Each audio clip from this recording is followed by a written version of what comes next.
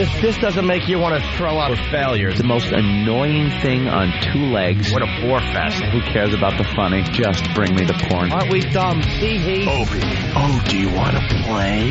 Anthony. I will beat children about the head. Jim Norton. I'm dancing. I'm a naked whore. It's indescribable. I'm trying. It's like a rape that's covered by insurance. Some of the comments they make are uncalled for. Why are you crying? The virus finally hit him. Well, with Jimmy, you never know. It could be AIDS. No. Yes. It's the Opie and Anthony Show. The virus that spreads from town to town across the U.S. of A.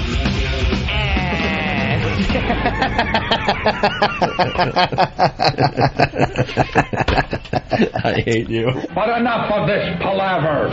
Let's get the show on the road.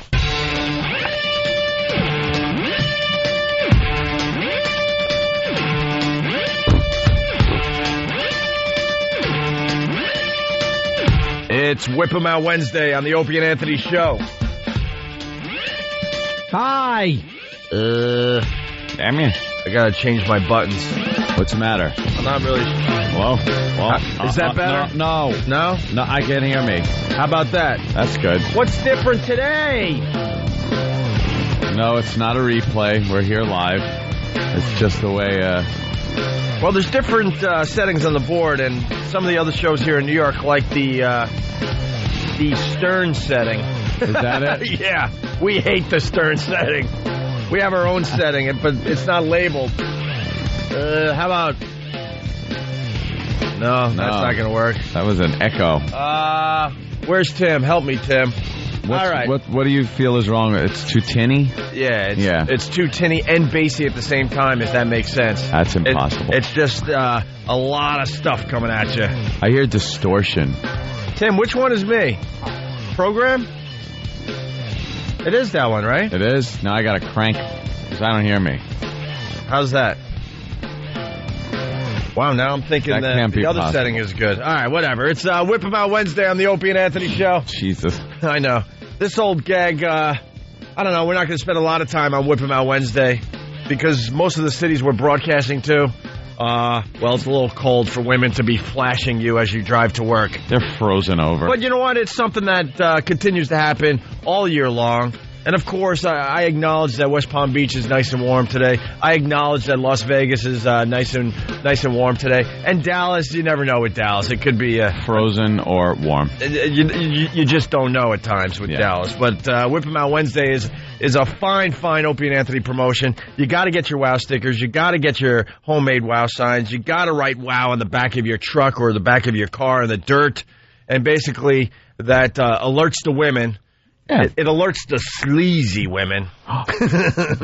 No, I'm just kidding. There are lovely women that do this. Over the years, we've had moms and... a little bit of everything. Yeah, a little of everything. Well, they see the WOW. They know it's Whip 'em Out Wednesday. They know it's the Opie and Anthony Show, and they will flash you. Yeah. All we ask is you do not harass the ladies. Just let them do it.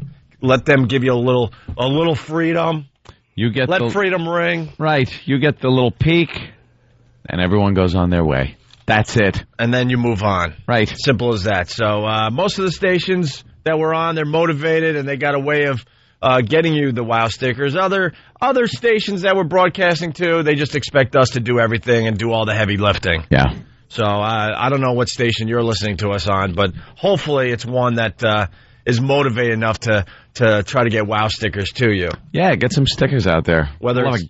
Whether it's through other radio shows on the station or promotions or just as simple as going to the website and clicking on something and sending an address in and they send out a WOW sticker, that would be great. Yeah. All right, but it Easy. is Whip 'em Out Wednesday. Get the WOW stickers on your cars and your trucks. Did you happen to watch the president last night after American Idol? I like how it was promoted like a show. It was like, catch the president's State of the Union address right after American Idol. What? Really? Too bad you can't get like Simon and Randy and Paula to critique his. That was awful. As he's going. That speech had no substance. It was horrid. He was all over the place because now with the Democrats in charge, he couldn't just, blah, blah, blah, terror, freedom, terror, Iraq, war, terror.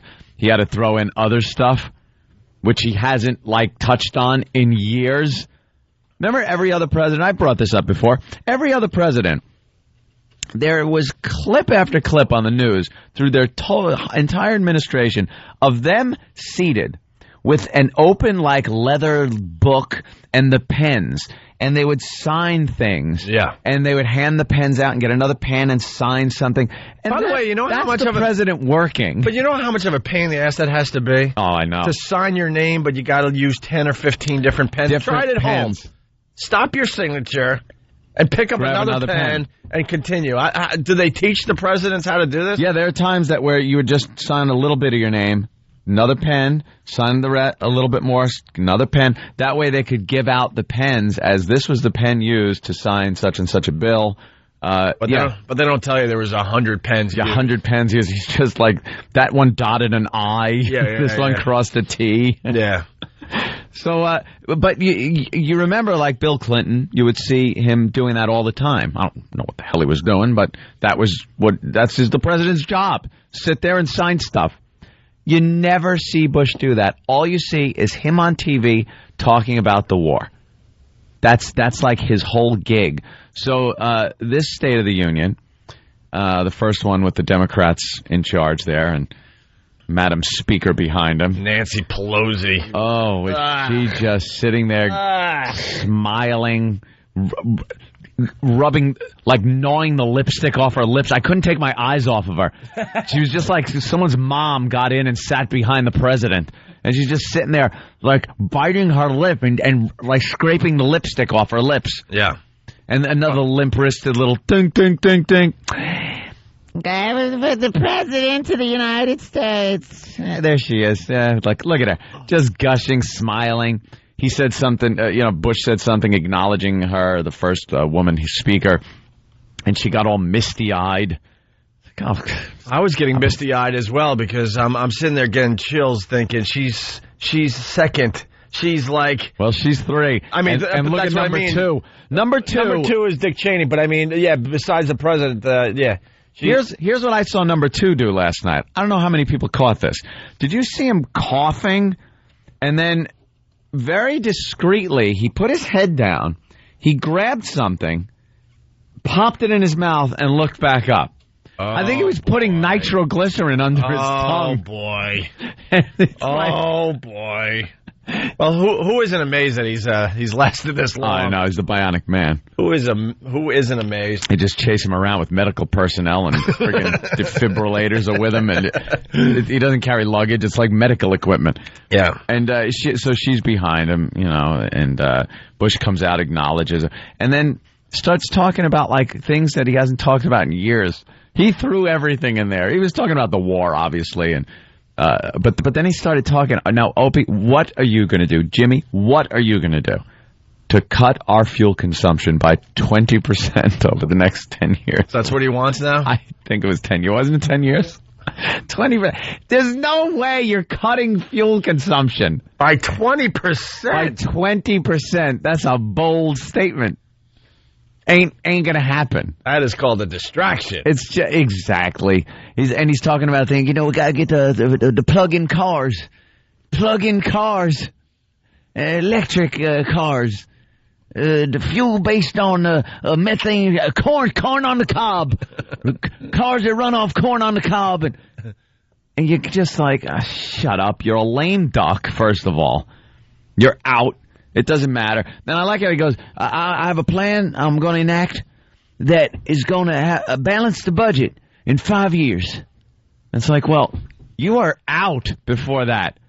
So what do you think? People are going to jump on board this? Like all your other ideas are going to be great? That all the Democrats are going to go, this is great. We got to even though, we might have a president in the White House, we definitely want this to go through. Yeah. So the applause also. The applause from the left side, if you're looking at the president, the left side, as opposed to the right side, just nothing. They sit on their hands. The whole left side is like, hurrah for the president, hurrah. And it's just crickets from the other side. They don't care. And it just shows you, like, you watch that. They can't even get behind an idea, together, both of them. Because the wrong person came up with the idea. Yeah, exactly. So a Democrat comes up with that same idea up there. These Democrats. Hurrah for our side. Hurrah. You just realize there's no getting along. There's no cooperation. So the wheels grind away very slowly. Expect absolutely nothing to get done for the rest of Bush's term. It's just nothing's going to happen. No one's going to sign off on anything. It's done. The lame duck. Yeah. And then if they get a Democrat in there as president, stuff might get done, whether we like it or not. It's another thing. But the State of the Union was all over the place. And when he starts talking about the war and more troops, and even the Republicans were like sitting there going, all right, I know I'm obligated to do this, but this is a tough one. Well, thank God for DVR, because the speech was on, 89 channels last night? Yeah, of course. Everybody needs their version of this? Yeah. I don't get that. There are different versions. Let me tell you something. Fox's version, which I was watching, didn't seem to show Hillary and Obama a lot. Really? Yeah. Because, it's kind of giving them airtime, I guess. Uh-huh. But then the CNN version had a few camera cuts that showed more of them. I don't know how they did that. I think it's one feed. I think they're able to pick and choose which cameras they're using. Yeah. At any given moment inside there, but it was odd. They didn't want to show Hillary. It was halfway through and they pop Hillary and Obama on there for a second on Fox. These people don't exist. Oh my God. I can't be bothered. Looking publicity. I just can't be bothered. It's the same crap every single time. Yeah. It's, I watched a little bit, and then I just couldn't take it. Nancy Pelosi, someone's bringing this up. I noticed this, by the way, Vinny. Blinking a lot. What was that about? She's blinking away. She got the twitch. She's got a little twitch? Got a little bit of a twitch. Oh, that's wonderful. Apparently, I didn't know. What was she, some soccer mom until she was 41? And then decided to get into politics, and now she's third in line to the presidency. Impressive. She's third person in. See what you could do, America? See what you could do? Third in. All right. I was watching Idol. Yeah, watched American Idol, and then of course. I have I Love New York on DVR, so I had to watch that. That's way more important than the president's speech. What the hell is that? What is it? You don't know I Love New York? No. New York from Flavor Flav? Oh, I'm so done with that. Yeah, no. It's the spin-off show on VH1? No. It's pretty funny, man. Is it? Yeah, it's all right. It's not bad at all. I don't watch shows that I experience just walking down the streets of New York on a daily basis. You don't walk around New York on a daily basis? Okay, drive. You drove a block yesterday. That was because... Or half a block. Poe brought my vehicle out front of XM, and we had to come back here for a meeting. And, kind of just drove down the road so my car would be out in front of... here in New York. Who was the client again? The wonderful people at Hotels.com. Oh, that's right. Yeah. Right on. Yeah. And we have no problem with Hotels.com, but we were on a conference call with a bunch of other talk show hosts from around America. Yeah. Let me give you. We had to listen in. I'll give you a quick briefing though on this, because when we do these, usually if it's by conference call, it's one-on-one. It's Opie and Anthony show, which is us two sitting there in a conference room in front of that little conference call thing, that little Star Trek thing on the middle of the table. And then we talk to the client, the sponsor, whatever, the agency, a few different people we can talk to. This one was different. All of a sudden they had roll call, and there's people beeping in, and there were 20 people on the line from different stations all over the country, talking with this agency that handles the sponsor. So, and most of them had a voice like this. Yes, I'm here from Miami, Florida. Yes, my audience loves this product. Blah, blah, blah, blah, blah. All just lapping. So they're spelling out their strategy. And they were fine. They were completely fine. Because I know Tom's probably getting nervous down the hall. No.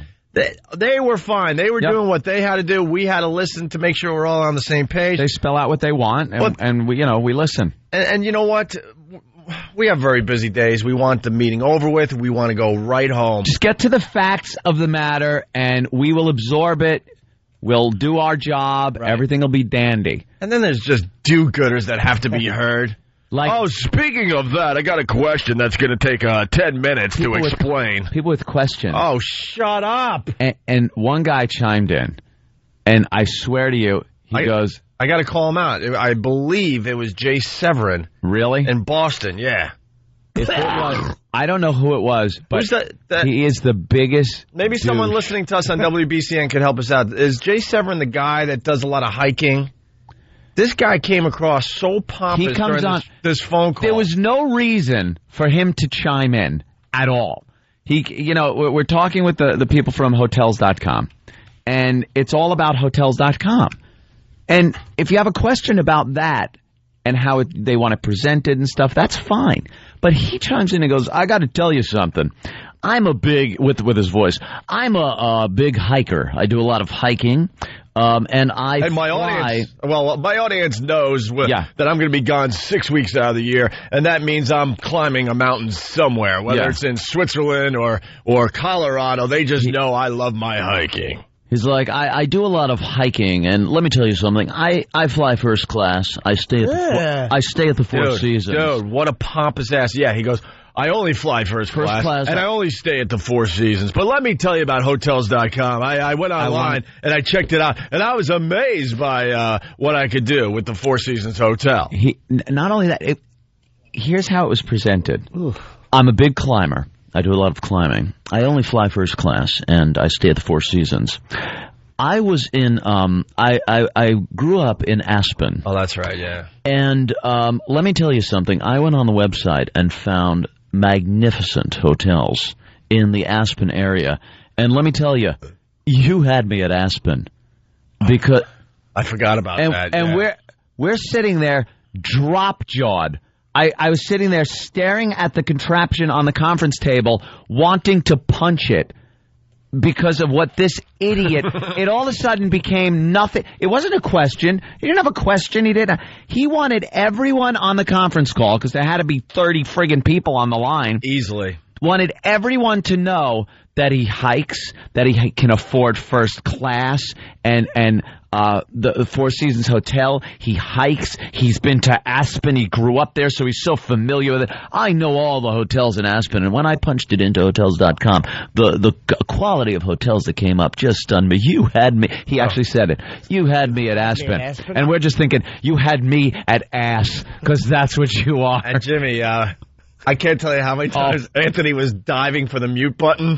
Oh, because there's a button on those things. And we're live. We can say whatever we want. And then everyone will hear us. So the green lights are lit when we're live. And then when you hit a button, the red lights are on and start blinking. Hear us? And it lets everyone in your room know that they can't hear us.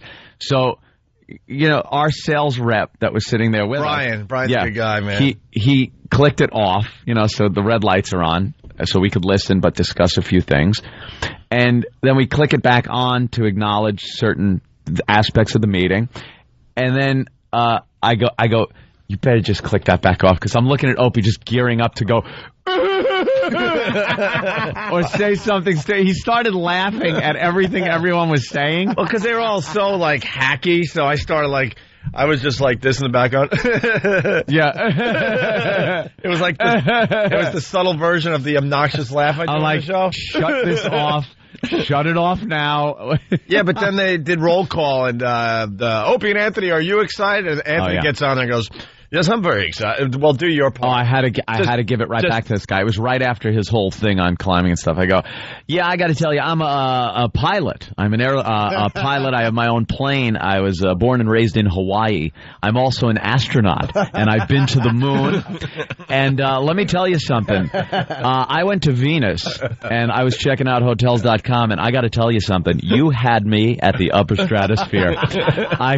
And they were laughing, and you didn't hear a peep out of that douchebag that said. In all fairness, you definitely got some laughs. Oh, but and you deserved the laughs. Jimmy, it was really funny. But most of these people are just what is he doing? Yeah, I heard one person go, "Who's that, Opie or Anthony?" Like that. Yeah, and someone went, "It's Anthony." Yeah, and then the rest of them just silent. Horrified that I was just mocking this douchebag hiker. Oh, he's just Is this him? He's just a pompous douche. He looks like a tool. Does it talk about anything in his private life about... Hold on, let's go to Steve in Boston. Steve, he might have some intel. Steve, what's up? Hey, yeah, I'm out in Boston. I'm a huge fan of you guys, but it's so funny because I talk about J7 all the time. The guy is just the most pompous ass. Like, if he was pompous on the phone, I bet he was 100 times more pompous on the air. The guy is just such an ass. Is he a hiker?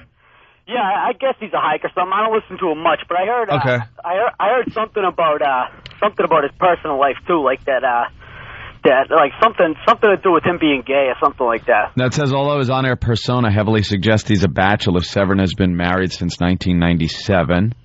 Yeah, we don't know if the his guy's show gay is there. called Extreme Games. The status of his show at WTKK Extreme Games. What the hell is that? I don't know, but it does sound like the name of something for somebody who hikes. Oh, man, after listening to him for a minute and a half, 2 minutes, ugh. Let me tell you something. I do a lot of hiking, and we're looking at the little gizmo in the middle of the table going, where's this going? Where's his question? What the hell is he doing? Why is he wasting time? He's wasting everyone's time just to let everyone know what a guy he is. Ugh. All right. Just getting started. We got lots to do today. Man, I'm trying to turn Anthony around with this bum on Madison Avenue. Nope, you ain't gonna do it. You gotta hear what the owner of this antique store did. God bless that antique store owner. If you've been following this story, see, with our show, we keep track of these stories. We present them to you, and then we see how they end.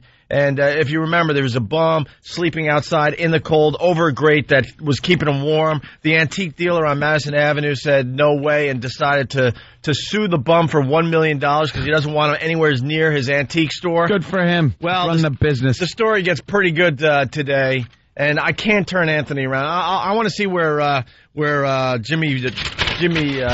Jimmy lays with this one. At this point, I'm less turned around than you could have gotten me when the story first broke because of the new details. All right, we'll get into that next. Yep. Also, you're listening to Two Slobs, according to Donald Trump. Yeah, all of a sudden we're slobs. We are really, Welcome. We're really not surprised about this. Donald's just taking on everybody. But we made page 6 in the New York Post today. You want to be on page 6, I guess. It's the place to be, and we're getting a little print.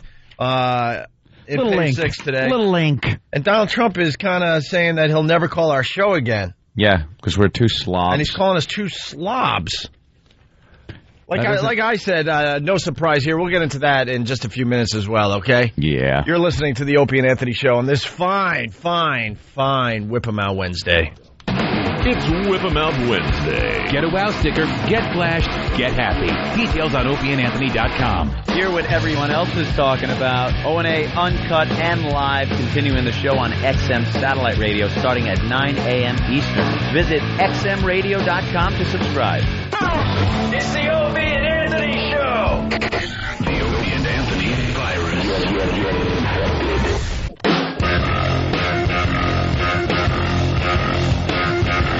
We're back with the Opie and Anthony Show. You're listening to your two favorite slobs. Right. We'll get into the Donald Trump thing in a minute or two here. Our phone number, 1-866-313-FREE.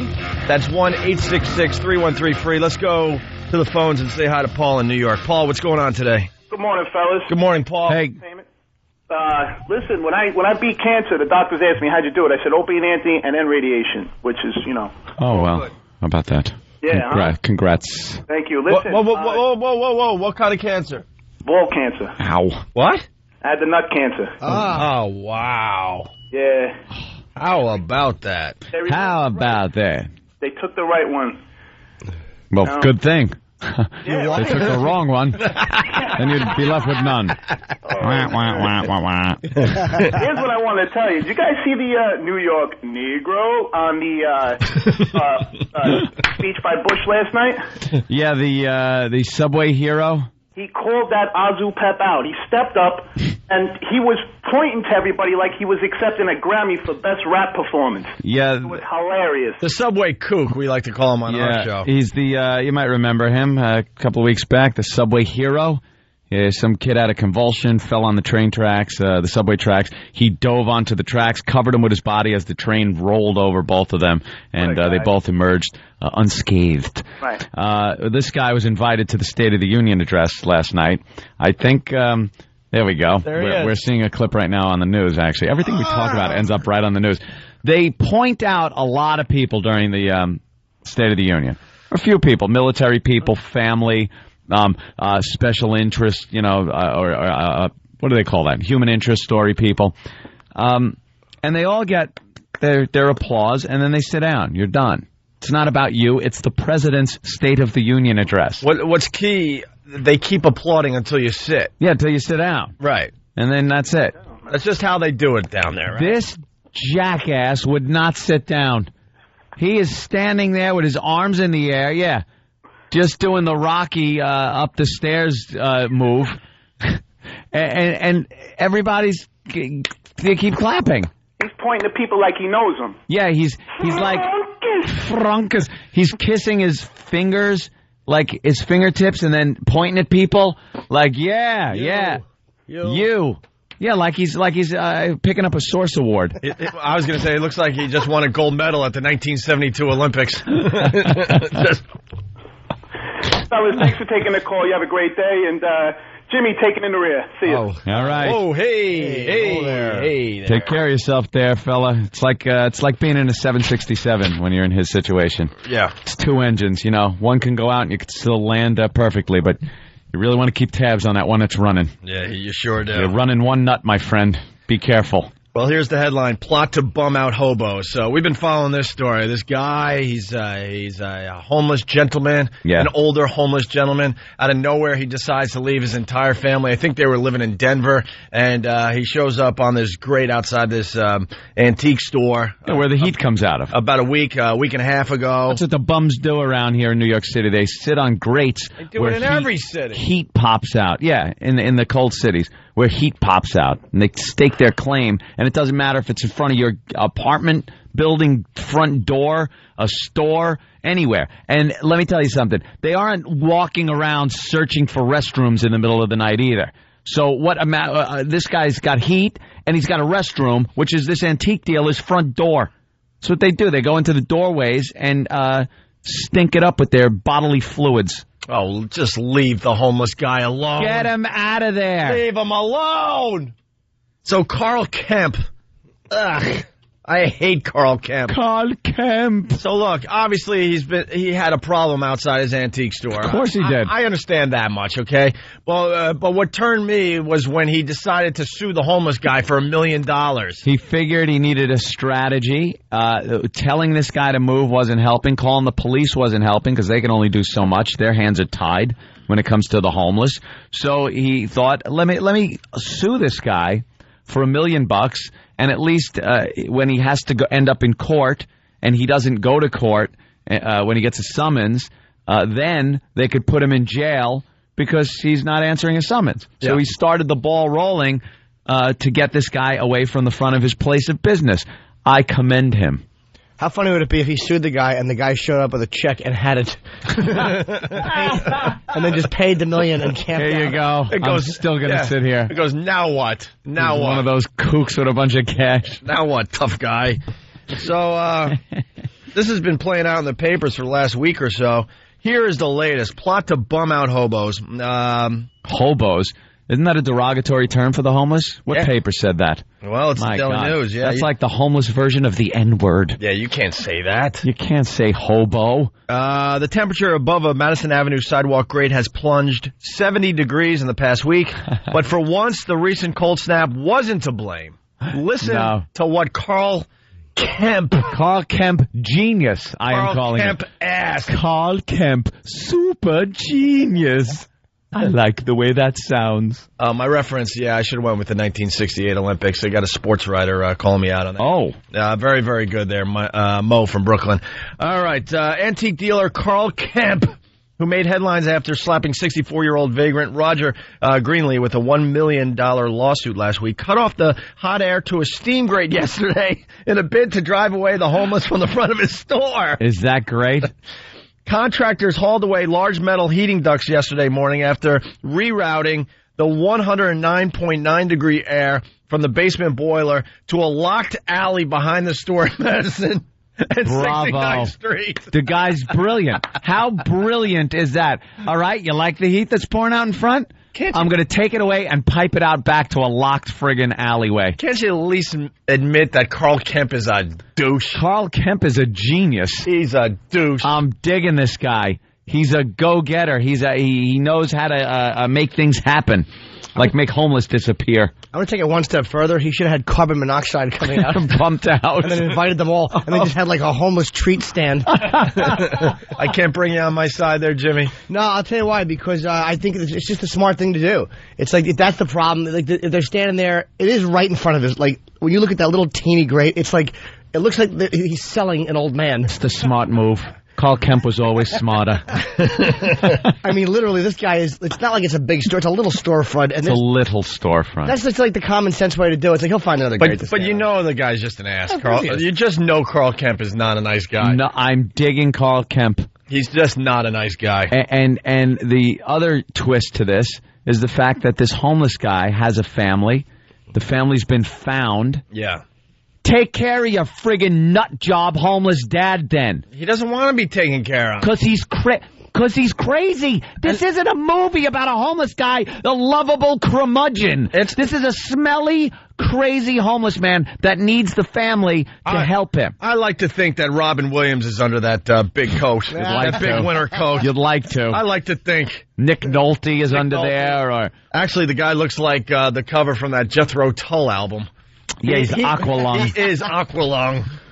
The once toasty grate beneath Kemp's window, a mainstay for Green League, and at least 3 other homeless people named in the lawsuit, had cooled to a near-freezing 38.9 degrees. They put a little thermometer in the news. Probably got this digital thermometer. How cold is the grate? Well, they like to just... Go find out. They're just nudges. Yeah. The nudges. The nudge. The Daily News is just like, ugh. We're gonna get a temperature for this grate. Point. Yeah, the Daily News measured it yesterday. We put in new insulation, so now instead of all the hot air coming out in front, it goes out in the back. Said a contractor from a company that did that for Carl Kemp. Good. The guy he did something about it. He had a problem and he had a solution. And if you ask me, I would say this is the final solution to this problem. What? I don't think he'll have a problem anymore with this homeless guy. Final solution. Done. Problem solved. He's just a douche. Let the family take care of this guy. Have him committed. Now, the guy left his family 30-some-odd years ago. Oh, well, look, you found your dad. He had some dispute, and he just left his family. I believe they were in Denver, and just they all thought he was dead, and out of nowhere, he shows up here in New York in front of this antique store. But he's been in New York for a long time. And there's another guy that allows this homeless guy to sleep outside his joint on the Upper East Side. Oh, there you go.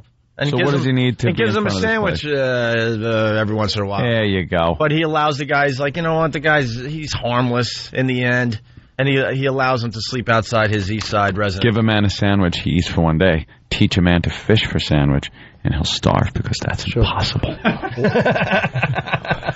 Or poison his sandwich, and he'll never bug you again. Like that. Let's go to Paul in Philly, listening to us on WYSP. Support the local radio stations, will you? Paul, what's up? Hey, I agree with you 1,000%, Anthony. Yeah. That guy should not be there. But does anyone else understand that Carl Kemp is an ass? Why is he an ass? You're calling him an ass. You don't know the man. He wants to run his place of business without this bum in front of it and without the smell of urine in front of his doorway. Yeah. He took the bull by the horns, hired a contractor. You know what it was probably like for that poor guy to part with money to have this rerouted out the back? Well, there you go. Jesus. There you go. Hey, Jesus. You can always take him home, buddy. And that's got to stink. Hey, too, you know man. what? Oh. Paul, I already got homeless people sleeping outside my place, and I let them be. What's one more? What's one more? The smell can't get any worse. Honestly, I don't have enough room. I swear to God, there's a homeless guy. I haven't seen him lately. He sleeps outside my place of residence. And you know what? Every once in a while, it's a drag. There's something that he has left behind. Thank God I have a super that takes care of all that. I wasn't too happy when he relieved himself into the air conditioning unit that pumped into the into the bedroom. How great is that? Oh, man, that's great. The guy. So, you know, Paul, I deal with this. Yeah, I'm sure you do, but I think we should all take Jimmy's suggestion. Well, when I'm walking out in the morning and Club Soda Kenny is waiting for me in a nice, warm car to make my life really easy, I look at the guy like, my life could be so much worse. Move to Let Florida. this guy be. Be homeless in Florida Let then. this guy be. Maybe he doesn't have a male prostitute friend like Ratso Rizzo. He has no way to get to Florida. That's great. The guy is obviously has mental problems. He now has this family. Yeah, you left him 30 years ago. Something but like that, I mean, he's got a family that is doing nothing. All right, it's their problem. The guy's a kook. He's crazy. He needs mental help, and no one's giving the homeless guy mental help. They're giving problems to the guy that wants this mess out from in front of his business. All right, let's say hi to Good Ernie. for him. Ernie, what's up? What's up, guys? Hey. Opie, Anthony, how you doing? We're doing all right there, Ernie. All right, look, Jimmy, love you guys. I'm a new listener since you guys have been on K-Rock, and I absolutely love the show. Thanks. Anthony, I totally agree with you. That was a great way to get rid of the guy without doing anything bad, having him locked up or anything like that. And Jimmy, your comment about poisoning the sandwich, absolutely priceless. That's why we love Jimmy, Ernie. Sometimes you feel bad, though. Like, Love you guys. Punching out. Got to go to work. Have a great day. All right, and I like that you said K-Rock. I don't really, no, I do, though, because, the station we're on here in New York, it's Free FM. It's Free FM in Detroit. It's Free FM, and it's Free FM everywhere. They should have just, whatever. One's going to. We're on a few that aren't, but whatever. Yeah. I don't really get the whole Free FM thing and how that makes sense, but that's not my decision. Yeah. What were you saying, Jimmy? I like letters. I forget, actually. I had a point. Damn it. I just, went away. Oh, something about the guy. You were feeling for him a little bit. There was something in you. I think hope so. not. No, there was something. You were going with a butt there. You don't blame Carl Kemp, but I heard know, it. I'm like there a was a butt. Something in him. You were going with the butt. What are you talking about, Opie? You're like a dog. Yeah. You leave for 1 minute and the dog thinks you've been gone a week. What is that about? Jesus. You'll remember. Get a memory, will you? Too many drugs, man, when I was young. You don't remember? For that week. All right. And then you realize, I can't handle this stuff. Let's say hi to Brian. And where's NB? North Brunswick? Carolina. I'm in Nebraska. Nebraska. There you go. Do you realize how funny this is, hearing you being an advocate for the homeless hope and Ant taking the other side? I love it. I'll tell you why. He isn't Nebraska? Isn't it? NE is Nebraska, right? Nebraska is an NB? That's New Balance. Who wrote that? That's New Balance. Craig. Hey, may I say... Oh, you dope. We don't pay him, though, so let him be. Yeah, okay. You just keep messing up. We don't really care.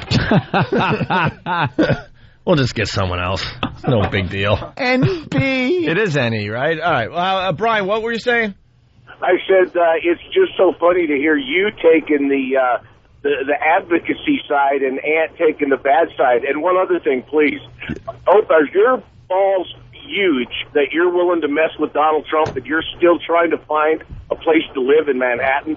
Well, good point. And I was looking at some Trump places recently, but I guess I'm going to have to move on from that. Oh, it doesn't matter with Trump. As long as it comes to cash and him getting paid, it doesn't matter. Yeah. What's said. The guy's just looking for publicity. Thank you, Brian. I got to tell you, I'm taking the good cop side here, but I just hate rich people. I hate rich people like Carl Kemp who could push people around. I understand the homeless and his plight. Business. Nah, he's a douche. You could just tell he's a douche. Anyone that would sue a homeless guy for $1 million is a douche. It's his gimmick in order to get the ball rolling. Trust me, I'm not the rah-rah help the homeless guy. Trust me, but I could just tell Carl Kemp is a douche.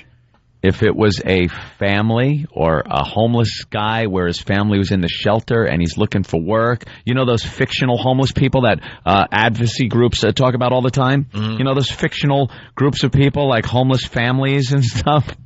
I've never seen them. Never seen one. The only homeless people I've ever seen in New York are stark raving lunatics. We've had them up in the studio. They're incoherent drunks. They babble like idiots. They go to the bathroom anywhere they please. and they're crazy. I understand all you that. You can't run a business with that guy doing stuff in your doorway. I understand all that, but the guy could have done so many other things. He did. He sued a homeless guy for $1 million. After a year of calling the cops and trying to somehow other ways get this guy away from the front of his business, he finally decided, I got to do something. I don't think the first day he came out and went, there's a homeless guy on my heater grate. Get my lawyer. You know what? Well, he is Jewish. Okay, he might have. He's a douche, and I think someone should drop a deuce in front of that freaking antique store. I think the guy did already. Well, then we probably did. That's why he called the cops and filed a suit. We should continue down that road because you just know the guy's a dick. Rerouting so the freaking grate is good, freezing is cold. Ice cold. He should have piped refrigerated air so it's even colder than outside. Especially in the summer, they all come back though to hang out over that little cool hot spot. Yeah, I hope so.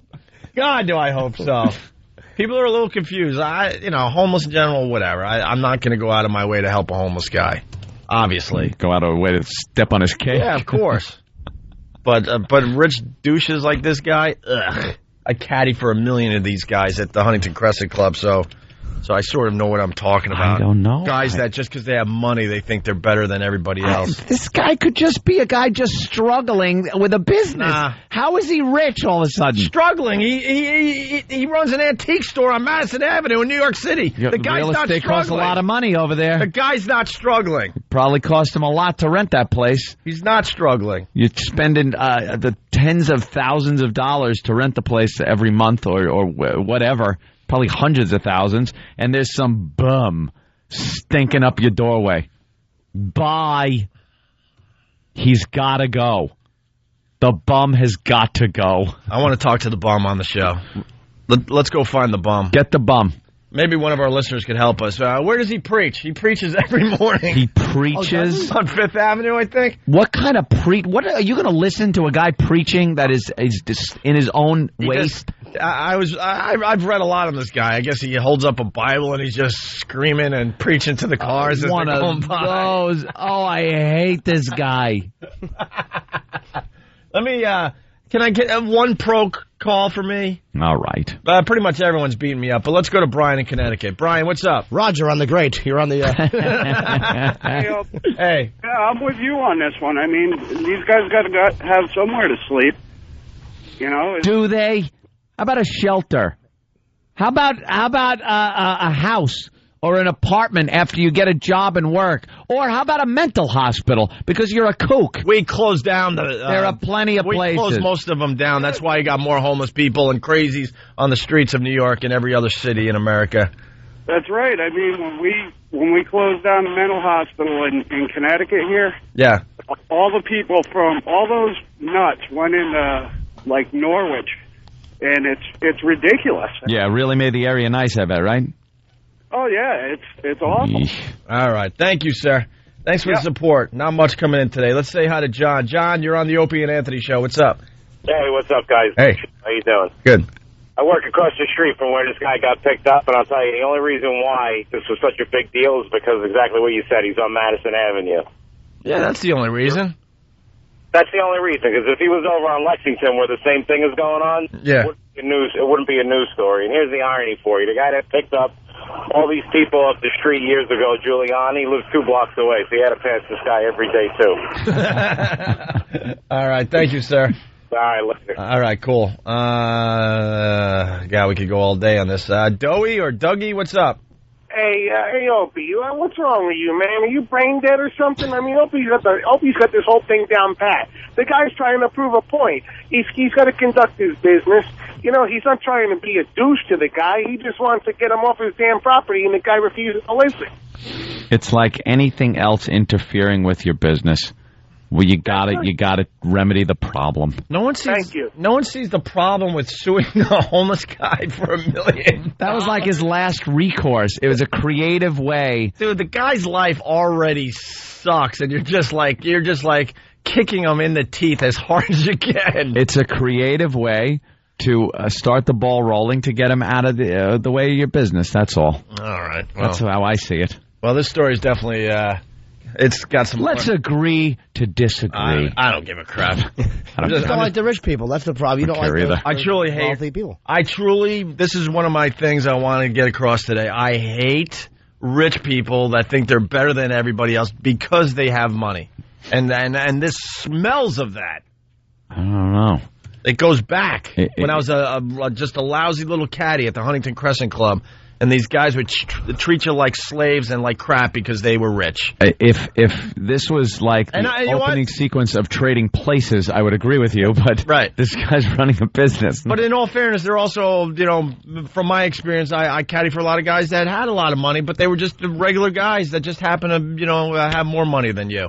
Yeah. But there was also those people that treated you like crap. I felt black when I was caddying. Whoa. Felt like a Negro.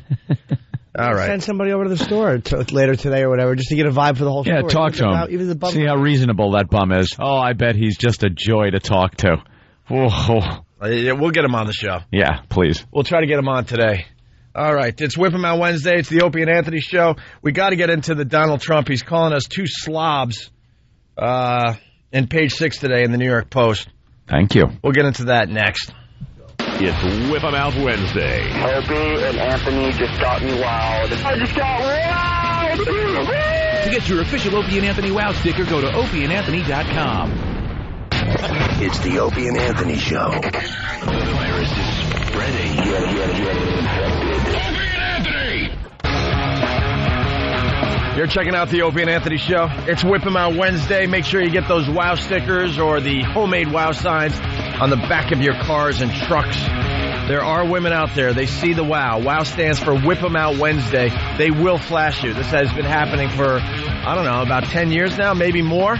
Yeah. Something like that. We'll really get into it when it starts getting warm again for most of the cities. I know it's warm still in West Palm Beach, and we went over it earlier. Dallas, who knows? It's always a toss-up with you guys. Hey, are we going to have our John and Jeff moment of the morning? Are we? Oh, E-Rock is nodding, saying yes. Can't get enough of John and Jeff. You guys are funny, man. Also, we got to talk about the Dakota Fanning movie. Ah, yes. Hound Dog. Hound Dog. It's called, yeah. And good old Bill Donahue is all over that. We should try to get him on the phone today. Yeah, Bill Donahue wants a federal investigation to see if any child pornography laws were broken during the filming. And I think the producer of the movie, someone involved with the movie, maybe even a publicist, was saying, hey, perhaps, again, they bring out the same thing that everybody brings out whenever Bill Donahue kicks in with something. Perhaps you ought to, look in your own organization and the Catholic Church for these things instead of a movie set. Where the parent is there, and everything is done very sensitively on camera, so it looks brutal on film when you're watching it in the movie. I heard this is one of the most disturbing scenes in movie history. Did you say what it was? Billing it as Dakota Fanning being raped in a movie. And how old is she in the movie? She's, whatever age she is, 12. All right, Well, she's 13 now or something. The weird thing is this movie's a comedy. How they pull that off. This thing's got a Smokey and the Bandit vibe to it. What was I going to say? Well, last time I was in L.A., I saw Dakota Fanning. Did ya? Yeah, I was at... Let me tell you something. She is adorable. She's a phony. What? She's a phony. She's 12. She's a phony. Phony. She's a phony. She's an adult in a 12-year-old's body. Oh, okay. Dude. I was going to say, you are off your rocker today. A phony. All those interviews you see on TV. Yeah. She's acting like the innocent 12-year-old. This girl is way older than her years. You think she's in her 20s? No, I'm sure she's 12 or whatever, but she's way older. Yeah, she comes off that way in interviews. She really does. She comes across like I'm just a kid. I'm like a smart, intelligent kid.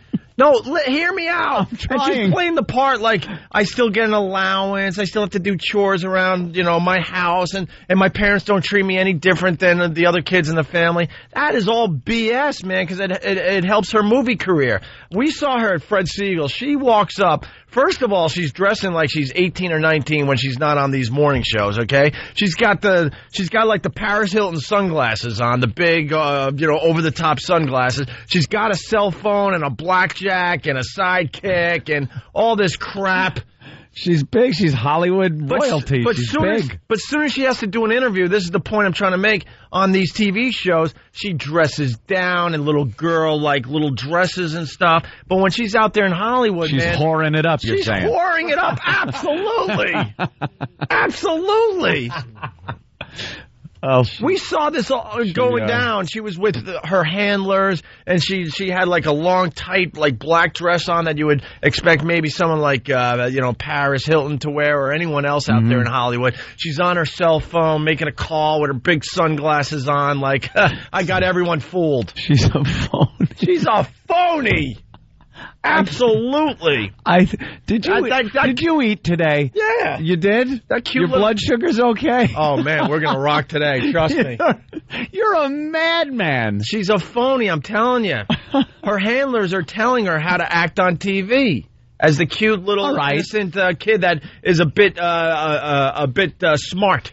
A bit intelligent. I've seen interviews with her. Yeah, she comes off very, very wise and, but also cutesy, like wise above her years. Like almost surprised. But I don't know how this is happening. I'm just a regular girl. Wouldn't that be the way it would work if you had a 12-year-old girl or 13-year-old girl, kind of that is very smart?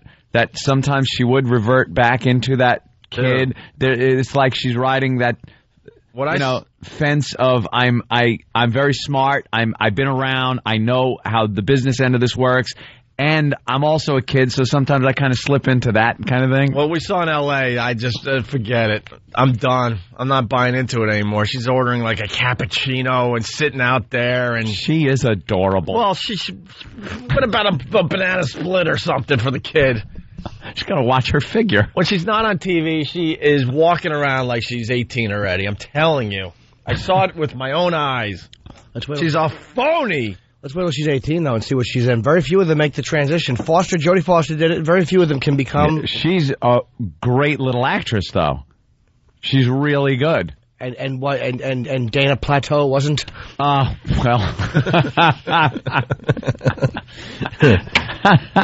Anyway, so everyone is up in arms. Yeah, not everyone's not up in arms. They're just saying it's very disturbing. Bill Donahue's up in arms. Yeah. He's going crazy over this whole thing. And they say it's, very disturbing. Apparently, the gist of this movie is she's a 12-year-old girl who loves Elvis. It's set back in those days, the Elvis days, I think the 50s, somewhere around there. And she deals with her hardships through singing Elvis songs and kind of dancing to them. But she dances around, and they're kind of saying it's a little suggestive, and that she kind of almost, it can be interpreted that she coaxes this 20-year-old delivery guy to rape her in the movie. And it's kind of a brutal scene. Is it a violent scene or just like graphic? Or? It's too graphic for her to actually have acted in it, is what they're saying, because it's actually her, and she's doing the part. So I guess there's some uncomfortable moments. But I'm thinking it's like one of those moments where you sit in the movie theater and it's got that. You ever know those movies that had the moment and you sit there and go, "Oh, here it comes. Okay, here comes the part everyone talks about." You know. Yeah. I think that's what this is going to amount to. I don't know what was in the actor's head, because you got to do something like that. It's got to be uncomfortable. She can handle it. She's 25 years old in a 12-year-old's body. Well, you don't want to do anything wrong. Like if you no, I do that with an actress. Well, the other actor was Mark Carr, so I don't think he had much of a problem. Roman Polanski picture. First acting role ever. All I'm saying is, man, I saw a much different Dakota Fanning. Much different. She was hanging out the same place for, 45 minutes. Yeah. And I'm like, this is the same girl you see all cutesy on Good Morning America, and I still do my chores. Let me just add, she's adorable. Of course she's adorable, but she's also, not that innocent. Yeah, but not that innocent. She's not, I'm telling you. Are you saying she's got us all fooled? Are you saying that perhaps there's a Drew Barrymore thing going on here? What do you mean? when Drew Barrymore was growing up, she came off as a very intelligent yet innocent little girl, and now we find out, later on that she was 10 years old, smoking, drinking, doing drugs, and living as an adult. All I'm saying, man, they got an image for her. Yeah. Because it's selling movie tickets, and she knows how to play that role perfectly on TV. That's all I'm saying. All right. And when she's walking around Hollywood, she's not playing that same role that you see on TV. That's all. She's a star. She's playing the part. All right. Let's say hi. It's like Dress Up. Let's say hi to Teddy and Historia. What is Historia? Who is on the phones today? Who wrote Historia? I imagine Teddy's calling from Astoria, right? Teddy, you calling from Queens? Yeah. Historia. Well, these guys You're hysterical in there. It's not Travis, by the way. I know, because there's something going on. The abbreviation for Nebraska today was NB, and what was the other thing? There's been 3 already today. Hello. Hold on, Teddy. Hold on. Got flashed. Someone spelled Astoria Historia, and that would be Craig. Who's the hash that was sitting in there before you? They think this kid has something, really. RIA. All right, what's up, Teddy from Historia? Yeah, I just got flashed by some girl. You got flashed? Yeah, I have a WOW sticker on my truck. There you go. On your truck. We could take calls like this all day. Was it nice? Yeah, they were nice. Before we continue, could I get a crank water? What? Yeah, go ahead. Bye. Figured it out. I'm the brain. Yeah. Howard Stern rules, guys. Right? Oh, you again. And Teddy. Go ahead, Ted. I know. It's really. You know what the saddest part is? It's one guy. It's the same guy. Teddy. I don't get Teddy. And then he's hangs on up. right now. Oh, is he annoying? If he rules, he's on right now. Go listen to him. The most annoying part of his call is when he hangs up, because you just want to confront him and say, dude, you're one guy. If it was a barrage of calls or something, it might be different, but my God, you're one sorry son of a bitch. I don't know. I look forward to his Get a call like that, it wrecks the whole show. What do you do? And by the way, I'm flustered. Had that guy, the second he opened his mouth, I knew it was him.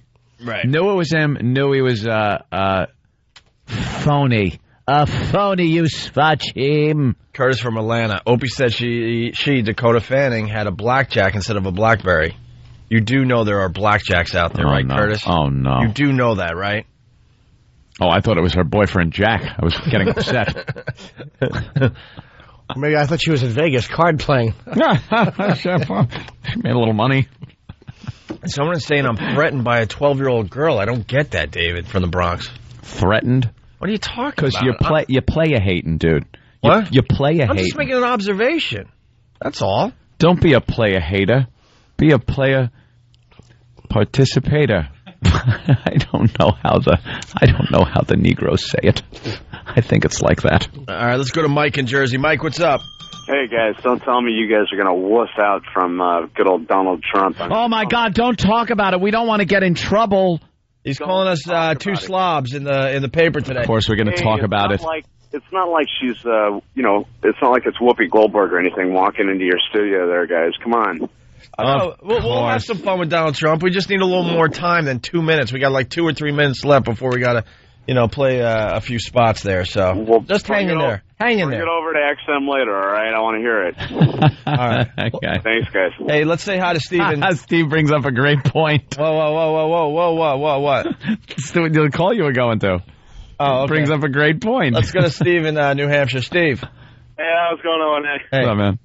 What's up, little Jimmy? Hey, man. I just thought it would be kind of, I didn't know if anyone else noticed that it's kind of weird that Opie was watching Dakota Fanning for 45 minutes in L.A. I was starstruck. Just like anyone else, I was starstruck. It's like if she sat there for 45 minutes. Sipping her cappuccino. He's told what she drank, what she was eating, what she was wearing, who was with her. Jesus Christ, I didn't even realize that. All of her phone accessories. Got a dossier on the girl. The whole time I'm like, why won't they leave her alone? For 1 minute. I only need 1 minute. Oh, that's funny. Would you go up and take a picture with her? There's little Dakota. She's very cute. Take care, guys. Love you guys. Thanks, Steve. Good. I'm so weird with kids, man. I would like to because she's very famous and she's a star. She's a kid. That still might ask you. I don't think she would Weird. mind, but it's odd to. It is odd. I would hate to be blown off by her because I'd have to punch her. It's just Decker. Punch a little girl in the face. Let's go to Ezra. Ezra. Hey, fellas. Hey. How you guys doing? All right. The two things, actually. Opie, I don't know how affected she really is more than any other 12-year-old. I go to Starbucks all the time and see these girls getting mochachinos and cappuccinos and every other, woman drink, girly drink. Young girls that age, by the way, they're kind of adultifying themselves. It was in the paper the other day. Somebody wrote an article about how dressing slutty isn't as bad as people say it is or have said it is over the years, that it's just part of them kind of feeling out their adulthood. Right. As they come into DJ. I'm a DJ. I do a lot of parties for like 13-year-olds, bar and bar mitzvahs. Yeah. And a couple of years ago, I guess it was 6-7 years ago, Lindsay Lohan was at a party I did. And you know what happened to her, but she was at the party, she was just like every other 12, 13-year-old girl. She was non-affected. It was right after she made that 10 years ago. Right. That was like, what, 10 years ago or something? Whatever she, I don't know, what is she, 19 now? So it was like no, she's 6-7 years ago. All right. And so she wasn't any different. All right, thanks, guys. All right. By the way, 12 is the new 18. So. Is that what it is? Yeah, I'm sure there were many people in jail saying that. Best Freddie and I are thinking the same. He said 12 is the new 17. Yeah, it's still illegal. 12 is the new 18. There you go. Trying to keep it legal. When did we start the countdown clock on the Olsen twins? Oh, God. I think we started when they were 8. Before they had the show. I'm sure somewhere out there's the Dakota countdown clock? Yeah, sure. Yeah. All right, this is what we got to do. We all know by now this show has ADD. Okay? What? I wasn't paying attention. So we're going to go to break, and we're not going to get distracted. And when we get back, we have to talk about Donald Trump and nothing else. Are we in lockdown? We have to be in lockdown. Lockdown. Put it in lockdown. Lock the doors. Iraq lockdown. Don't let them call us. Don't look at Pal Talk. We've got to concentrate. All it takes is like we get those moments. Oh, a butterfly. Ooh, something shiny out the window. Right, exactly. Can we focus for once? On what? And get something done. Donald Trump. Oh, right. Tattooed on your arm. Let's do a little memento here. Just tattoo Donald Trump on our arms. That's what we have to do. So we remember when we get back that we got to get into that a little bit, okay? All right. Donald Trump. Donald Trump is calling us two slobs in the paper today. No surprise, to be completely honest with you. We knew we made a deal with the devil, so we'll get into that hopefully. Talk about the devil when we get back? What? No. Donald Trump. Oh, Donald Trump was the subject at hand, right. Right. Let's talk about that. Oh, boy, look at that. What happened? Dreamgirls got snubbed for the Oscars. Yeah. Did we get nominated for anything? Not for Best Picture. Yeah, because the movie got, average reviews. Yeah, they nominated that American Idol girl for Best Supporting Actress. Mm-hmm. But, what were we talking about? Eddie Murphy. I don't know. After break, we'll talk about the Oscars. No, the 3-year-old kid getting kicked off a flight. Right. Okay. For sorry. throwing a tantrum. Yeah. Cool. Slipped my mind. We'll talk about that after we take a break. Wait, was that It's Whip 'em Out Wednesday. But I just got wild. I got wild. Hot damn, I just got wild. Oh, thank God for Opie and Anthony. Thank you, Opie and Anthony. Get a WOW sticker, get flashed, get happy. Details on opieandanthony.com. Way to go, O&A. It's the Opie and Anthony Show. The Opie and Anthony virus. You're infected. It's the return of the Opie and Anthony video contest, sponsored by HotMovies.com. Bigger, stronger, and gayer. Is that a word? Well, all right. Hot Movies just gave us more money this time.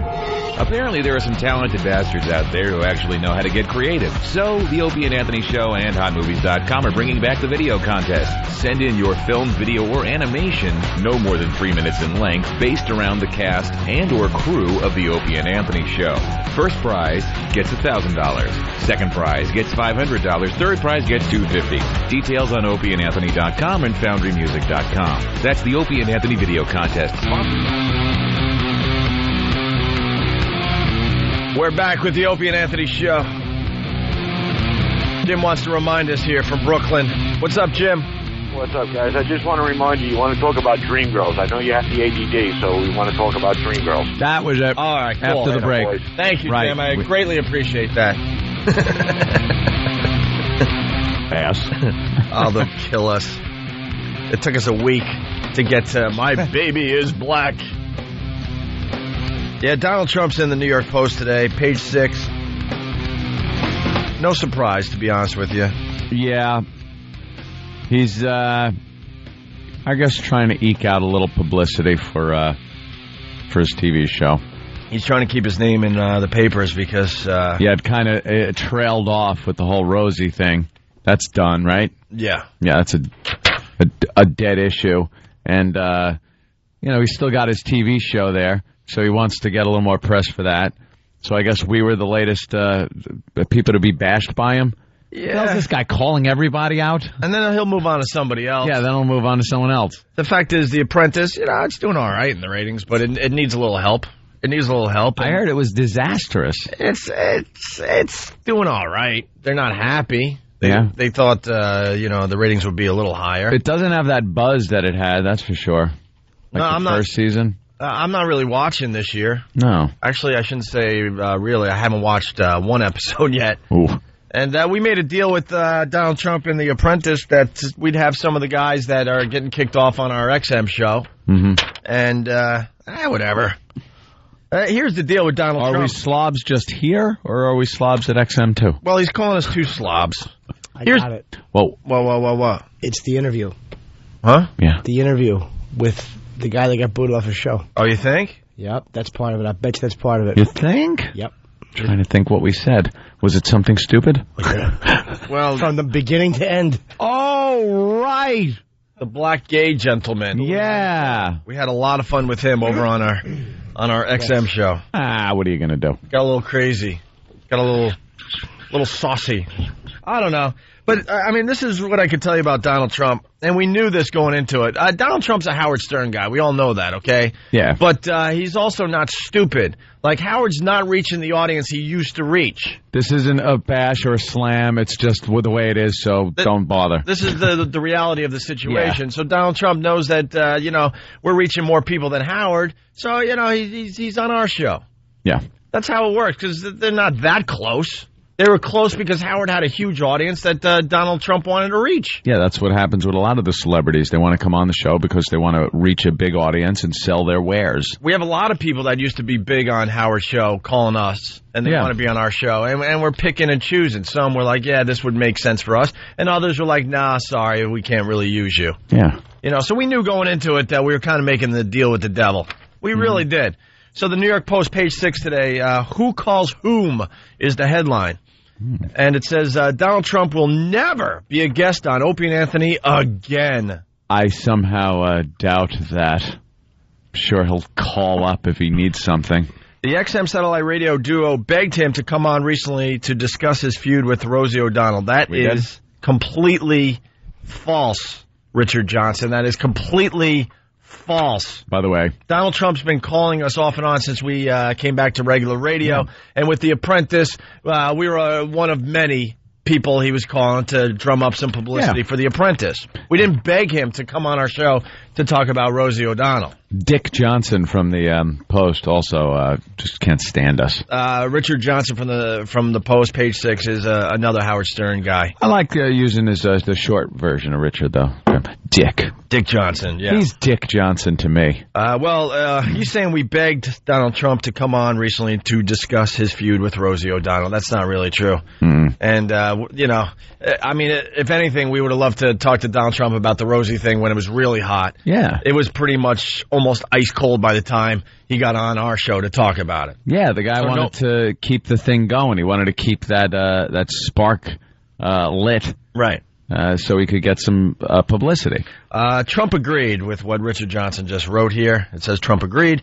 But after his interview, the shock jock sent out a press release claiming Trump had called into the show implying he was hungry for publicity. That is not true. No. I'll tell you exactly what happens. We'll tear down the third wall here for you. Uh-oh. You know, when we have a hot interview or something that might be interesting to the press, like any other radio show out there, we alert the media. Hey, Donald Trump is on our show, and this is what he said. This is what shows do. It's what every show does. Not just ours. It's protocol. What do you think? The newspapers listen to everybody's show and watch every TV show? That's what happens. Like, hey, here's what today program. If there's anything used, that's what they do. It just radio shows do. Agree, but after the shock jock sent out a press release claiming Trump had called into the show lying he was hungry publicity trying to get on their show. I turned down Larry King, trolled Page 6. The idea that I called Donald Trump, so you're building something called the Empire State Building. Very interested in this new project. It's going to be one of the tallest buildings in the world. Tell me about it. This new Chrysler building is amazing. That top is so shiny. Stupid Larry King. Yeah, well, Donald Trump says... How about those pyramids?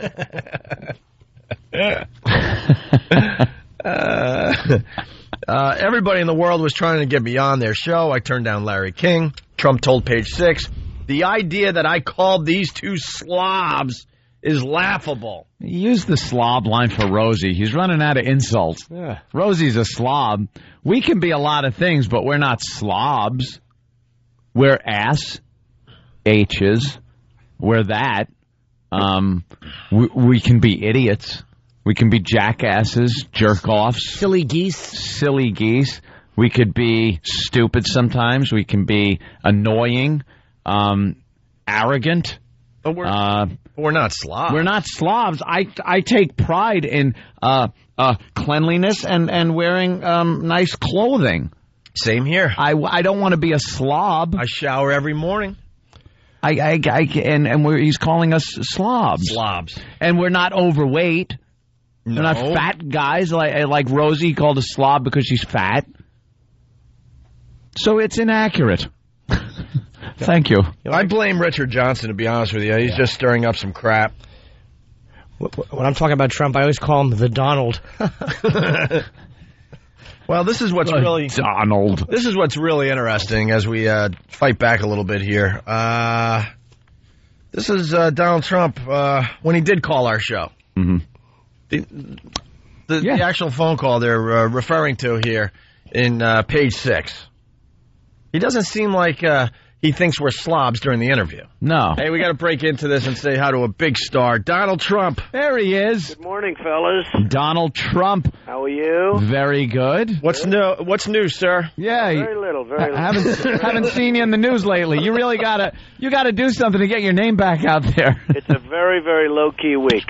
It certainly is. Is it finally calming down? Well, I hope so. It would be nice if it would calm down. I've been trying not to do any interviews. I've been trying to keep it low-key. But, you know, when somebody says something, like you guys, I respond. And I guess I respond in somewhat of an inflammatory way. But people say things and you respond. We got to get Donald Trump on the phone. Let's hash this out. Yeah. Let's hash this out. Why are we slobs? What did we do? Yeah, what did we actually do? What did we do? I'd like to hear it right from him. Before a full-out attack, I want to know what we actually did to Donald Trump. To see if maybe Richard Johnson, Dick Johnson, had called him up to instigate things and said, hey, O&A said that you were calling up begging for publicity or something. Right. He's been a regular caller since coming back to regular radio. Yeah. He's been on, I think, 3 or 4 times at this point. We had a give-and-take relationship, you know. We'd get Donald Trump on the phone. The guy's a name. He's a celebrity. We'd get him on to talk about whatever he wants to talk about, and in exchange, he would get our listener base to plug to. So what's the problem? I bet Richard Johnson's the instigator here. I think so. I hope he isn't, because I'd just love to tear into Donald Trump. Yeah, no kidding. But we got to get our facts straight. Yeah, someone get rolling to call Donald Trump. We'll get to the bottom of this. Because at the end of the phone call, Donald Trump had this to say. And we had a lot of fun last year getting the guys that were getting kicked off on our show. What's going on with that? Well, if you want, we can give them to you again. Yeah, we'll be in touch. Okay, you be in touch with us. All right, Donald. Thanks, fellas. Great show. Thank you, sir. So long. Donald Trump, everyone. Great show. That's what he really thinks of us. But now in the post, he's calling us two slobs. Great show. Two slobs. Let's say hi to Sean in Brooklyn. Hey, what's up, guys? What's up, Sean? I think you just played the clip, but I was going to remind you that right at the end of that clip, Donald said, I really like you guys. You're a great show. So Yeah, every time we've talked to him, we've signed off with, hey, great show. Hey, I like you guys. Have fun. Take care. Be good. Be good. Yeah, he's been... Godspeed. Nothing but complimentary. Yeah. So, and then it went from that to slobs in a second. As you can tell, we're just kind of sitting here trying to figure out what to do because it doesn't make sense. It really doesn't make sense. No. We didn't tell the media that he was desperate for publicity. Or hungry for publicity. That's ridiculous. Everyone knows he was on everything. Yeah. Everyone was searching him out. Right. He was doing a lot of shows. So, can we get Richard Johnson on the phone? Of course not. That ain't going to happen. Of course not. Can we get Donald Trump on the phone to get to the bottom of this? Maybe. We want to know why we're two slobs now. Richard Johnson. The idea that I called these two slobs is laughable. He did call us. What? He called us. That's not laughable. He called us. Yeah. It's not like you were pulled over drunk driving. That'd make you a slob. Right. Well, there's been allegations about Mr. Johnson, but really? He doesn't write about that in his little column now, does he? I don't think it's alleged that he was arrested. Was he arrested for allegedly drunk driving in the meatpacking district? Yeah. So embarrassing. That's what I heard. Take a cab. You're in Manhattan, you stupid ass. It's a strange ways you do things like this. That's a strange place to be driving around drunk, by the way. Yeah, be sober. This way at least you know who's who. Yeah. You can see the Adam's apple a little clearer if it's not through the bottom of a shot glass that you're looking at. Kind of distorts things. Well, now I'm a slob because I just spilled coffee all over myself. So now Donald Trump is 100% right. Thank you, Than. So what do you want to do here? Well, we'll see if we can. We'll see if we can get in touch with him. Hammer it out. All right. Well, there's we can play some more of this. You know what I like? Someone hits you with a pea shooter, you fire a howitzer back at him. You have to do it. That's the only way you stay alive in this game. When you deal with scum, you have to treat them like scum. So it's one of those things. All right, now that makes sense. What? We're back from the tape. See, it went from nowhere to him just firing slob at us. Because that's his howitzer. But the reason I brought that up at the time was because that's kind of how we fight. So if he throws slob at us, oh boy, believe me, I have a little Rolodex full of things to throw back at him. SOB. Oh, hey, easy, Jim, easy. Right. There's plenty of insults that can be hurled in his direction that will make Rosie's look stupid. What started the whole thing was, you gave this girl another shot, and for some reason... Which, by the way, I thought was brilliant, Miss USA. Because it usually... Second chance, that's the expression. Well, because no one ever gets a second chance, Rosie would have given her a second chance, I guarantee you that. Oh, I'm sure. Believe me. In a different sense. Yeah. But she would have given her many, many chances, as many as she could. Oh, man. But... See, we love this guy. We're having a good time. But if it comes down to it, it comes down to it. We'll have a lot of fun with Donald Trump. Oh, if we got to go to blows, forget about it. No worries here. It's over. You know, it's the honesty, whether people agree with you or not. No one is as blatantly honest as you are when it comes to show business. Everyone keeps their mouth shut. They try to be polite and nice and not burn any bridges or anything like that. So that's why people are so captivated by this. You are coming out and saying things that, a lot of people have thought of. Rosie, you have to understand, when you deal with scum, Rosie's a liar. Rosie said I went bankrupt. I never went bankrupt. Rosie said, she talks about my hair. I'm not allowed to say she looks like a slob, and yet she can talk about my hair. So some people said, Donald, you've been so personal. I said, what about her? Very good. All right, there's a couple things coming in. Craig on Long Island. Craig, what's up? Hey, what's going on, boys? Hey. Here's a question for you. Donald Trump takes a personal conversation that he has with Barbara Walters and turns it into a media frenzy Right. with Pumpkinhead, Right. why do you think it's such a stretch that he's going to sell you out and call you two slobs in the paper? Oh, we're not stupid. We know we don't have a friendship with Donald Trump. He's using us, and we're using him for good radio. And obviously, he's all about getting publicity for himself, for his pageants, and mostly for The Apprentice. That's not doing as well as the TV folks hoped. Right. Well, there you go. But don't be surprised when he sells you down the river. That's fine. We'll definitely have some fun with it. Trust me on that one. All right, later, boys. All right, let's say hi to Jay in Jersey. Jay, what's up? Hey, what's going on, guys? You guys suck. Thank you, my friend. You guys are reading this quote, and you guys are focusing on the fact that he called you or he didn't call you. I don't know. That's how you guys are interpreting it. When I hear it, it kind of sounds like the fact that Donald called you guys slobs is ridiculous. Maybe he just said a quote, and Richard Johnson turned it around and wanted to stir up some trouble. Yeah, that's why we got to, get to the bottom of it. Well, the quote is, the idea that I called these two slobs is laughable. Well, maybe he was talking about, I think it's pretty obvious. I'm looking at it going, That's kind of funny. You can twist it into the idea that I called these two slobs are laughable, meaning that the act of him calling us slobs is laughable. Yeah, but the punctuation makes it what it is. The idea that I call these two slobs is laughable. He called into our show. It was, the Rosie thing was still simmering. We went right for that. Right. Because we're a pretty good radio show hosts. And he went with it. He wasn't like, I'm done with this. And then he said some interesting things. We sent out a little thing to the media, not a press release. We sent the audio like, hey, you might be interested in this. And guess what? It was printed up in a bunch of places. Yeah, it was in the news. So it helped our show out, and then we moved on. But now Richard Johnson is stirring up some crap, and we want to know what the hell's going on here. Richard Johnson is an ass. I think what was brilliant also was during your opening salvo, how you threatened to take away her girlfriend. Yeah, no, I think it would be very easy. Honestly, if I weren't married, I'd have no trouble. But because of the fact that I'm married, I have many friends that would be capable of taking her girlfriend away, in my opinion, very quickly. Mm-hmm. Let's say hi to Roger in Cleveland. Roger, what's up? Hey, guys, I think you just hit on it, but I want to let you guys know, don't piss this guy off. He's going to take all your girlfriends from you. Oh, you got to watch out. See, my girlfriend has a brain. It would never, ever, I'm married. Ever happen. I'm married, so I can't do it. This week. I think my girlfriend would dump me for I think she'd go with the money, to be honest. For Donald, yeah. Stupid. Take the cash. Yeah, please. Not a chance in hell. And then she could just come back, have sex with you, and bring you some of that Donald money. Let him deal with her awful caustic remarks. He'd bring her back over his shoulder and apologize to me and drop her off in my apartment. You hear the things she says? I'd be like, I know. Donald knows how to fight, take it down a street level, which is nice. You see a businessman like you, usually these things are behind closed doors. They're handled by lawyers.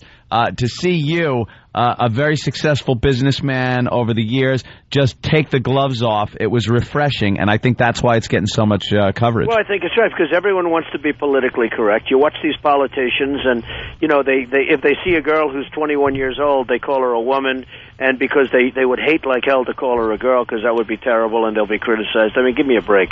So, you see all these politically correct people, and you know what? People are tired of it. Well, there you go. There's some audio of us just getting along. It was a great little talking, having a little exchange. A fine time. Complimenting him on his fighting tactics. Right. Let's say hi to Greg on Long Island. Greg, what's up? How you doing? A new take on the John and Jeff promo. Yeah. We have two slobs that have Donald Trump angry at us. Two slobs. Okay. All right, Greg, thank you. Let's say hi to Kenny in the Bronx. Kenny. Hey, fellas. The Bronx. Seems like you guys are sort of playing yourselves. If this was anybody else, you guys are taking it easy on them. I mean, you guys went crazy on Whoopi, everything like that. Fire away, man. I think we're gonna kind of just sit on this for a day, because we know what Richard Johnson's about. The only reason that's the only reason we're even holding back anything is because Richard Johnson is such an ass that he would absolutely print something that was inaccurate about us. Yeah. Richard Johnson's a big Howard guy, and he's never liked us. He's taken Howard's side in this whole dumb thing.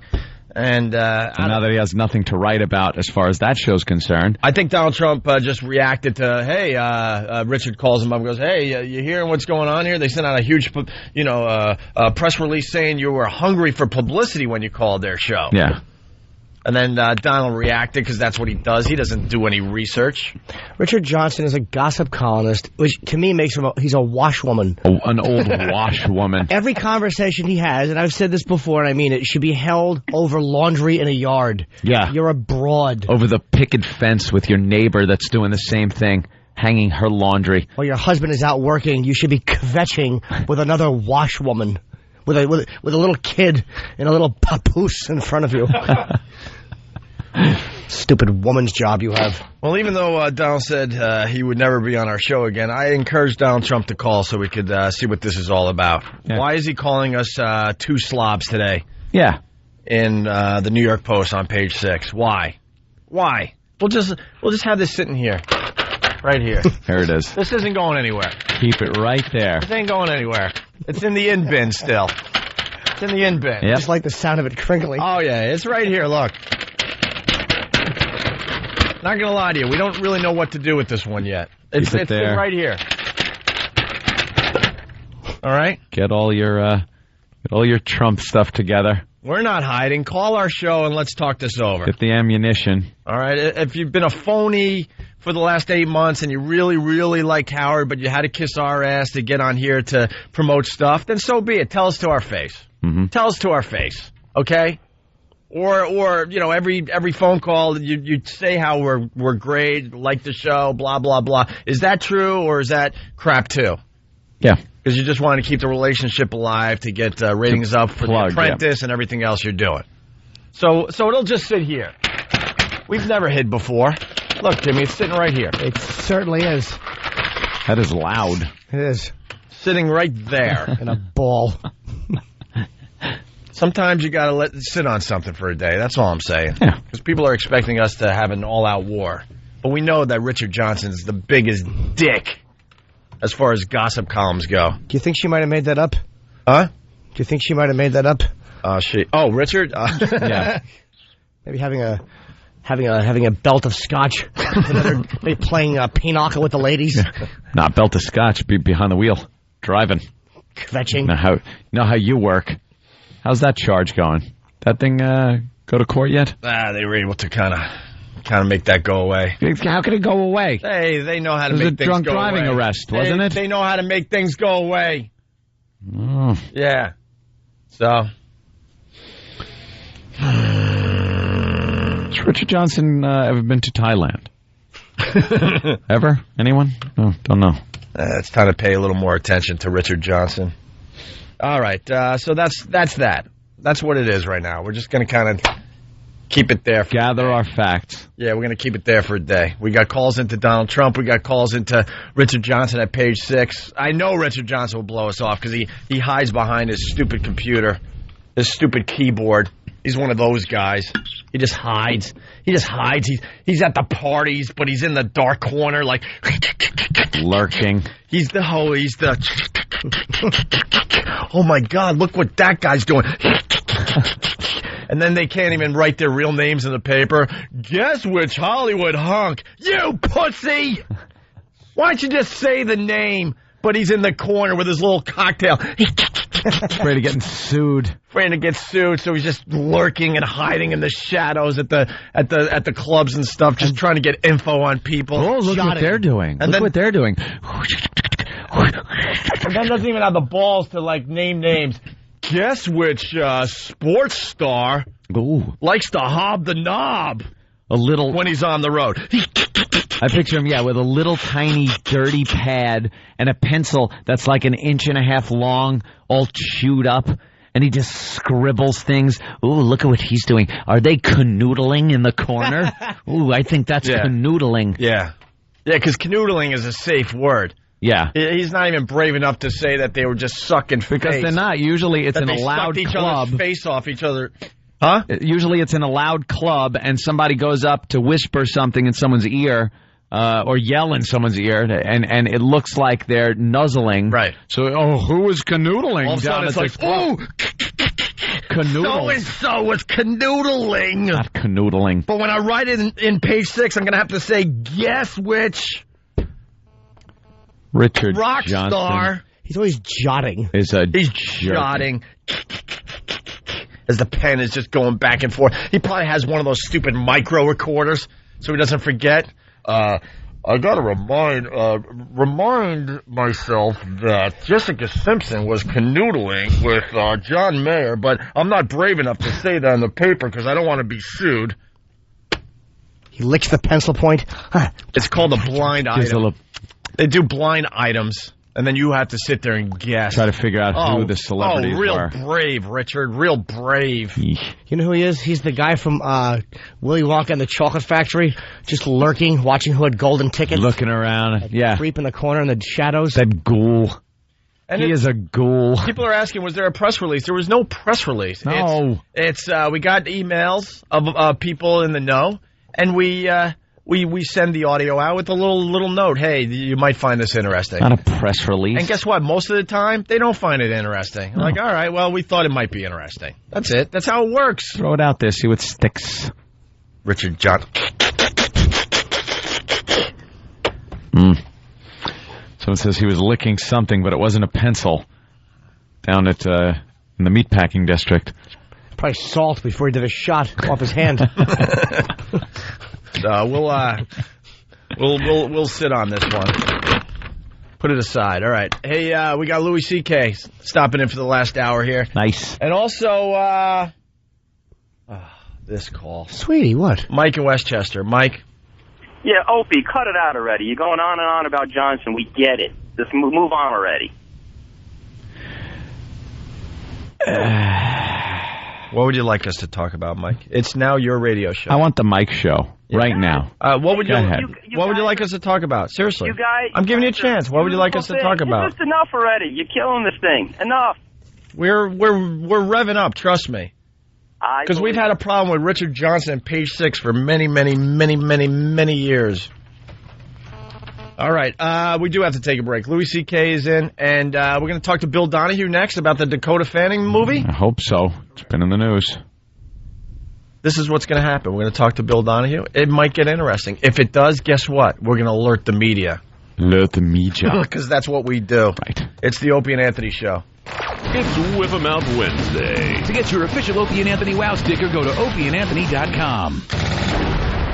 Hear what everyone else is talking about. O&A Uncut and Live, continuing the show on XM Satellite Radio starting at 9 a.m. Eastern. Visit xmradio.com to subscribe. It's the Opie and Anthony Show. Oh, man. We're back with the Opie and Anthony Show. Too much going on, but you guys are having a lot of fun with the Good Morning America segment they're doing right now, huh? There's some funny stuff going on there. Oh, Jesus, Jimmy. It's what's the product? I don't know. It's some kind of mop. One of those things you put in water and you can mop floors and clean pots and pans and, you know, it uses oxygen to clean the blah, blah, blah. It's one of those things. You can't even go into it.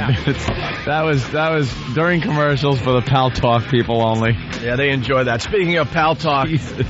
Wow is alive and well on Pal Talk today. Thank you, ladies. Ooh. Yeah. Just another reason to get Pal Talk. You get a little extra. There's a bittersweet thing going on here, though. It's on the Apollo AC cam. Thank you for the tribute. I used to work for Apollo Air Conditioning in New York. Yeah. All right, girls, yeah, I see girls flashing all morning long. Very, very wonderful. Nice. Very nice. Great. And then all morning. And here then comes the dude. And then, like, the camera goes back to Beefcake Guy. He's got his shirt off and he's sitting there. Dude, put your goddamn shirt on, because the girl is what everyone wants to see. It's not about you. It's not about you. It's we want to see the girl flashing. There she goes. Beautiful. Very nice. But then you muck it all up by sitting there without your shirt on. No one wants to see you without your shirt on. Very nice. There she goes again. And the guy is like, he can't help himself. He's trying to get back into the frame. Yeah, he keeps turning the camera. He looks like my agent, Pete Papalardo. But he has an adorable Siamese kitten. Just saw that. All right. Chest. Pete is built like a 13-year-old Vietnamese girl in the chest area. We got Louis C.K. joining the program, and we got to go right to the phone. We got Bill Donahue on the line. We were talking about the Dakota Fanning movie this morning. I guess it's being shown in Sundance Hound Dog. finally? Yep. Hound Dog, where she gets raped? Yeah. Oh. They say it's one of the most disturbing scenes to watch. She's 13 now, but she's 12 in the movie. She gets raped in the movie. It's a very horrific scene from what they're saying. Very difficult to watch. Statutory rape or like violent? No, this is just violent. You know, no bones about it. This one is really bad. I don't think it's presented or meant to be presented as something pleasant or nice or anything like that. And I read this morning, Bill Donahue, head of the Catholic League, was trying to launch some kind of an investigation into whether any laws were broken, any child pornography laws were broken. And we have Bill on the phone. All right, let's say hi to Bill. Bill Donahue from the Catholic League. Hello, sir. Guys, how's everything? Hello, Bill. Very good. We're still working. How? You're doing great. Yeah, look at us. You can beat Donald Trump. That's all right. Yeah. Donald had a. We're still sorting that out to see. We like getting the facts first before we unload on people, Bill. I was a little surprised about your move here. This really doesn't have anything to do with the Catholic religion, and that's usually your forte. That's usually when you dive in and defend the faith, as it were. But this movie has got you motivated.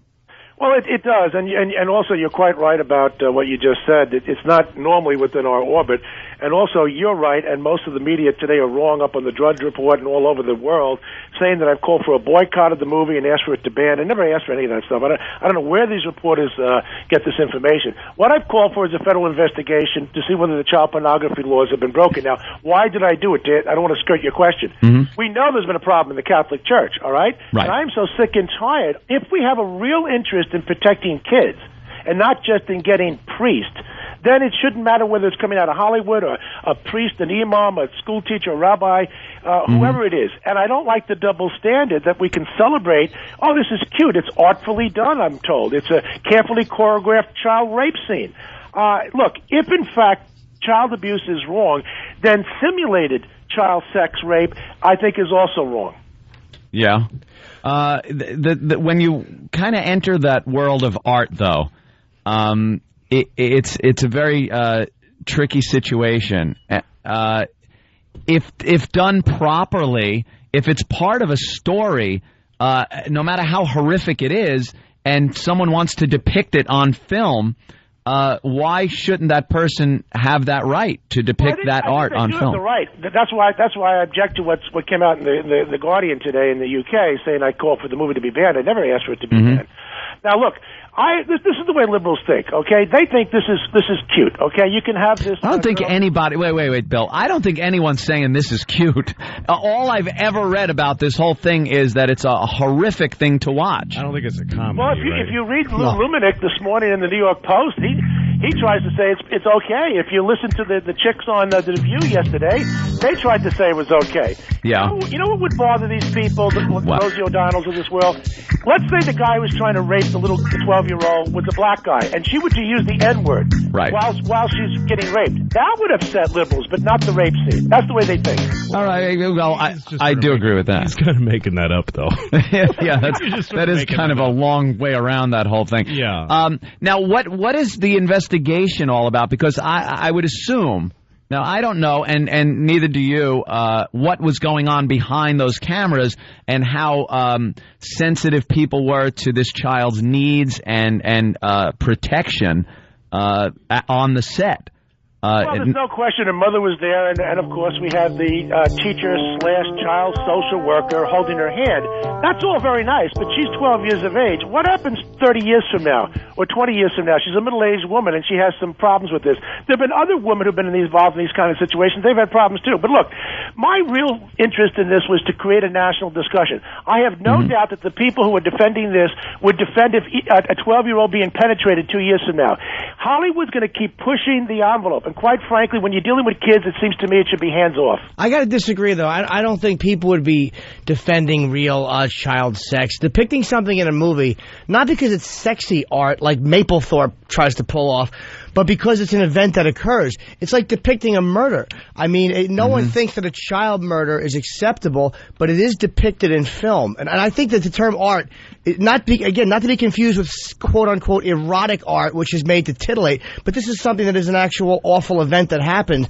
And if it's handled properly behind the scenes and the kid is protected and there's nothing sexual behind the scenes, it's almost like doing a murder. What's wrong with it if it's done properly in real time, in the real world? Well, you make a persuasive case, but here's my response, fellas. If you have an 18-year-old playing a 14-year-old, okay, I can deal with that. This girl's 5 or 6 years off of a tricycle. She's 12 years of age and she's doing this. You know, there's a lot of sick men in our society who get a lot of strange ideas from the internet. I'm not saying that the average guy seeing this movie is going to go out and rape somebody. Of course he's not. But somebody who's inclined to be disturbed, he sees this, he says, hey, it's not only on the internet, this is my local neighborhood theater. I think it sends the wrong message. I think they could have done this movie and got that same effect without exploiting the 12-year-old. See, you're saying exploited like it is exploitation before you really have all the facts. And from what you say, there are guys that can grab a catalog for children's clothing and go off on a tear outside their house in their community. Bother spending the $10 to see go to Fanning movies so that they can go and then do what happened there. It's interesting. You can't even talk about the subject of religion in a public school because the kids are considered to be, quote, impressionable. I get that 1,000,000 times over. The kids are impressionable at that age. Well, did she become less impressionable at the age of 12? I think also you really have to take this as a case-by-case thing because this girl is definitely kind of very mature beyond her years as far as an actress, and it seems life in general. She seems very intelligent. When you see her, I think also she got paid very well for that rape. Got paid very well for the rape, yes. Can I mention one other thing, fellas? That at Sundance they also have this movie Zoo, where it's about a real life story of a guy from Seattle a couple of years ago. He decided to have sex with a horse. Yes. He punctured his colon, and the guy's dead. Now, well, I want to ask, and nobody's talking about it, so let me bring it up. It's all I do talk about. What happened to the horse? Whatever happened to the horse? Yeah, I want to know. Whatever happened to the horse? I mean, he put an ad out on Craigslist. Nobody knows that the horse has actually killed a bunch of people with it. Well, did the horse survive? And has PETA filed a lawsuit alleging that his animal rights have been violated? And because this horse was an Arabian stallion, I want to know, does this constitute a bias crime? Oh, God. Wow. Look, I like having fun with it. You're having fun with deviant sex. You have a good sense of humor. Yeah, so? We've learned that about Bill Donahue. He has a sense of humor. Apparently so. I'd like to bring up, by the way, my name's Louis C.K., and I had a show called Lucky Louie, and you issued a press release saying a lot of negative things about my show. So I'm on the radio with you. I can't not mention it. I remember one thing you said. You made a list of things that were offensive to Catholics about Lucky Louie, and one of them was an episode we did where I wanted to help my wife have an orgasm before we decided not to have another child until we were having good sex and she was having an orgasm. And you listed that as something that's offensive to Catholics, which I don't understand, because a married couple trying to make sure that their sex life is healthy before moving on to a second child, how can you have a problem with that? Did I have a problem with that? Wow. Apparently, according to your press release. The Reagan defense. I love it. That's offensive to Catholics. Bill, is there anybody that ever does the press releases that you might just kind of glance over and go, all right, and then they kind of, do you word everything accurately? Because what Louis is telling you is the truth. I mean, that really did come out. Yep. Well, I mean, listen, I write all my own stuff, so I can't blame it on somebody else. Have you watched Lucky Louie? No, I haven't. Well, that's odd because you wrote that thing. I quite frankly, I recall I did. Why don't you send it to me? All right. Well, I'm writing about Arabian horses and bias crimes. Yeah. All right, well, is it probably in your archives on the site? Because it was up there. Yeah. You wrote it, and it was not nice. When was that? Liar. Over the summer. He's calling you a liar. Well, when the show came out in June. Yeah, June or July. Yeah, we're trying to find the actual thing here, Bill, for you. So just Google Lucky Louie Catholic. In the meantime, how is the call for some type of federal investigation going? Well, I don't know. I mean, I'm not going to bother with these people. My whole purpose here really is to create a national discussion. Would the average parent let their 12-year-old be involved in a child rape scene if it was carefully choreographed? I don't think so. I think if the child, they knew that their child was mature enough and an actress and knew that, this isn't her first role. I think she can understand the differences between being in a movie and a life event. You know what I mean? She may be able to, but how about some of the disturbed men that are going to see this? Well, we can't base Bill, that's the biggest problem I have with everything in life that people complain about. We cannot base our entertainment and our lifestyle on the fact that a few people might have deviant behavior based on something they see or play a video game or something else. Why should the large percent, the majority, have to stop living their life and enjoying their life because a few people might lose their mind if they see something? Well, listen, I'm raising moral objections. Again, I didn't call for a boycott, which I could. It's a First Amendment right. I didn't call for it to be banned. I want to know that the child pornography laws, have they been broken? And they may have. Don't you think there are people on set that really are there to take care of the children and make sure things don't happen? There are things, for God's sake, when animals are on the set, they make sure that the ASPCA is down there. When children are on set, they have tutors, they have social workers. All that stuff is taken care of, and there are laws in place to protect the children. I don't believe you. I want to know what happened to that horse. I think that Bill is. I think the real thing is that he's trolling for stuff that's out, and he goes, "Oh, there's a rape of a girl. I could do something with that. That sounds good." Because what I'm looking at is the hypocrisy in this country, which says that we have priests who molest kids, and that's awful. But Hollywood can celebrate it, make a buck off it. So priests should be allowed to molest kids. Because Dakota Fanning was depicted being raped I know, in the it's story. simulated. I think one is a movie. There's definitely a difference between simulated rape of an actress and the actual rape of a boy in a church. That's not the way the law reads. As a matter of fact, there was an amendment to the law just last year, the Adam Walsh law by Mike Pence out of Indiana, and simulated sex using a child is in fact illegal. Right, so it's just as bad. You're right. No, Mr. Donahue, you're not off the hook. We found the press release about Lucky Louie. Okay, what does it say? It says that HBO's Lucky Louie is barbaric. Catholic League President Bill Donahue commented on last night's episode of the HBO program Lucky Louie. Blasphemy often tracks obscenity, and Lucky Louie has been obscene from the first episode, so we were due. And then you make a bunch of bullet points of things. Here's a sample of the 9 previous episodes, but you said about 5 minutes ago you've never seen Lucky Louie. Yeah. Well, the fact, how does that work? No, because we have staff here look at this stuff. I can't sit around and look at this stuff, but they give me the report. Now, are those bullets inaccurate? Why don't you read them? So here's one. It says, Louis, the main character, is found blanking in the broom closet doing something with himself. Which, I know now, and that's Catholics don't believe in doing that. And that's kind of cute. Yeah. Louis does not want to get his wife pregnant until they figure out a way for her to have consistent orgasms.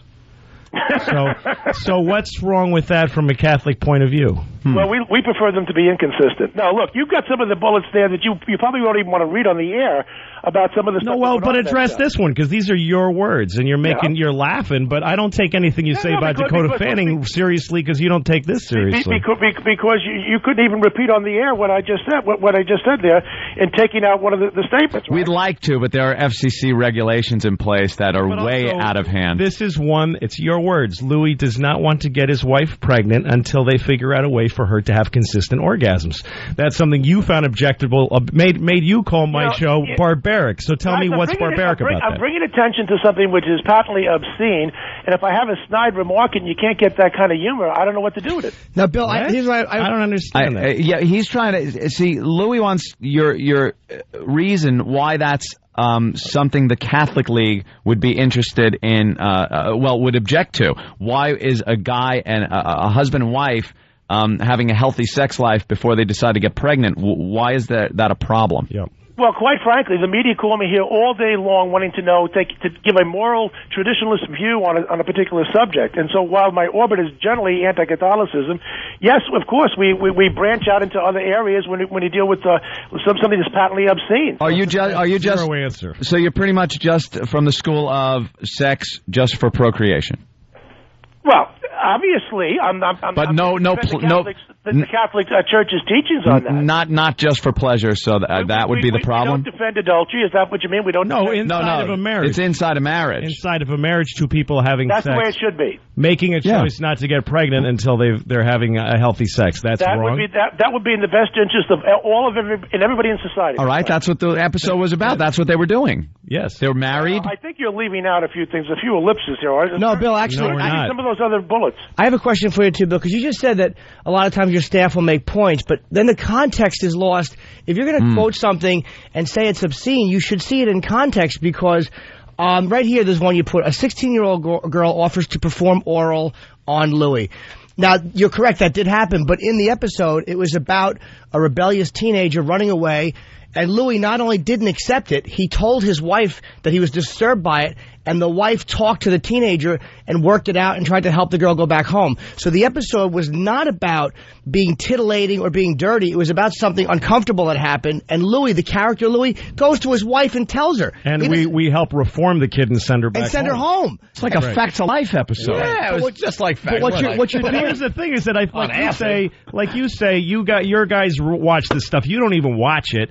They prepare a statement, and you say, yeah, that sounds like that's us, and then you send it out, which to me is... No, wait. Don't put words in my mouth. It depends on why? The other people did. Yeah, they put the words in your mouth. It depends on the show and what's going on. For example, we tape The View every day, and we have somebody watch it, and if Rosie goes off on Catholics again, then obviously I come in and take a look at that little part of it. Yeah, because that's going to get you more press. I just think that you're a press hound. I don't think you really care about the stuff you say, because you wrote this, you don't remember. How do you know about motive? Now you're getting into motive. Well, because you didn't watch the show, and you put out this statement calling it barbaric, which is very strong statement. Do you guys actually think that anybody who runs an advocacy organization, whether it's GLAAD, ADL, now NAACP, do you actually think that the CEO, I actually write all the news releases, do you actually think that Abe Foxman over at ADL sits around and watches TV about Jews being bashed? If they write the press release, then they should watch it. You guys are living in another world. Yeah, but you wrote it, so you didn't watch the show, and then you wrote the release, which is dishonest. But you haven't found one thing there in that release that's inaccurate. Yes, but in context, it's dishonest. If you quote something and you quote it selectively, it can be dishonest because you're quoting out of context. So in the meaning, it's like if someone says, I'm going to kill you to their friend, and then you say that was a murder threat, you're quoting them correctly, but the context you're using it in is dishonest. Right. So context does matter, well, Bill. That's what the apologists for Dakota Fanning are saying. You have to look at the context. You do, though. Well, rape can actually but you do. Everything That's what we're saying. Well, in context. Is The Last Temptation... Wait, I'm sorry. What was the movie with the Christ recently? Is The Passion of the Christ a movie that advocates violence because there was violence whipping Christ? Or in the context of the crucifixion, is that violence acceptable to show in a movie? Well, there's no question about it. It's acceptable. Well, then why is the historical story? Right. So then why is the context there acceptable and not considered a violent or a gratuitously violent film? We really have to have all this discussion about oral sex if you're going to bring else and these girls coming on to the guy, right? No, Bill. That's really important. I'm talking. So let's just say, of course it is. In context, girls leaving their homes because they're confused and living in a violent place, and then offering oral sex to other men and finding out that was a mistake from a responsible adult is important. And it's relevant. It's extremely relevant. And you don't know that because you didn't watch the show, and yet you wrote this. I don't know what it was. Look, have you seen Dakota Fanning yet? No, but that's why I wouldn't comment on it. I wouldn't have my organization, if I had one, say anything about it until I saw it. Isn't that interesting? It was about a year ago. The media kept telling us you don't have to see the depictions of Muhammad because we made up your minds for you. We think it's offensive. But because it's got nothing to do with what we're talking about. Bill, I agree with that. Let me give you one example. If you just imagine this: a white guy is performing oral sex on a statue of Martin Luther King with an erection. Yeah. Now, do you have to actually see it in order to find out that it's ugly? No, depending on the context, that could be very interesting. The context. Of course, the context. The context of that, by the way, is your bizarre imagination. Yeah, Bill, come on. Made that up. Yeah, you sicko. I love the guys who say, "What if some guy performed oral. yeah.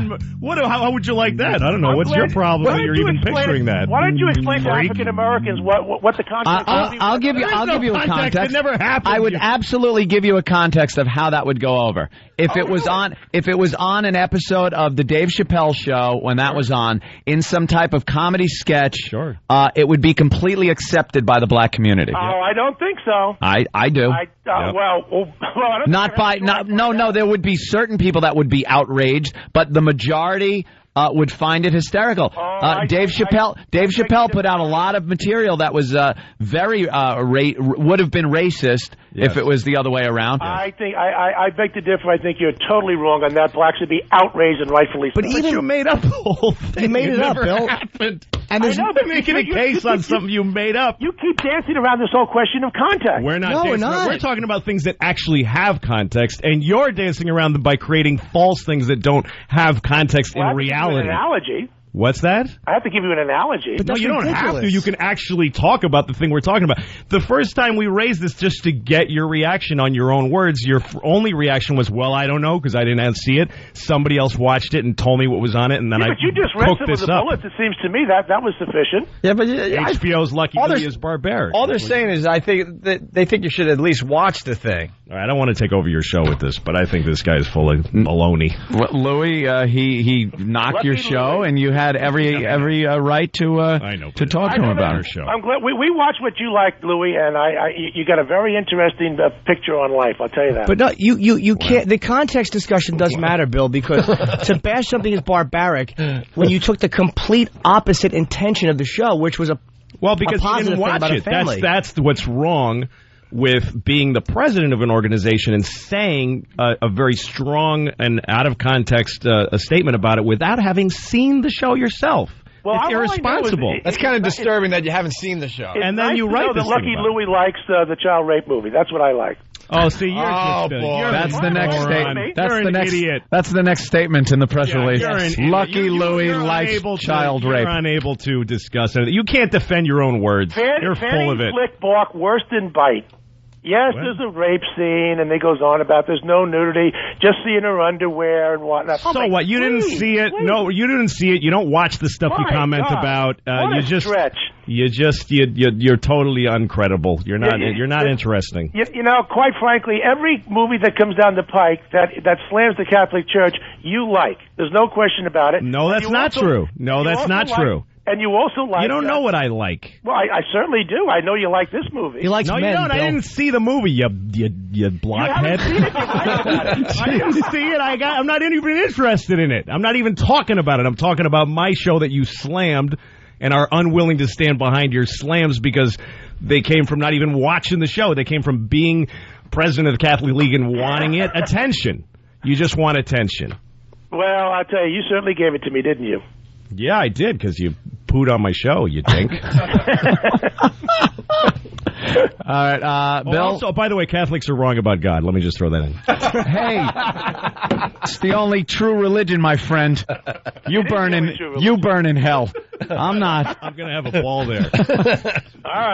All right, Bill. Thanks for coming on the show, and we'll keep tabs on the news and see what pops up about this whole thing. I'll have to try and keep it in context. Yeah, keep it in context, Bill, and go find that horse. Learn something. Good. All right. Maybe go see the movie. Take it easy. All right. There he goes. Bill Donahue from the Catholic League. Jesus. Wow. Wow. Louis just completely called him out on that, and there really wasn't an answer. That you see, the thing is, I would have been totally happy to debate him about it, because look, every one of these points, from a religious standpoint, he might have a point on it. I was really interested. And if your name is on it, you had better be familiar with it. Totally interested in hearing if he had said, "Yeah, no, you shouldn't be giving your wife an orgasm." I'd like to hear the Catholic point of view on that. That's interesting, but he didn't. He just said, "I don't watch stuff that I write about." And the one line subject matter of the show that Jimmy pointed out was a perfect example of context. How when it's written like that, it sounds. This is a gratuitous scene with a young girl, impressionable, and sexual activity with an older man. And meanwhile, the whole thing was about you getting upset by the whole situation and taking care of it. And, but taken out of context. And then when he came up with the context of his imagination, it just blew the whole thing apart. He's got a great imagination, though. Wow, huh? Where did that come from? How great is it that he goes, I never saw the show. I don't remember writing that. And then we got it right here in front of us. Exactly. I mean, no, that's what these guys do, though. If you give them something that's in reality that they shouldn't have said, they come back with something that doesn't exist and say, what about this? I want to know how you get a statue of Martin Luther King in that state. Yeah, and then in the state of arousal. And then he decides what other people would have thought of it. Yeah. Like, that's his only way to argue back. Yeah, well, I bet if I killed your mother, you would get all weird. And you, well, I guess I would. I'm not sure. In the right context. Yeah. Also, go ahead, Jimmy, go. And these hilarious Lucky Louie episodes on DVD the 30th. Oh, that's right. Nice plug. January. That's next week. Next, what, Tuesday? Let's sign a copy and send it to Bill Donahue. Yeah. Go ahead. He probably would enjoy watching. Also, let's not forget that the great Louis C.K. called Bill Donahue from the Catholic League a blockhead. A blockhead. He was stumbling over curse words, and he goes, blockhead. Because he wanted to make sure people heard that he, called him a name, so he's like searching for something that would make sense on regular radio. Nice little rascal's insult. You can't wait to get over to XM. You blockhead. You dink. Can we please call him from XM so I can try again? Just unload. It's painful. It was like he moved the football when you were trying to kick it. We got to take a break. All right, we'll do that. Louis C.K., yes, Lucky Louie on DVD this coming Tuesday. Is it Tuesday already? Wow. Yeah, this coming Tuesday. Yep. Very exciting. Already for pre-sale on Amazon. You can already go try it. Oh, go to Amazon and then watch it and burn in hell. And do some pre-sale. It's the Opie and Anthony Show. Hi, I just got wowed. It was great. I'm not supposed to talk about it, though. I gotta go now. Introducing the Opie and Anthony Wow Line. If you get wowed, we want to hear about it. Call 866-WOW-ME-05. That's 866-WOW-ME-05. And tell us all about it. And if your message isn't too stupid, we might just play it on the air. Opie and Anthony! It's the Opie and Anthony Show. The virus is spreading. Get infected. Opie and Anthony! Louis C.K. in studio on the Opie and Anthony Show. That was a lot of fun to listen to. You guys with Bill Donahue from the Catholic League. Oh. Don't forget, Lucky Louie on DVD this coming Tuesday. And I got to mention, yesterday, we on XM, we had Ricky Gervais do a great hour with us. We forgot to mention his website, rickygervais.com, from The Office, the British version of The Office. And, we had a wonderful time with him. Man, was he a blast. He sure was. The guy's hysterical. And somebody, who was it? No Filter Paul sent me a website that featured his band from 1983. And he looks like David Bowie with black hair. Yeah, you look at him now, and, this guy from The Office. Yeah. And he looks like a girl. He's, like, very feminine looking. He's pretty. He's pretty. That's what my girlfriend said. You'd have to call him pretty. I go, guess who this is? And she couldn't. I go, that's Ricky Gervais. And she was like, oh, my God, he's beautiful. All right, let's go to Tom. Tom, what's up? Hey, what's up, boys? Hey, Tom. I hope Bill Donahue's staff down there at the Catholic League has a good claw hammer to detach his sack from the wall. You nailed it, Louie. Nicely done. Oh, yeah. Watch it out, boys. He was blindsided. It just came together. We were going to have Bill Donahue on the show today. Lucky Louie was stopping in as well. I had Louis C.K. was stopping in. I had no idea that he wrote all that stuff about you, so it worked out perfect. I love when that happens. I heard his name, and I was like, oh, that guy. Yeah. Nice opportunity. I remember, too, before you even, because Louis held up a sign that said, this guy trashed our show. And I remember, before you even said that, I was like, I think I remember him coming into conversation not liking Lucky Louie. Yeah. Yeah, no, and like I was saying, if he had responded to the things he said and backed them up, I would have had a civil conversation with him. I wanted to find out why he said them and debate it, because he has a right to those feelings. I was raised Catholic. Yeah. I mean, it's a religion. But he just, I didn't watch it. Somebody watched it for me. There's a And by the way, what if somebody had oral sex with a Martin Luther King statue? Where did that come and from? if Dakota Fanning can get raped, then we should be able to have sex with boys. Like, it made no sense. It was a wild and woolly conversation.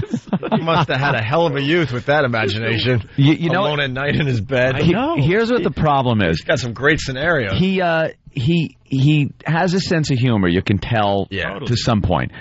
But when other people like staffers are writing stuff and he's signing off on it, he wields a lot of power. Mm-hmm. The guy is the guy, believe me, that got us fired. Mm-hmm. It was the Catholic League's input to Infinity Broadcasting that got us thrown off the air. Regardless of if you agree that we should have been thrown off the air or not, I don't even want to get into that. He's the guy that did it, though. Yep. He wields too much power to just on a signature be able to have people, condemned.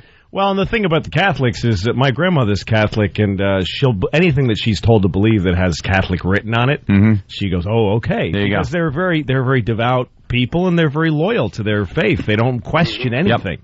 So if you put something out, they're going to believe it. So that makes them, very. I knew this family growing up that was strict Catholic, ridiculous Catholic, where the mother would read the newspaper, the Catholic newspaper, when we wanted to go out to the movies. They had like a bevy of beautiful daughters in this house. So us as young guys, were in our teens, we used to just pile over that house and try to take the daughters out. So we'd go to the movies with them. And she would look through the Catholic Digest and check the rating for the movie, and some of them were condemned. It was like, this movie condemned. This movie is excommunicate. Yeah, we would have to pick a movie that was acceptable from that. Meanwhile, we never went to the movies. No. We would go and have just ridiculous sex in parks and schoolyards and everything. Didn't matter as long as the movie we said we were going to. I don't want you pretending to see this movie while you're having oral with my daughter. That's exactly so Catholic. That's so beautifully Catholic. Typical. And of course she knows. I mean, she's not in it. She knows that you're doing that. Exactly. She just doesn't want it done while pretending to see the wrong movie. I'm pretending that you're going to this movie. Everything, as long as the story lines up, you're seeing a nice movie that I won't even think about. And they used to go, "Hey, take our car," because they had the station wagon. I can't tell you how many of me, my friends, my brother, all the sisters, just in this car, their own car. It was like that 70s show type station wagon with the paneling. Just unbelievable. Hey, Fred's in the background here. I from hear him Brooklyn. giggling. Yeah, Fred, what's up? Man. Hey, guys, I adore you guys, man. Hey, Louis, beautiful pie in the face, man. what hypocrisy and what power he's been wielding for so long with such limited information. Yeah. How many people has he probably destroyed careers and never even seen or heard what they put out? Yeah. Just hypocrisy, man. Beautiful timing. Incredible. And you gotta love that he called him a blockhead. That's My what makes me favorite laugh all insult day. of the day. He was searching, and he came up with blockhead. Why, you blockhead? I ought to make us. Glad you didn't threaten to give him a knuckle sandwich, Lou. Up your nose with a rubber hose. Yeah, there you go. All right. Unfortunately, we could so do another hour, but we got to get out of here and get over to XM. Got to go over to Potty Mouth Central. 2 more hours. No blockhead over there. Remind us about John and Jeff. Those guys are great. Yes. And how the station here in New York has decided to take our words and make it look like we're endorsing that program Twist now. them around. Oh, we'll get into that tomorrow. Yeah. Also, the kid that got kicked off the flight, the 3-year-old. That would have been a good one. Bravo to the flight crew. I think we'll just go and do that over at XM. That's what we do. Maybe. Hey, if you're not joining us over there, have yourself a great day, all right?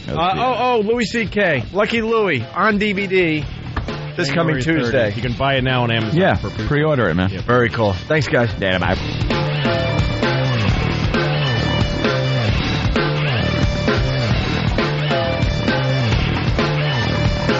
I love showing my to introverted fat guys. Whip 'em out Wednesday. It's the Opie and Anthony Show.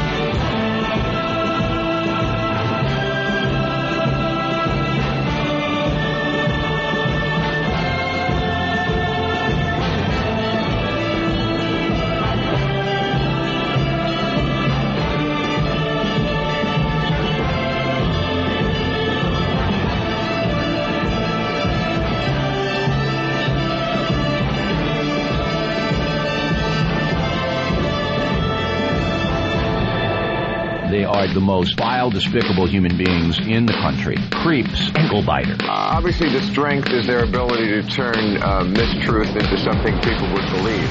Wow, how long is this guy going to continue to babble and say nothing? All day long. Shut up. All right, here we go.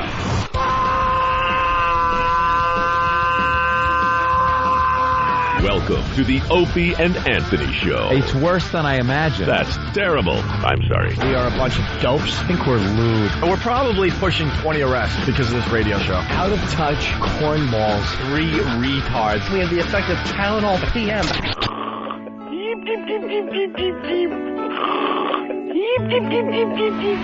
Opie. You know I could have been a model. Anthony. I'm gay.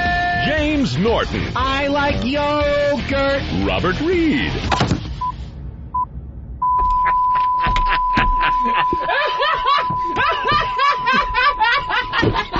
But enough of this palaver. Let's get the show on the road. We got to change the intro. No, we don't. That model thing. I know. I don't want to hear that line anymore. I remember when you said it, and it just like, I don't know why, it's the beauty of it just hit me one day. I was thinking of it. It was just so fucking obnoxious. It's perfect. Do you know I could have been a model? Yeah. Oh, that has to stay. Yeah. That should be the whole intro, just that line over and over again. Louis C.K. has joined us here over at XM.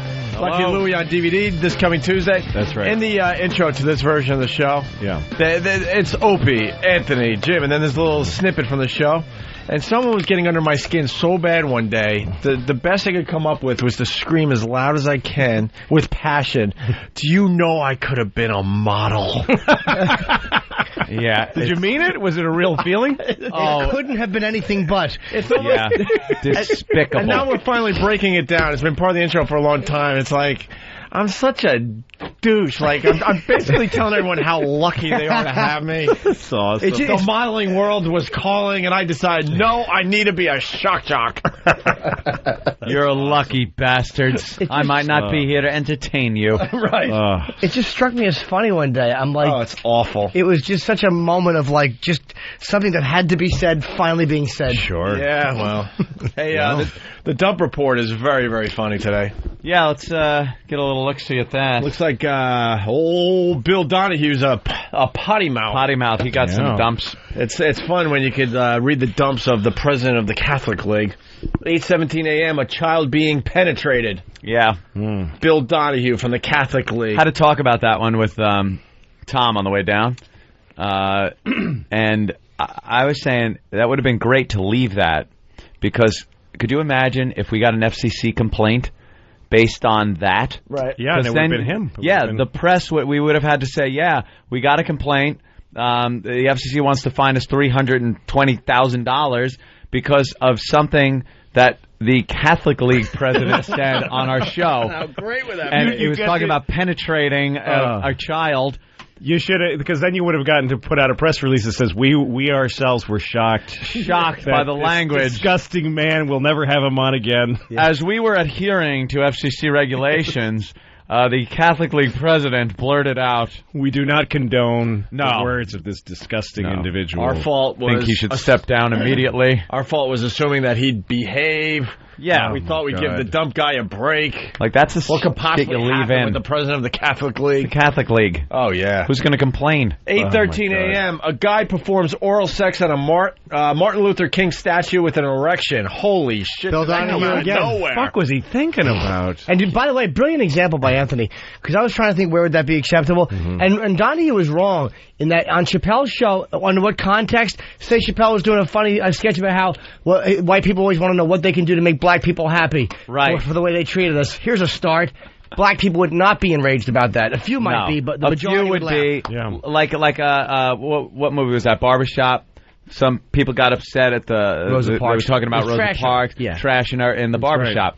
Right. And it was only a few black people that got upset with it. Yeah, and also but by the most part, They were loving it because they were paying money in droves going to see the movie. That's right. No, I was working with Cedric when that movie was made. He's the one that said the remarks. And most people, that's what black people are a lot of black people are tired of being told that they revere these figures. Right. And a lot of them are like, oh, those fuck those old bucket niggers. I'm tired of them. so, yeah. The thing is that Jesse Jackson doesn't speak for even, I don't even think that many black people anymore. So, whatever. But it's just funny that that's what, he has nothing on his side. So he goes, well, what about that thing I just made up of somebody blowing Martin Luther King? Like, what's swimming around How do you his feel head? about that? I got to jump in really fast because Joey from Howard Beach has a great idea. Oh, okay. Guys, you should put out a press release with all of Bill Donahue's quotes taken out of context. Yeah, hey, right? We didn't actually hear the show. Right. But what he said was this. But here is the audio. Martin Luther King. Well, I think blacks ought to be outraged by his depiction of Martin Luther King. And here's the funny thing about, like, wow, did my thought just go away? Dude, you're a goldfish. Oh, my God. I had a thought that I was thinking about his idea, and, like, I'm enjoying his idea about the press release. Pretty. You know what? Wow. Even if you weren't on the radio, that would have been retarded. Oh, yeah. It's okay, because you're in love. Yeah. I know it happens when you're in love. I love that you were looking at me, though, because I saw the whole process. I saw Jimmy go, and then there was that silence, and then he just kind of looked at me like, oh, my God, I have no recollection. His eyes went blank. It was like watching a guy die in a movie with his eyes open. The Terminator. You're terminated, fucker, and my eyes just went black. I wanted to come over and slowly shut his eyelids. Oh, so sad. Hey, we got to get this in, Chris. Come on, it's the truth. Chris in Pennsylvania. Chris, what's up? Hey, I just wanted to call and kiss Louis C.K.'s ass. The HBO special was amazing, and the comment about sitting on Jeff's ass while he masturbated. Oh, my God. Jeff. Thanks, man. Okay, bye. I was just telling Louis, I watched it twice. I watched it when it first came on, and then I'm going through the channels, and you're about 10 minutes in, and I just stopped and watched it again. Oh, thanks, man. It's so fucking funny. You take on stuff. It's not like, you could see a few comics and they might touch on some of the same stuff or this, that. So original, so fucking funny. Man. That time machine shit, I almost fucking pissed myself. Because no one, like, everyone thinks of that stuff, but you gave it such a great, unique twist. Oh, thanks, like, man. this dopey conversations, what would you do if you had a time machine? Yep. And then you always got to chime in. Yeah. And it's always the other guy that wants to say what he'd do with it, so he's got to present it in the form of a question. Yeah. It's so fucking good, man. Such a great take man. on it. I'd go back 30 minutes and punch you in the face. It's fantastic. He's got a different look, which is very refreshing. Yeah. Louis is a great clarifier of points. Like, this is what like, I get lost in an emotion of something. Get lost trying to remember a line you just had in your head. You don't even know where you are at that point. But he's a great clarifier of points. Like, yes, that's exactly. If I was not a dumb motherfucker, that's what I was trying to say. Let's go to DC. Thanks, what's up with DC today, Nico? What's going on, guys? Hey. Love the show. Listen every day. Hey, I'd like to comment on Louis C.K. calling Bill Donahue not only a blockhead, but you missed the best quote. You called him a fucking dink. I did hear that, a dink. I called him a dink, yes. Yeah. I grew up with that being a bad thing to call somebody. Yeah, People used to it's call not each just other like that. some kind of Asian You dink thing. No, Yeah. it's like calling somebody a dick. Yeah, it's a dick dork. Yeah. He is a kind dick. of thing. He's also a faggot cunt. Now that we're over here. XM. Love it. God bless XM. Fuck Rocky on Long Island. Fucking, sorry. Lou. Hey, I like the fact that Opie has a problem with the intro where he says he's a model, but Anthony has no problem with the fact that he says I'm gay. Yeah, I kind of yell out, I'm gay. I don't know where that came from. I don't know, your subconscious? Yeah, well, perhaps.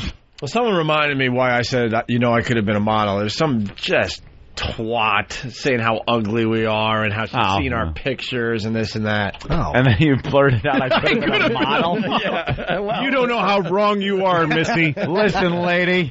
look at me trying to defend Here's a myself. surprise for you. So not ugly. It still sounds douchey. I could have been a model. It sounds worse because does you're saying sound not worse. only am I not ugly, but I'm more I'm beautiful enough that I could have made a living on it.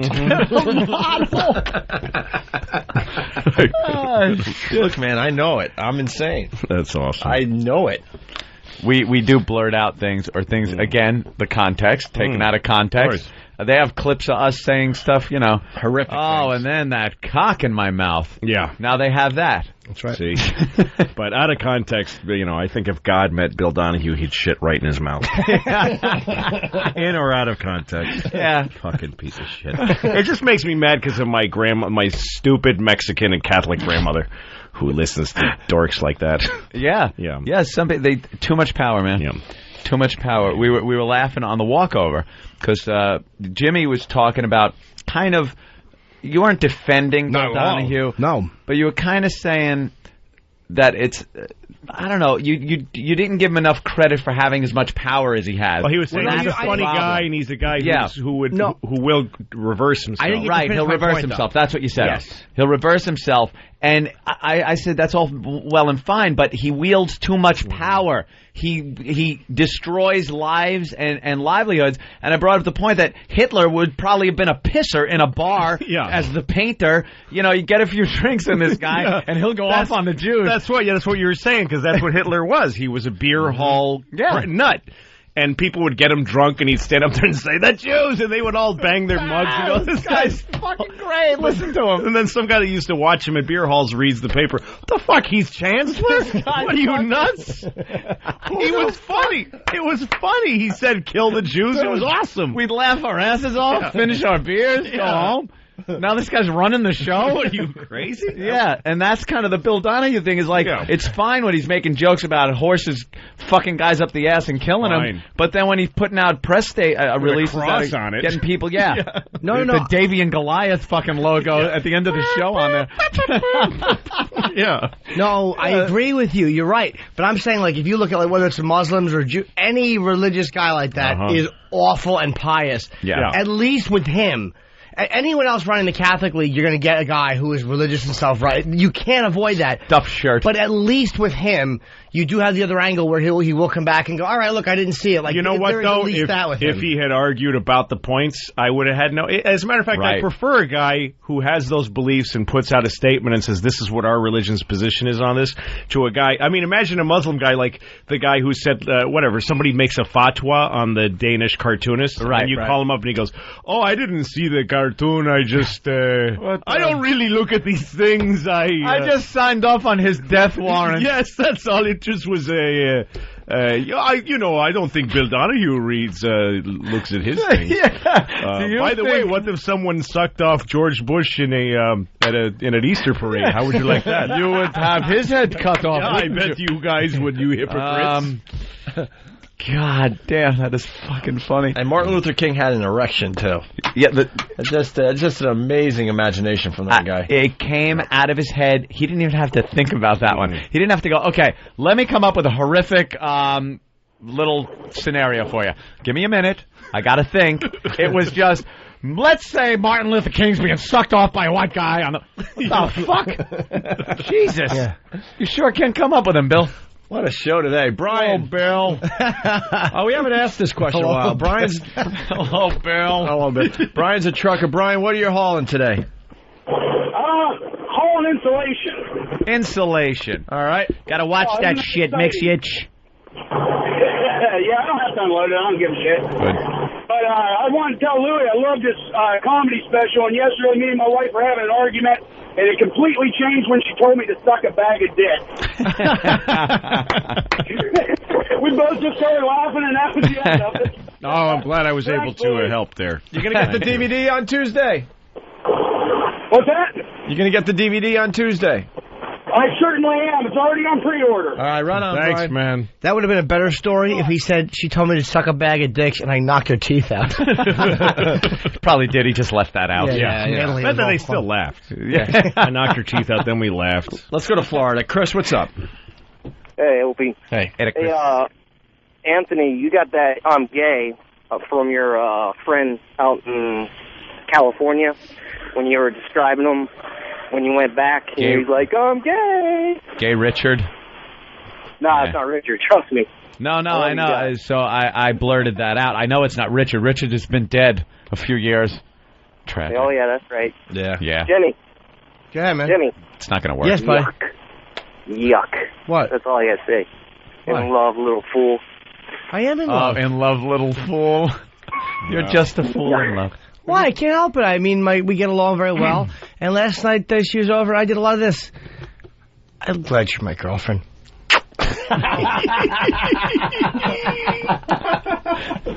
You know what they do at the airport that is just nauseating and hysterical? At the same time. They'll walk down the center concourse while we're walking to the terminal and just like look at each other, turn and go just start laughing like to each other. Obnoxious couple laugh. Yeah. And they're doing it obviously on purpose. They're not discussing anything. They're just walking down laughing, and people are looking at despising them. Just shut up. Yeah, right? Like I was saying, though, when it's a good-looking couple doing that, you just hate them.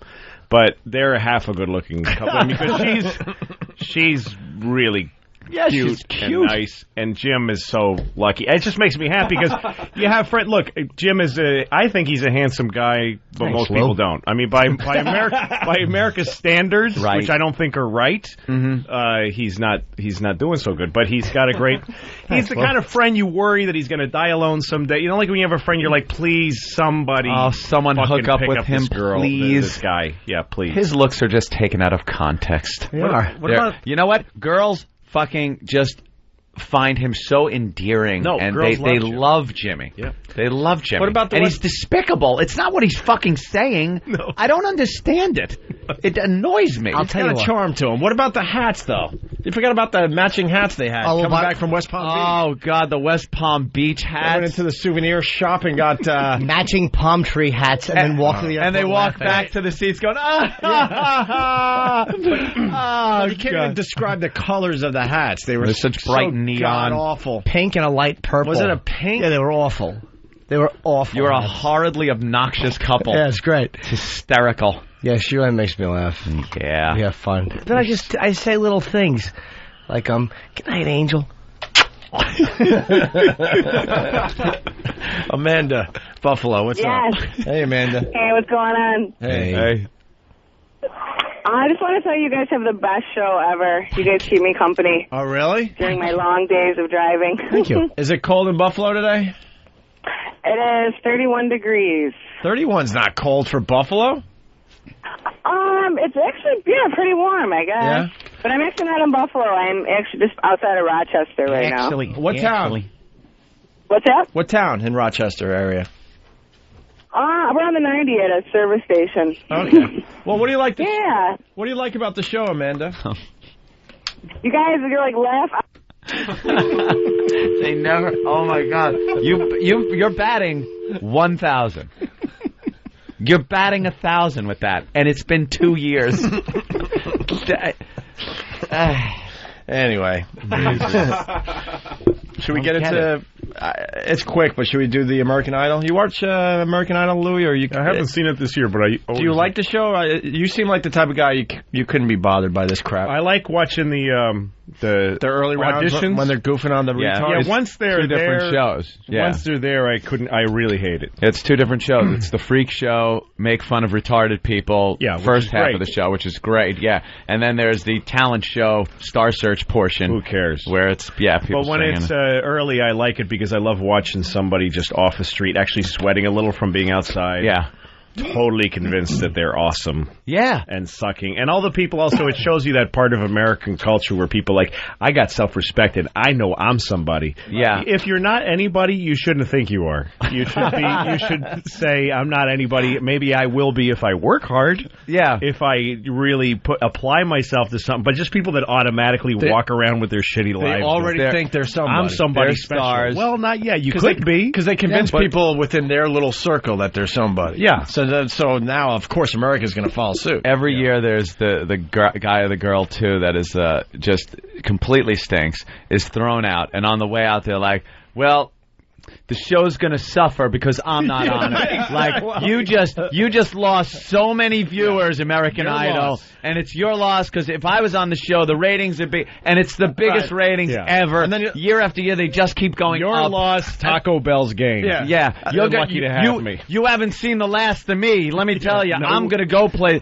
And then not one of those people have I seen doing anything. We have seen the last of you. No, we did. And then the people at Fox are like, oh, wow, we could have had 37,000,010 listeners instead. We only have 37 million this week. Oh, well. This was the highlight, Sundance Head. Oh, yeah, that guy could sing. Holy shit, could this guy sing. Last night wasn't about the freak show. They didn't have great freaks, really. They had a couple. They did a montage of some freaks. Sundance Head has a very famous father named Roy? Roy Head? Head. No, Block, I think his name is. He runs the Catholic League. Right. Blockhead. Well, listen in. Listen to this guy. Right, your name, sir, is... Sundance Head.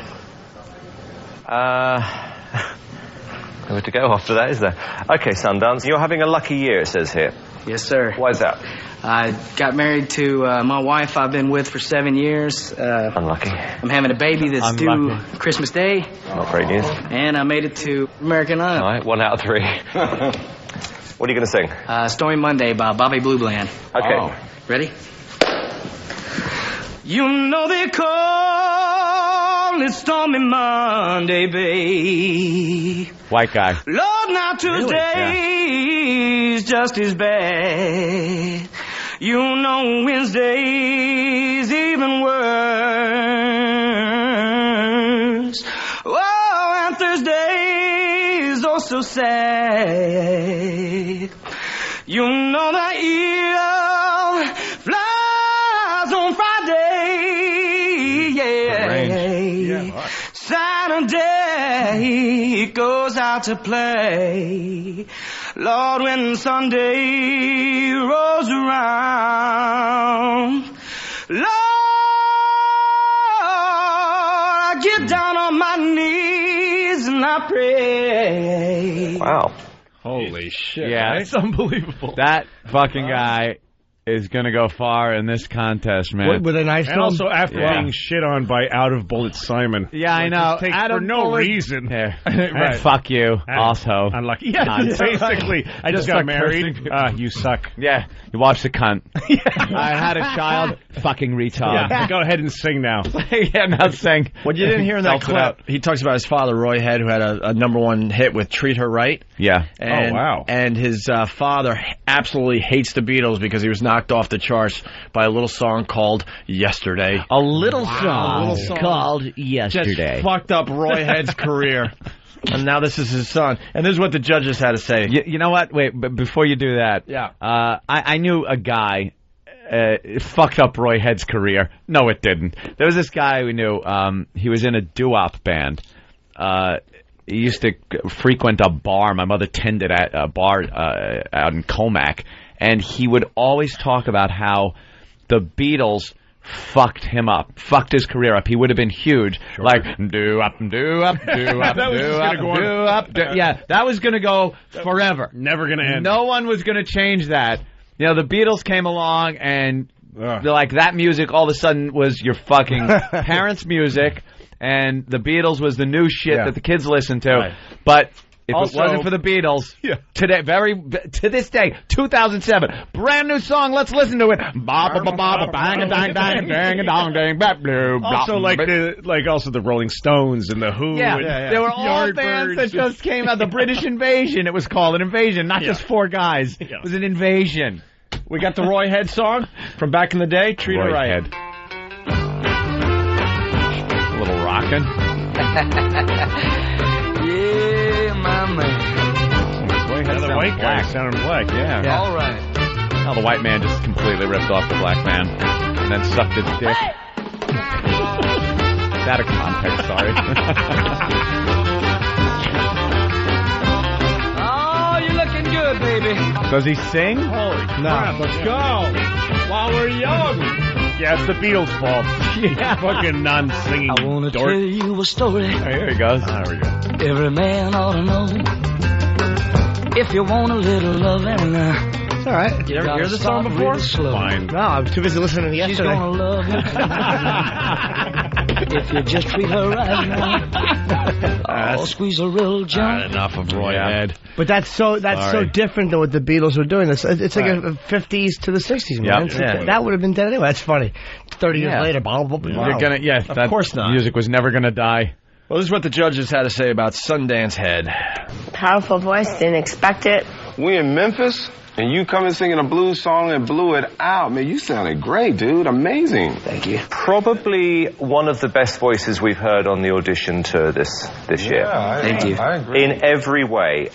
Yay! Randy, yes or no? For shitting on you. 100,000,000% yes, this boy's the bomb. Great audition, great voice, yes. I'm going to be amazed if you don't make the final. Thought it was terrific. Well done. Welcome to Hollywood, baby. Welcome to Hollywood, Sundance Head.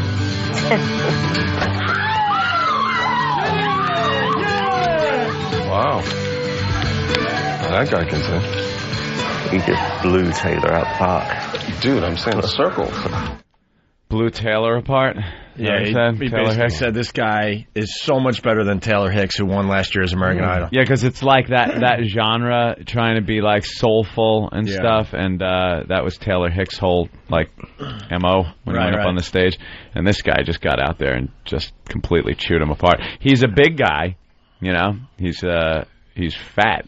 Is he? Not like that type of disgusting, big, huge gut fat belly, but he's like one of those big guys, he's wide. Kind of like how Steve used to look back in the day, kind of. Gay? Yeah, he's got like some wacky big beard thing going on. It's like just where the on beard has a just couple the tears chin, to it? Yeah. and it comes down, and then the edges come down a little further. Yeah, he doesn't, thing going he didn't really on. commit to a full goatee or just the little chin thing. Yeah, it's the in chin between. thing, and kind of goes down, but he's looking like a soul guy. The other one worth playing from last night, then we could obviously move on to some more exciting things. This Melinda girl, the backup singer. Oh, right, the backup singer. This girl's been singing backup for some very famous artists all her life. And this woman, this girl Melinda, is scared of her own shadow. Excuse me. She comes in, she's got her hands in front of her, she's got her head down, and she walks up to the mic and just belts it out. But she's scared shitless up there. Yeah, that's one reason I like to watch the show, too, is people... Yeah, it's like real people, actually getting to be on, taking a shot. And when a waitress takes a break from her job, goes down there, runs down there and sings, and they give her a shot. That's awesome. 35 million people are going to see you. Yeah, here you go, and go. And people complain about the contracts they get, but in fairness, they really are taking you from nowhere and making you a household name. You're plucking these people. I mean, from nowhere. Look at that. Not even a winner of American Idol is now an Oscar nominee. Just out of nowhere. Yeah. Where would this chick be? Where the fuck would she have been? She came in like fucking... What did she come in? She'd be a singing waitress somewhere. She wasn't even second. She was like fifth. Yeah. Or something. She'd be fucking eating asses off Craigslist and humming tunes. I'm going to be somebody someday. Yeah, whatever. Shut up. So here's Melinda. Scared of her own shadow, nervous, can't even look at the judges, looking down, sweaty palms, just like all like crunched up. Yeah. Like this, with her shoulders way up, and this is what came out of her. So you're Melinda Doolittle. I am. And what do you do?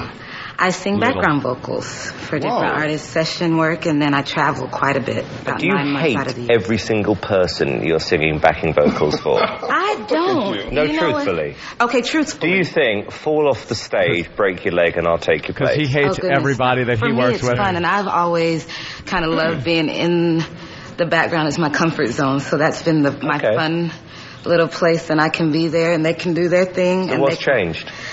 I know that for me, I need to get over the fear of standing in front of people myself. Okay. What you singing? For Once in My Life, Stevie Wonder. I love that song. Okay. You do? Yeah. Are you ready? I love Stevie, too. For once in my life, I won't let sorrow hurt me, not like it's hurt me before. For once I have someone I know won't desert me, I'm not alone anymore. For once I can say, this is mine, you can't take it. As long as I know I have love, I can make it. For once in my life, I got someone who needs me. Jesus. Yeah. She's not white. No, she's not white. No, only the whip can get a sound like that.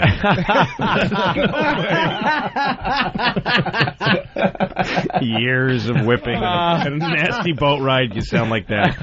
No milk-fed whitey's going to bother to sing that well. Nope. We don't have to. Lucky Louie on DVD coming this Tuesday. Oh, God damn. That is fucking great. Every time you kill for us, we'll give you a nice plug there. Wow. So then she sang that and then went right back into her shell, all shy, looking back down at the floor. Wow. What do you think, Paula? You're good. You're really good. Thank you. You gotta believe I am. My hands are shaking, but thank you. You look scared to death, man. I'm good. Randy? I always have this thing about, if you're a background singer for a long time, I don't know if you can really come up front and be that solo singer, because, most of the solo lead singers have that kind of Simon Cowell thing. They only think about themselves. Okay. Yeah. Simon, wouldn't you agree? Melinda, we have a lot of people who come in here with a lot of attitude, a lot of confidence, and they're not very good. You walk in with no confidence, no attitude, and yet you are a brilliant singer. Yeah. A brilliant singer. Thank you. Seriously. Look at that look on your face. But you are what it's all about. A great voice. I am concerned about the lack of confidence, about the fact that you've been in the background. But let me tell you, you are in the top 2% of good singers this year. That's true. 1,000,000% yes. Paula? 1,000,000%. I think you're brilliant. Yes. I think you were sensational. One of the best auditions ever, vocally. I agree. Welcome to Hollywood! Yeah! Do they ever disagree? The judges occasionally they'll disagree. But does Simon ever say yes and the others say no? I've never seen him say yes to them saying no. Wow, that is very rare. That's true. It hardly ever happens. There was one that they put through. It was Randy that said no, and the other two said yes. Well, they can't be that, right? It's as long as 2 out of the 3. As long as a white says yes. People saying she'll do well. Here in the train wrecks is much better, but there weren't many train wrecks yet. No. Nothing like the Bush Baby kid and the retarded gentleman and the rest of them. All right, we're gonna step aside. We're gonna get into some spanking after the break. What? Ooh. Who's spanking who? Louis got kids. We'll get his thoughts on this. Oh, that type of real, legitimate kid spanking. And something we could all relate to, women. A screaming kid on a plane. That's a great story. Mm-hmm. We'll get into next as well. Lucky Louie. Tuesday. January 30th. Tuesday on DVD. Pre-order now. It's Opie and Anthony. Whether you like it little bitty, medium or enormous, courtesy of Opie Anthony and little Jimmy Norton. Get your free wow sticker, no reason to go and buy it. Get to see some fun bags and help spread the virus. Send a self-addressed letter with a picture of your mom, or click the wow link at opieandanthony.com. Send it in now if you want to get wowed. Watch the ladies whip them out and jump around. Jump around. Jump around. Jump around. Anthony.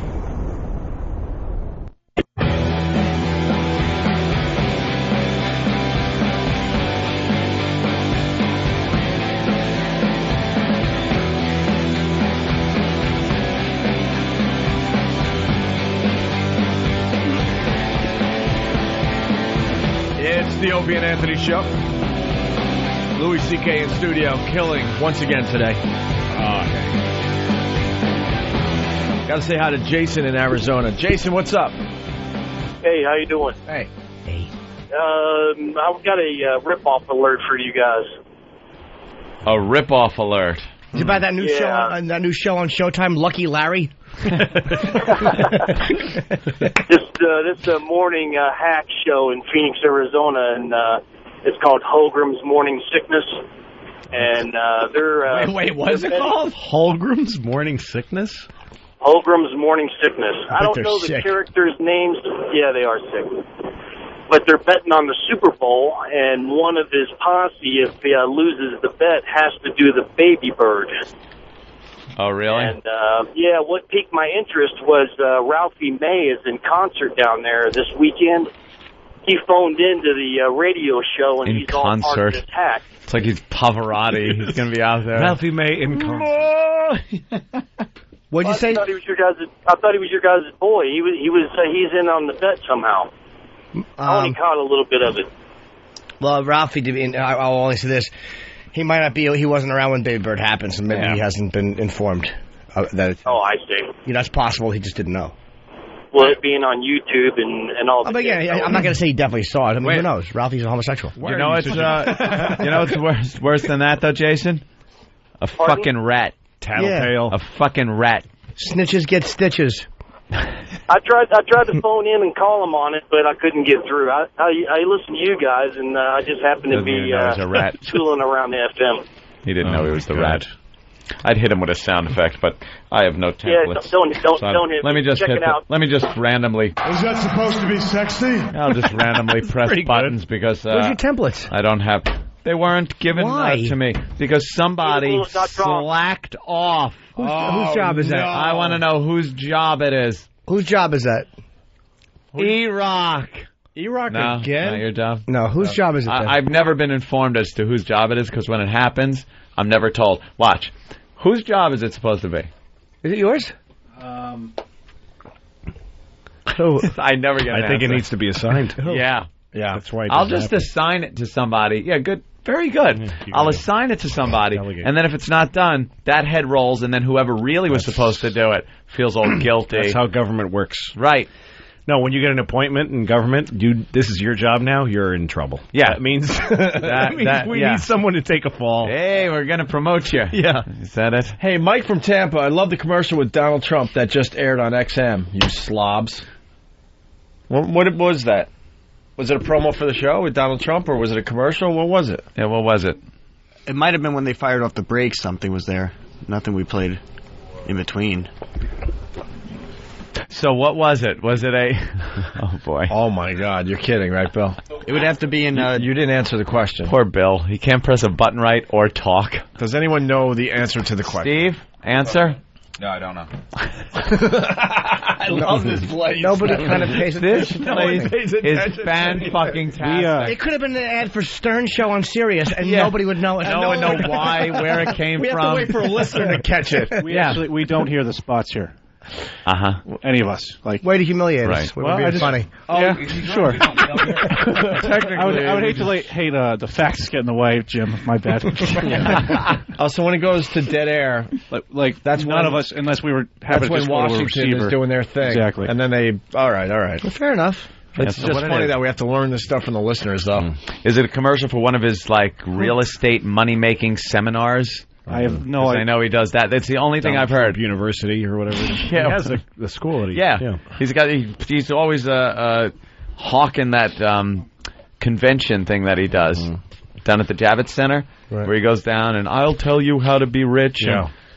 First, have a rich father. Then, that use helps. his money to get richer. Build more buildings with that money. Sell them for more money.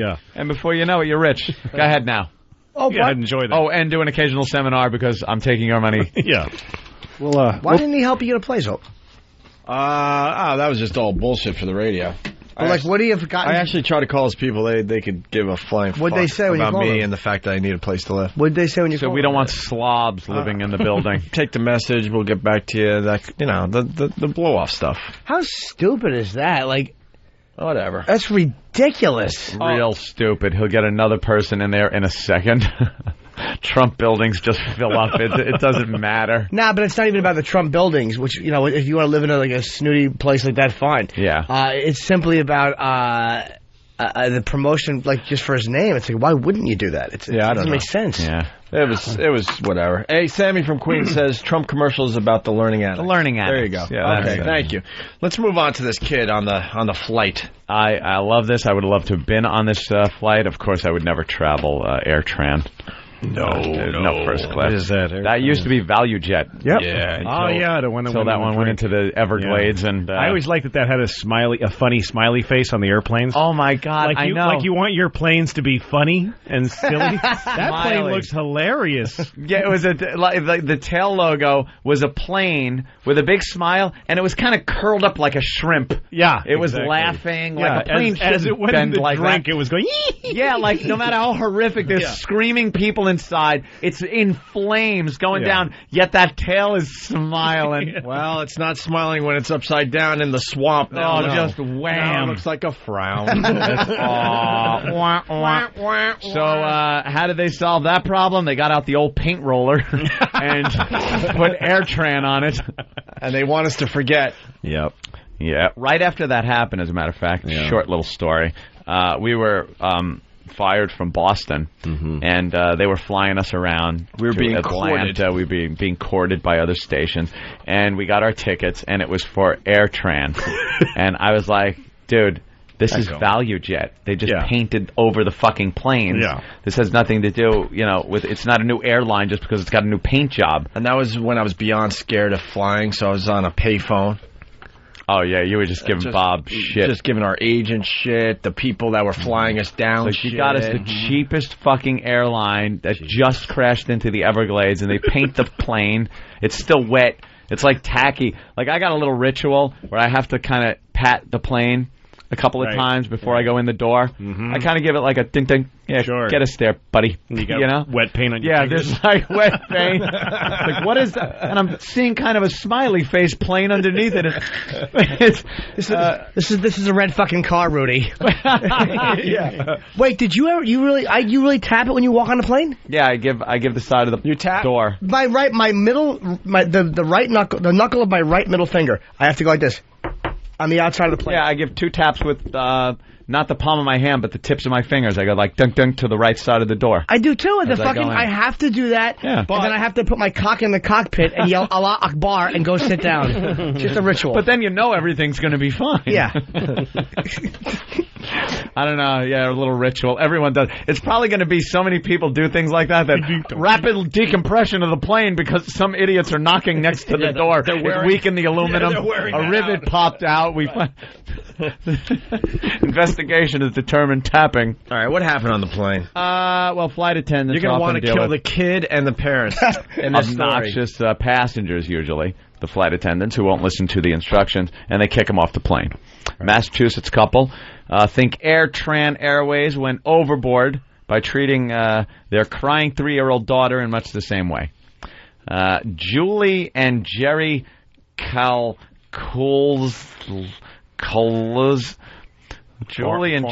Julie and Jerry Foreign. Yes, exactly. Julie and Jerry Donahue and daughter Ellie were removed from the flight when the girl refused to take her seat before takeoff.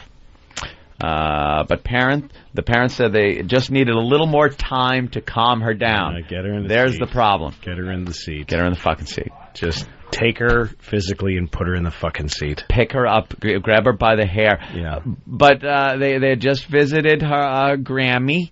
The Grammy. Yeah. So I guess she was upset with leaving Grammy. Who cares? She was removed because she was climbing under the seat and hitting her parents and wouldn't get in her seat. Put her in the seat physically. Get in the fucking seat. Well, you got to calm her down, don't you? What? Don't you have to calm her down? Yeah, but the thing is that they're just shitty travelers. Right. There's a whole system to put it. I've traveled with 2 kids. Got a 2-year-old and a 5-year-old, and we travel with them all the time. Oh. And you got to get your shit put away fast, so that you have time to calm your. They're just fucking assholes. They don't know. They're just like those people that, like when you see on an airplane where you're starting a taxi and a guy just gets up like a cunt, just stands up and goes in the overhead, and the plane stops and you hear, we need everyone to sit down. It's usually a fucking Hasid, by the way, who just looks at the front of the plane like, what? They're just going to get my money or whatever. We need all passengers to be seated and belted in for the taxi. And by all passengers, I mean the one guy that's standing up. Exactly. So I'm going to chastise everybody like you're all assholes because one fucking asshole. All you people that were belted in and just reading and paying attention to the rules because you're experiencing this flying thing, you're all assholes too. Because one fuck stood up. Thank you. Enjoy the flight. It would be funny if they chastised him specifically, if they said, we appreciate all of you being in your seats, except for you, the Jew with the fat wife. Would you please sit down so we can taxi? Get your stupid ass in the fucking seat. No, so these people are just incompetent. I mean, Look, I don't believe in people that hate babies on flights. I think are assholes. Like when my baby is crying and people like crane their necks to look back. Yeah. Like, could you turn off that machine that makes that noise? I fucking looked them in the face, like, please actually say something so I can piss in your mouth. Because it's a fucking child, you fucking piece of shit. We're taxiing. You know, we're very good at keeping our kids quiet. They don't cry through flights. But if my daughter goes like, fucking some rich asshole, like, rustles his newspaper and looks back at me like, whoa, this is unheard of. I look in his. I love it. I look right in their face. I've been with this kid all fucking day. I would love to unload unfairly on a stranger. Wow. Give me a reason. No, it's great to see the other side because there's no one in this room that's going to agree with you, Louis. Yeah, no, I know. People hate when kids cry. But it's great to see the other side of it because we want to turn around and tell I want the parents to treat the child like that Korean woman treated that chicken in the last episode of MASH. Right. That's what I want. You made me remember that. Yeah, it was a chicken. Louis, chicken, right? Holy fuck. It's very simple. I just want the parents to at least try. That's the thing.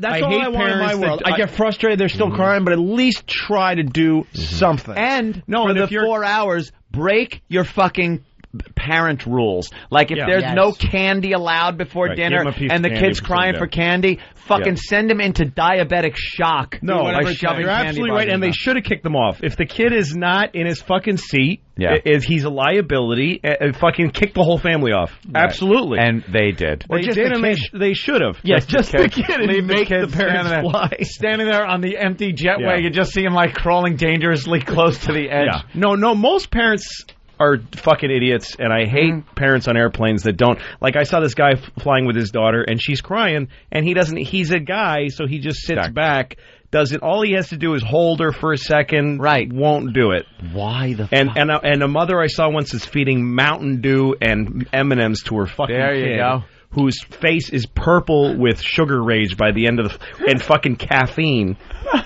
Idiots. Are you ever embarrassed? Like, I understand, like, Geraldo made a good point one time.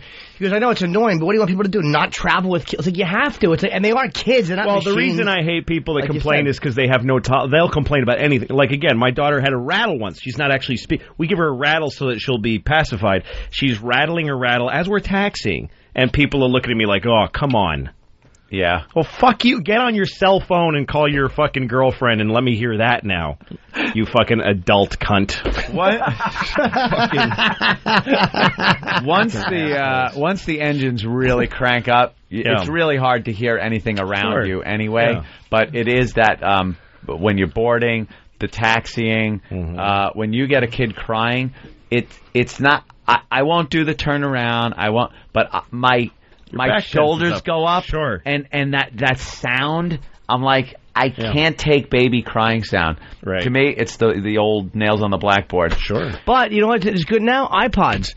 Everyone can't you put your fucking iPod, because I have one, and I won't notice a kid crying. So what you're saying is take it and hit the kid with it repeatedly, holding it with your earbuds? I don't even realize a kid is crying. I swear to God, like someone will go, why is that kid crying? And I realize, I'm fingering it. Uh-oh, here comes Bill Donahue. Before you finish the story, Eric in Colorado, this just sounds completely insane. Eric, what's up? Yeah, hey guys. Hey, a couple of years ago, my wife and I were flying out of Denver, and this guy kept standing up on the plane, and the stewardess told him twice to sit down.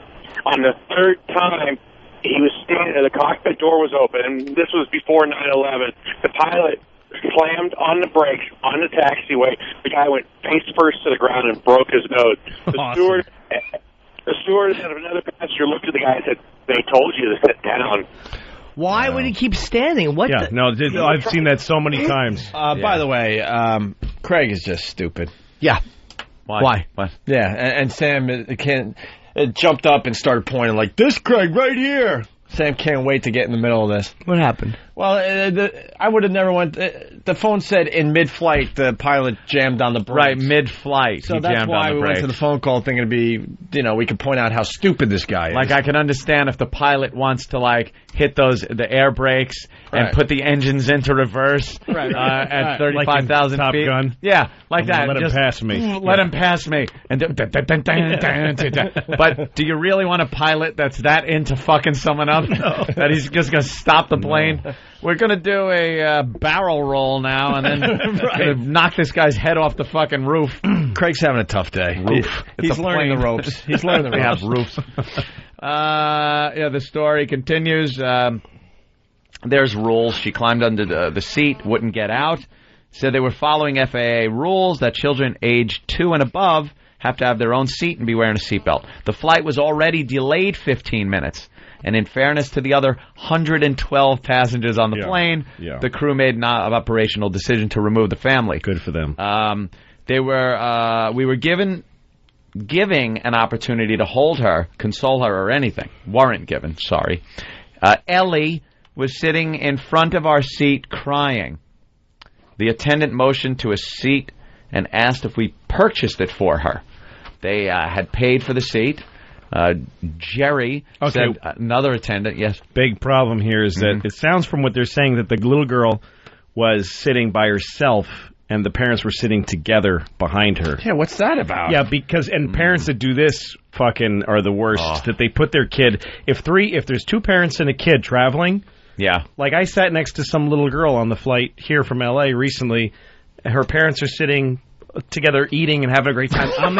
I'm fucking raising their kid. Oh my God! You're raising the kid. I'm helping her with her juice. I'm listening to her fucking cunty little stories about her grandma. I don't want to hear any of it. Why, they weren't good stories? Do you want to play my Game Boy? No, I got fucking work to do. I'm trying to watch softcore porn on my fucking DVD player. And mom and dad are canoodling. Or they're having a great time on the other seat having fucking margaritas and shit. Another cocktail here, please. Yeah. No, they're that's why she's crawling under the seat to get to her parents. Because they're not sitting with her. It should have been the mom and the kid, or the dad and the kid, and then the one parent. And the reason I'll tell you why that didn't happen is because the parents fought. I'm not sitting with her. No, I fucking sat with her on the way to grandma's. Oh, well, let's just make that stranger sit with them. Louis C.K. Yeah, I've seen his act. Yeah, fucking assholes. Do you want to say They should have been thrown off the plane while it was in flight. They should have been thrown off from 30,000 feet. Goldfinger right through the window. You're the type that would say something, though. You want to say something to the parents sometimes? I would. If they were there, I would. Especially if there was a problem and it was holding up the plane. I think I would have said, I'm sure. Why isn't she sitting with you? You guys stink. I hate you. I'm sure people would just mumble, fucking people. Yeah. I bet they got applause. I hope they got applause when they kick them off. Her cunty little stories. She's one. They told the family, you need to get her in control and in her seat. The couple told the attendant they were trying. Julie said she asked the attendants if Ellie could sit on her lap, but they said no. The family flew home the next day. Wait a minute. Were there 3 seats and she was in... There might have been 3 seats together. Well, what they're saying there is that we're trying to get that she was... What was the one sentence back? That she was in front of them. Yeah. It's seat in front of us. She wouldn't get into her seat. They were...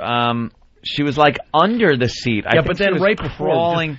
No, she was sitting in front of the parents. I think they mean like on the floor in front of them. Like say it's parent, empty seat, parent.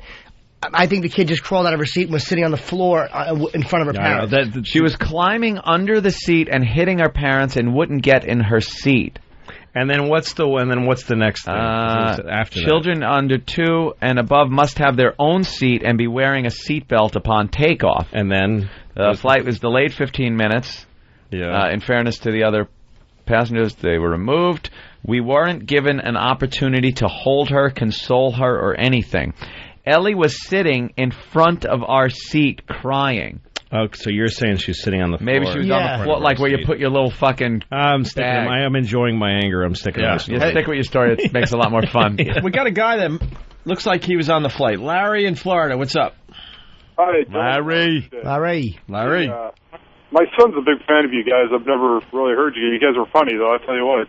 Thank you. I was on this plane and when this happened, and it started, they were just kind of, this little girl was really upset. She was, obviously, she seemed like she was more tired than anything. And, I've got 3 daughters myself, so I know what that's like when they're kids and they haven't slept. And I'm calling. I think they were Sierra at Disneyland or something. This whole call. Let's just see where he goes with it.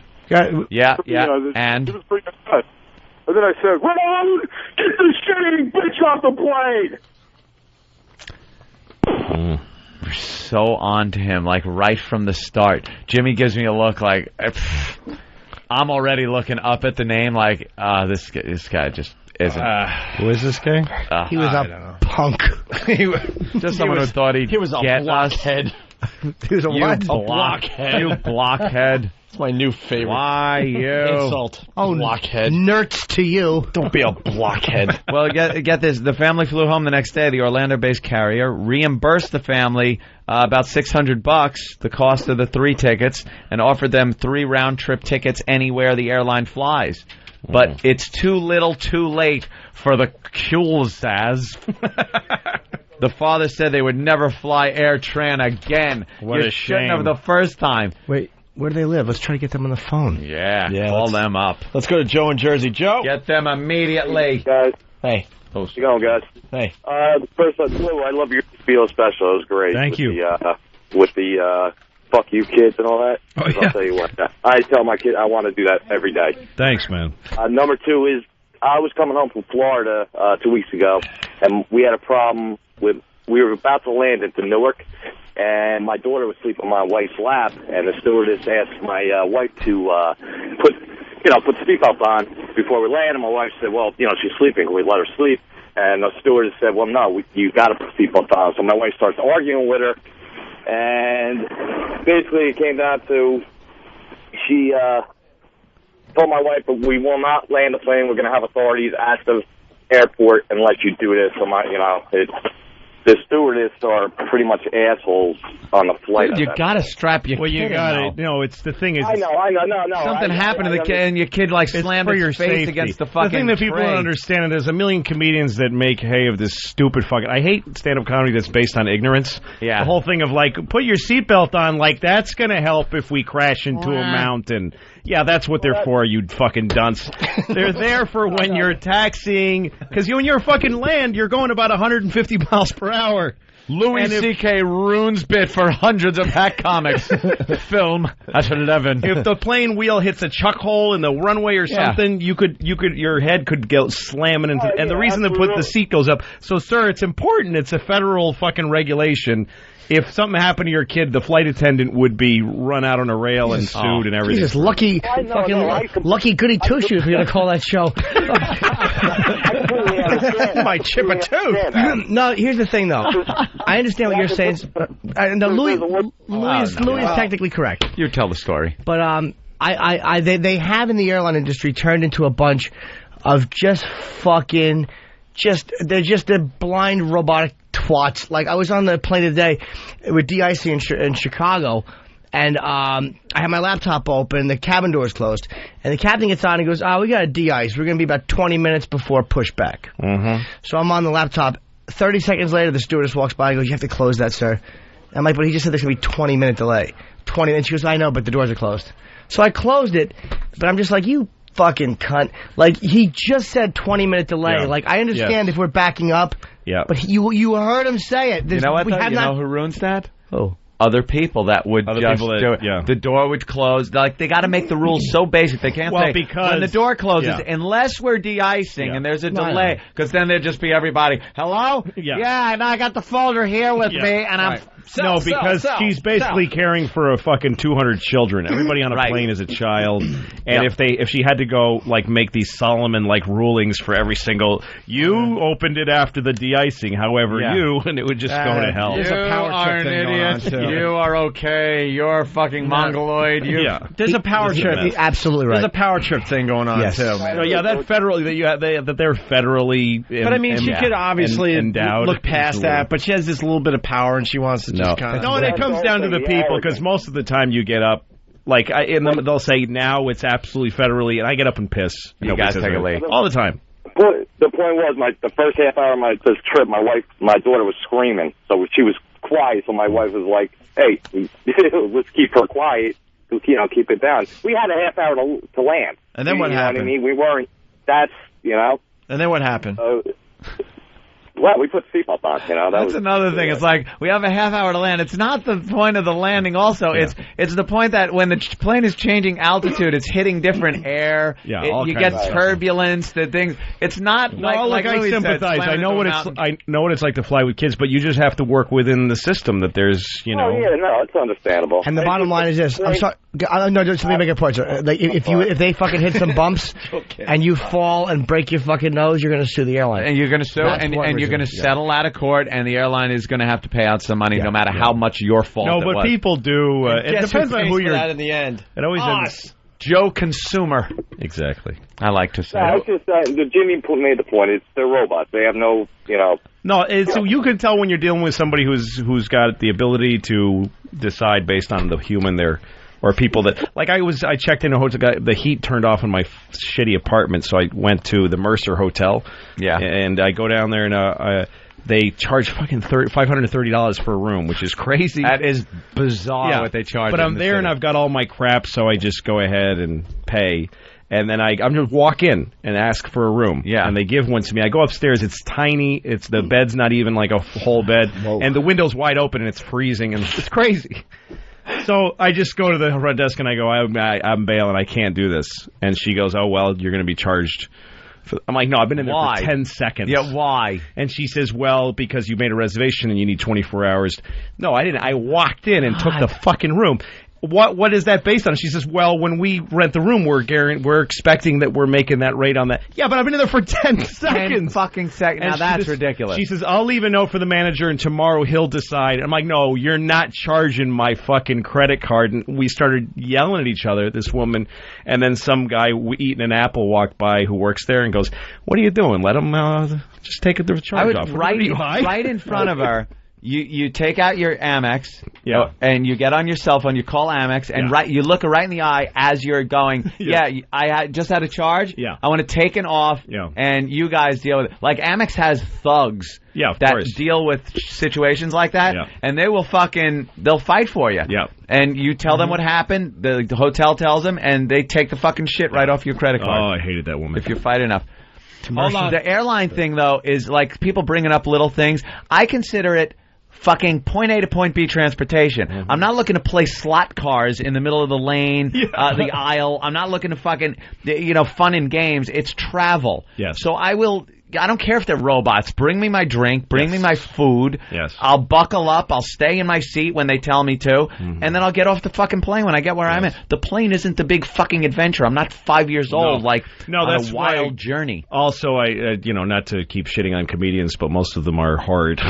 So easily shit-onable. Yeah. The other thing that comedians make fun of is all the problems, like how annoying it is to fly and you don't like the food. You're flying through the fucking air. Yes. It's a miracle. You're flying. It used to take a lifetime, and with most of your family dying, to get from the East Coast to the West Coast. And now it takes 5 hours, and 99.9% of the time there's zero problems. I'm on a Conestoga wagon with Indians shooting arrows at you. Yes. And these motherfuckers are upset. I had to put my belt on. You're hurtling through the fucking cosmos at 500 miles an hour. Yeah, and the captain was so boring on the thing. Yeah, well, he has an amazing skill. And he is putting his life in your hands and taking you for $300 to another city thousands of miles away in minutes. It's almost like a transporter room. Unappreciative. It's time to have dinner that day. Yeah. The food was weird. Shut the fuck up. Who gives a shit? Hey, I like it. Let's go to Terry in Georgia. Has a problem with Louis C.K. Take your shit with you, too. It's not just you. No. It's bags of your shit, too. Yeah, exactly. Terry. Louis, you're such a cock. What are you doing sticking up for these flying whores? Get my fucking drink, get my meal, get me a blanket, and shut the fuck up. They do. Yeah, that's what they do. I've never had a problem. When have you not had them do that? Sitting there going, we're walking out if we don't get service in another 5 minutes because Try it and coach. What do you have? I know. Oh, is there? Not everyone flies first class. Let me tell you something. Menu. I was under the impression I was flying a fucking 8 foot wide plane, 8 foot long plane. He's losing touch. Oh my God! I thought all planes only had 5 rows. How much people in coach must hate it when it's like when they make those announcements. Please put your seat up on your tray table. Those of you flying in first class, please let your hooker take the dick out of your mouth. All dicks out of hookers' mouths.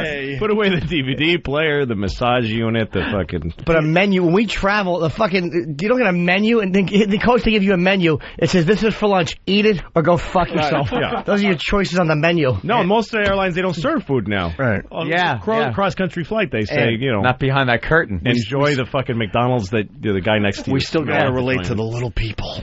I never knew. I thought everyone got that fine service. That was really bad. Silverware. He was commenting on the flight attendants. But that's what they do. They do bring you. Yeah, they do bring you your shit, and they do shut the fuck up. Never had a problem with them. And then, but there's no way there's anything worse than being a flight attendant. I don't think that ever you have to fucking care for these idiots that you're definitely better than as a person. Yeah. No, but when I'm talking about the robots, it's not like them then following those federal regulations. Yeah. It's like when my girlfriend and I were flying, and we had our seats together, we booked them together, and all of a sudden they were different. So I go up to the lady at the desk, and I go, we were booked together. Yeah. Why are we separated on the plane now? And she goes, well, they changed aircraft. And I'm like, well, I fly a lot. And it's a 757-300. The other plane was a 757-300. So why would they swap out for similar aircraft? And she goes, I don't know why they just do that sometimes. And I'm like, you fucking genderless fucking bag of shit. Look into it. That's the company line. Don't lie to me. I fly too much, you fucking pig. That's what bugs me. Yeah. Not when they make you sick because you're hitting turbulence. Oh, listen, I deal with plenty of pieces of shit. When they separate people like based on race, I agree with that too. All right, let's step aside. I have to tinkle, Opie. Yeah, that's why. Can I just say one thing quickly? Yes. I was on a plane and there was a foreign flight attendant, like from Italy or something, a really weird lady with a European accent, and she said to this couple with kids, you have to separate. There are rules about having too many children in one row because of how many masks there are. Oh, right, because you have to assist the... Yeah, so she says there are not enough masks for the children, and so if there's a problem that one child will not survive. She told him that? Wow, that is great. That's wonderful. Fuck you, lady. I'll rip the oxygen mask off your face and put it on my own kids. No kidding. All right, like they wouldn't be pandemonium, but not spanking kids next on the Opie and Anthony Show. It was Whip 'em Out Wednesday, so I flashed some guy on the Long Island Expressway. He was involved in a 7-car pileup. There was blood and carnage everywhere. But my tits looked great. Please, wow responsibly. A public service announcement of the Opie and Anthony Show.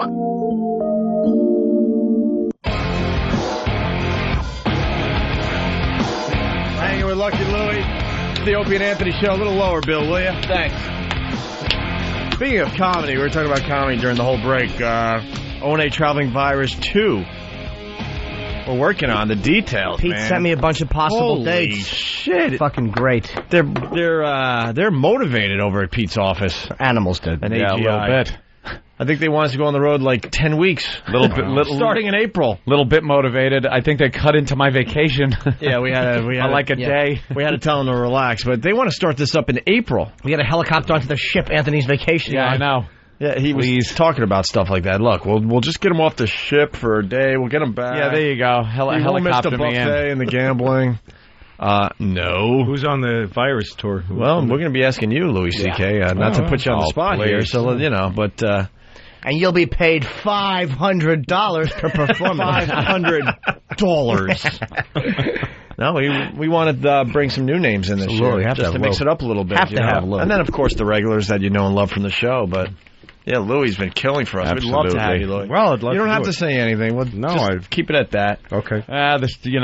business end will call you. Mm-hmm. It's always fun. That'll be up to you guys, but we hope we can work something out. Yeah, I hope you're. I'm going on the road all year. I'm doing this year is a road year. My wife and I made a deal that I'm going to go. It's going to be 2 weeks, 1 week 1 1 week off all year. Does she want you gone or she want you home? she wants me gone, and we need the money, and I want to do another special this year, so I'm building another. Wait, 2 weeks on, 1 week off? Yeah, so I'm going to be on the road all year long. How lucky are you? I know. Don't have to deal with the screaming kids. I can't wait. Wow. I go on the road well too. Like I have the club pay. Like I have them pick me a really nice hotel, like the best one in town. I pay for it, but I have them take it out of my check. And it's all fuck my wife stuff. It's all when I go on the road, I stay at the fucking Ritz, and it's like half my check, but fuck her. That's why. So many things are motivated, I think, in the world by fuck my wife. I really think like there was a guy in Egypt and his wife, don't make pyramids, and he's like, fuck you, I'm making them. That's where I swear that motivated that. But no, I do. I go nice on the road. Yeah, I pay. It's not I'm not a star. Nobody lets me have that. They're not But paying my for wife it, doesn't bother looking at the books and seeing she doesn't. And it's a way to hide. You've got to keep yourself rested and comfortable. Yeah, but not at the Ritz. I literally stay at the Ritz. Do you order room service? Of course. That's like the best. I rent a Jaguar. When I was in D.C., I always rent a Jaguar if it's available. Oh my Just God, I'm an asshole. And then I fly first class and I stay at the Ritz. It takes a huge amount of my check, but my wife doesn't, because it's not like it's coming off our Visa bill. I have the club pay for it, which is also bad for my taxes. It's really dumb. Yeah, because you could write all that shit off. But it's because at home I gotta fight for everything I want. I have I don't have like a proper office in our house. Like there's nothing that is my comfort is the last priority of our family. It's our kids, the poor tired mom who works so hard to raise the kids, and I can go fuck myself. But on the road, I'm like, fuck everybody. I am the president of the United States. The Jaguar and the Ritz in first. Good for you. If there's no Ritz, I stay at the presidential suite at whatever fucking shithole I'm staying at. That's I'm such an asshole. That's wonderful. The greatest. Yeah, speaking of the ONA traveling virus, Vegas, West Palm Beach, these are just thoughts so far. Washington, D.C., Long Island, looks like possibly Jones Beach, Connecticut, hopefully the city of Boston this time around instead of Worcester. Detroit, Chicago, Homedale, and Camden for all the Philly folk. Going back to Philly, huh? We should punish them this year and skip them. I hope they're going to behave. We'll have more details. Fucking snipers up in the closer. rafters. Yeah. Spanking of the kids. Where you stand? We all got spanked growing up, right? We all got hit. I got spanked. I got spanked on the front. My dad would. I can't even make the joke. It was that awful. It's that bad. Yeah, my parents would. He would hold your dick in his hand and slap it. Like that? With his face. I wasn't going to say that. I was actually going to just do it. I'm glad you did. I had the image already, and then it went into motion, like it moved. Why can't you make the joke? Because my parents listen to the show sometimes, and there's certain things I just can't. They're starting to. They never said anything. I do love my girlfriend, though. She's so nice. Yeah. We do a little trick, like she'll go to kiss my cheek, and I'll turn and plant one on her lips. Aww, that's adorable. But I do that right after I eat another girl's pussy. Lucky Louie on DVD coming Tuesday. Kid order now, Amazon.com. I think growing up, if you're at a certain age, you got spanked. That's it's just the way. When did things that were. end? When did the timeout start, Louie? You have the kids. I got kids, and we don't spank them. I don't. So you're like the barrier. You're the generation that got spanked. I know what it did to me. I ain't gonna do it to another kid. It horrified me as a kid. Did not help me at all. I don't speak to my father. No, it's one of those things that they were bad spankies then. Yeah, there's a difference. I don't either. Yeah, I don't talk to my father. No, he's been dead 10 years. Because I remember. Wait, you don't talk to your dad? Well, no, we're starting to reconcile now because I'm finally beyond my problems. So we're starting to be friends now. Are you? Yeah. But for a lot of years, I didn't speak to him. Yeah, that's gotta hurt. I guess. It's one of those family things. You don't want shit getting in the way and. Well, it's like I remember my dad. He would lecture me first and tell me why he's going to, which is like torture. That's fucking man. Going, here's why you're getting spanked, and I remember standing there thinking, the instant I'm old enough, I'm getting the fuck away from this man and never seeing him again. My mother used to hit me, but with her it was different because she was overworked. She was a single. My parents got divorced, so she's a single mom, tired. Yep. Shut up, bang.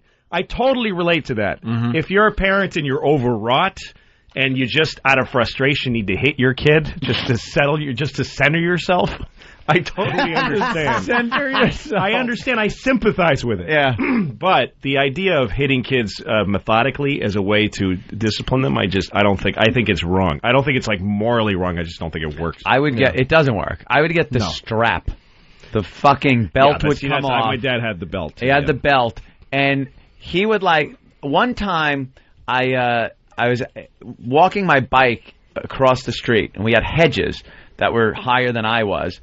And I decided I was just going to walk out in the street and not look for any cars coming or anything. I don't know why I decided to do this. I just walked my bike out in the middle of the street, and a car jammed on the brakes. He's yelling at me, and my father was in the yard and saw this happen. So he's like, what the fuck? Grabs the belt, and here's what he would do. He would fold the belt up into two, so you get that nice loop. Yeah. And as he's hitting me, this reciting would happen with each whack. Why did you run out in the street when you... And I'm like, oh, could you leave out some fucking adjectives and just get to the point? Could you... Even more, this is not 4 syllables in the. Yeah. W-H-Y-D-I-D-Y. Oh, you fucking dad, you're spelling now. This is killing me. You're killing me. And it just... it just got like fear and pain, and you just didn't mistrust of your parents. Yeah, you don't think it didn't help. It's pain before you can take that kind of pain. Didn't help. Yeah, what kind of kid is supposed to take that kind of pain? The ignorant shit I hate hearing is when people well, my child mouthed off to me, and I slapped him in the mouth, and he never did it again. Yeah. Is that all that happened? That he never did it again? He never did it again, and he's scarred. It's like it's not a kid isn't a product. Like, hey, it worked. That's all I care about. Is the result was the kid wasn't nasty again. Yeah. Well, you could have gotten that respect by the fucking kid liking you as a person, or just fucking giving them some positive. I mean, there's a million ways. When you yell at your kid, it destroys them. I mean, you don't need to fucking hit them. Yeah. I just don't think it works. I thought the hitting thing was really weird. I thought you'd be a hitter. No, never. I thought you'd be a spanker. And also, to me, it's like fucking perverted. It is like an S&M thing. You're gonna spank your kid's bare bottom while they're screaming. Pull your pants down. Fucking sicko. If you're doing that and you don't have a boner, then I don't even understand what's going on. Hey, Glenn from Connecticut. Opie said there were bad spankings. Does that imply that there are good spankings from your father? I think you could go too far, is what I'm saying. I think there's the whack on the ass with the open hand, not a fucking send him flying across the room thing, but just an attention getter, like a hey, no. Right. I think if a parent does that, and me not being a parent, I'm talking to my ass here. I don't know. But I just seem like that's a little less destructive than the fucking ritualistic strap beating, which, by the way, it's funny you mention it. My parents, too, got divorced, and then my mother had to be the disciplinarian. She tried it once, and she tried the strap thing, and we had bunk beds. So I went, rolling into the lower bunk bed, and she tried getting in there, with the fucking sidearm pitch, because she couldn't go overhand, because the top bunk was in the way. The Louis T-Ot. Submarine pitch. Nice. Yeah. I see the Red Sox hat. I'm helping Louis today. She went in with the side swing, the tip of and she didn't know to double over the strap or anything. The tip of the belt did a perfect fucking cat o' nine tails snap right on the tip of my dick. Oh, nightmare. I was screaming like I had been shot in the abdomen. And my mother dropped the belt and just, oh my God, she's crying. She's grabbing ice. She doesn't know. Kissing it, making it better. Yeah, well, that helped. Yeah. She's putting ice on it, sucking out the poison. She wasn't hitting me with a cobra.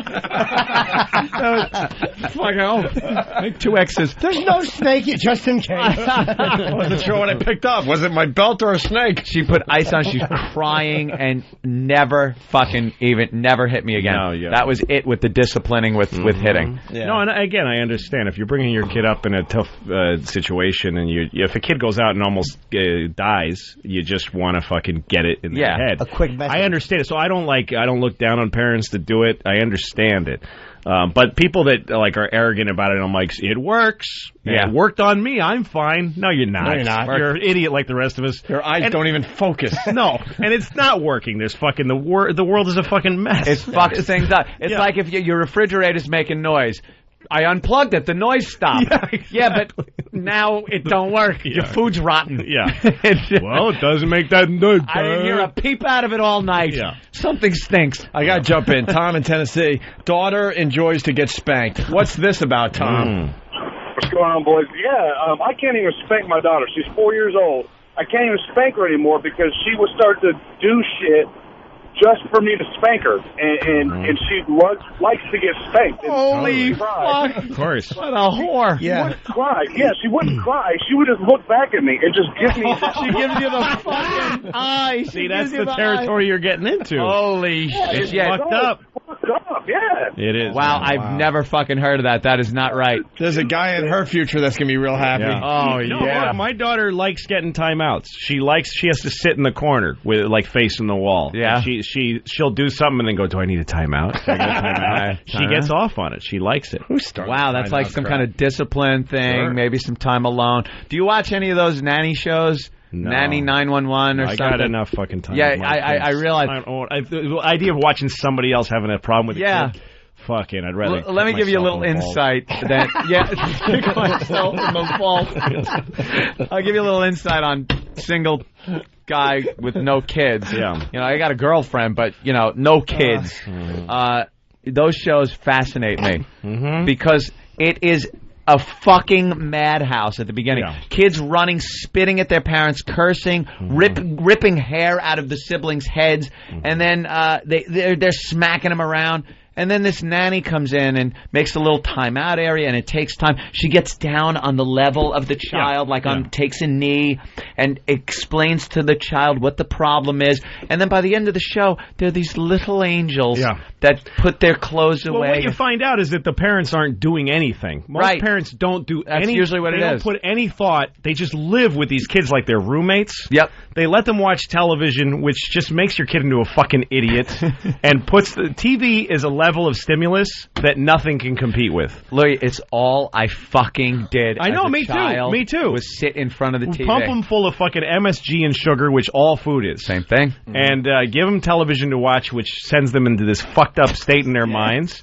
And then the kids don't have a regulatory system. They get agitated. They don't know how to stop themselves from doing something. So these parents let the fucking TV raise them, give them bad food without even thinking about it. Don't give them any fruit or actually fucking any nutrition. Yeah. Then the kid goes, and then they hit them. I mean, it's why the whole, and people it works. No, it doesn't. The country's going to shit. Yeah. There's fucking crime and drug. That's where drug addiction comes from. Interracial relationships. What's that? Interracial relationships, which is a huge problem. Girl gets hit enough times and doesn't want her, she's bringing one of them home. That's right. Dark hey, Dad. Pink hats. Oh, I'll show you in the end. Every fucking beating the father ever gave. Hey, Pops, want to introduce you to Tyrone. Hit me now. Holy fuck. Hit me now. Andy from Chicago. Andy.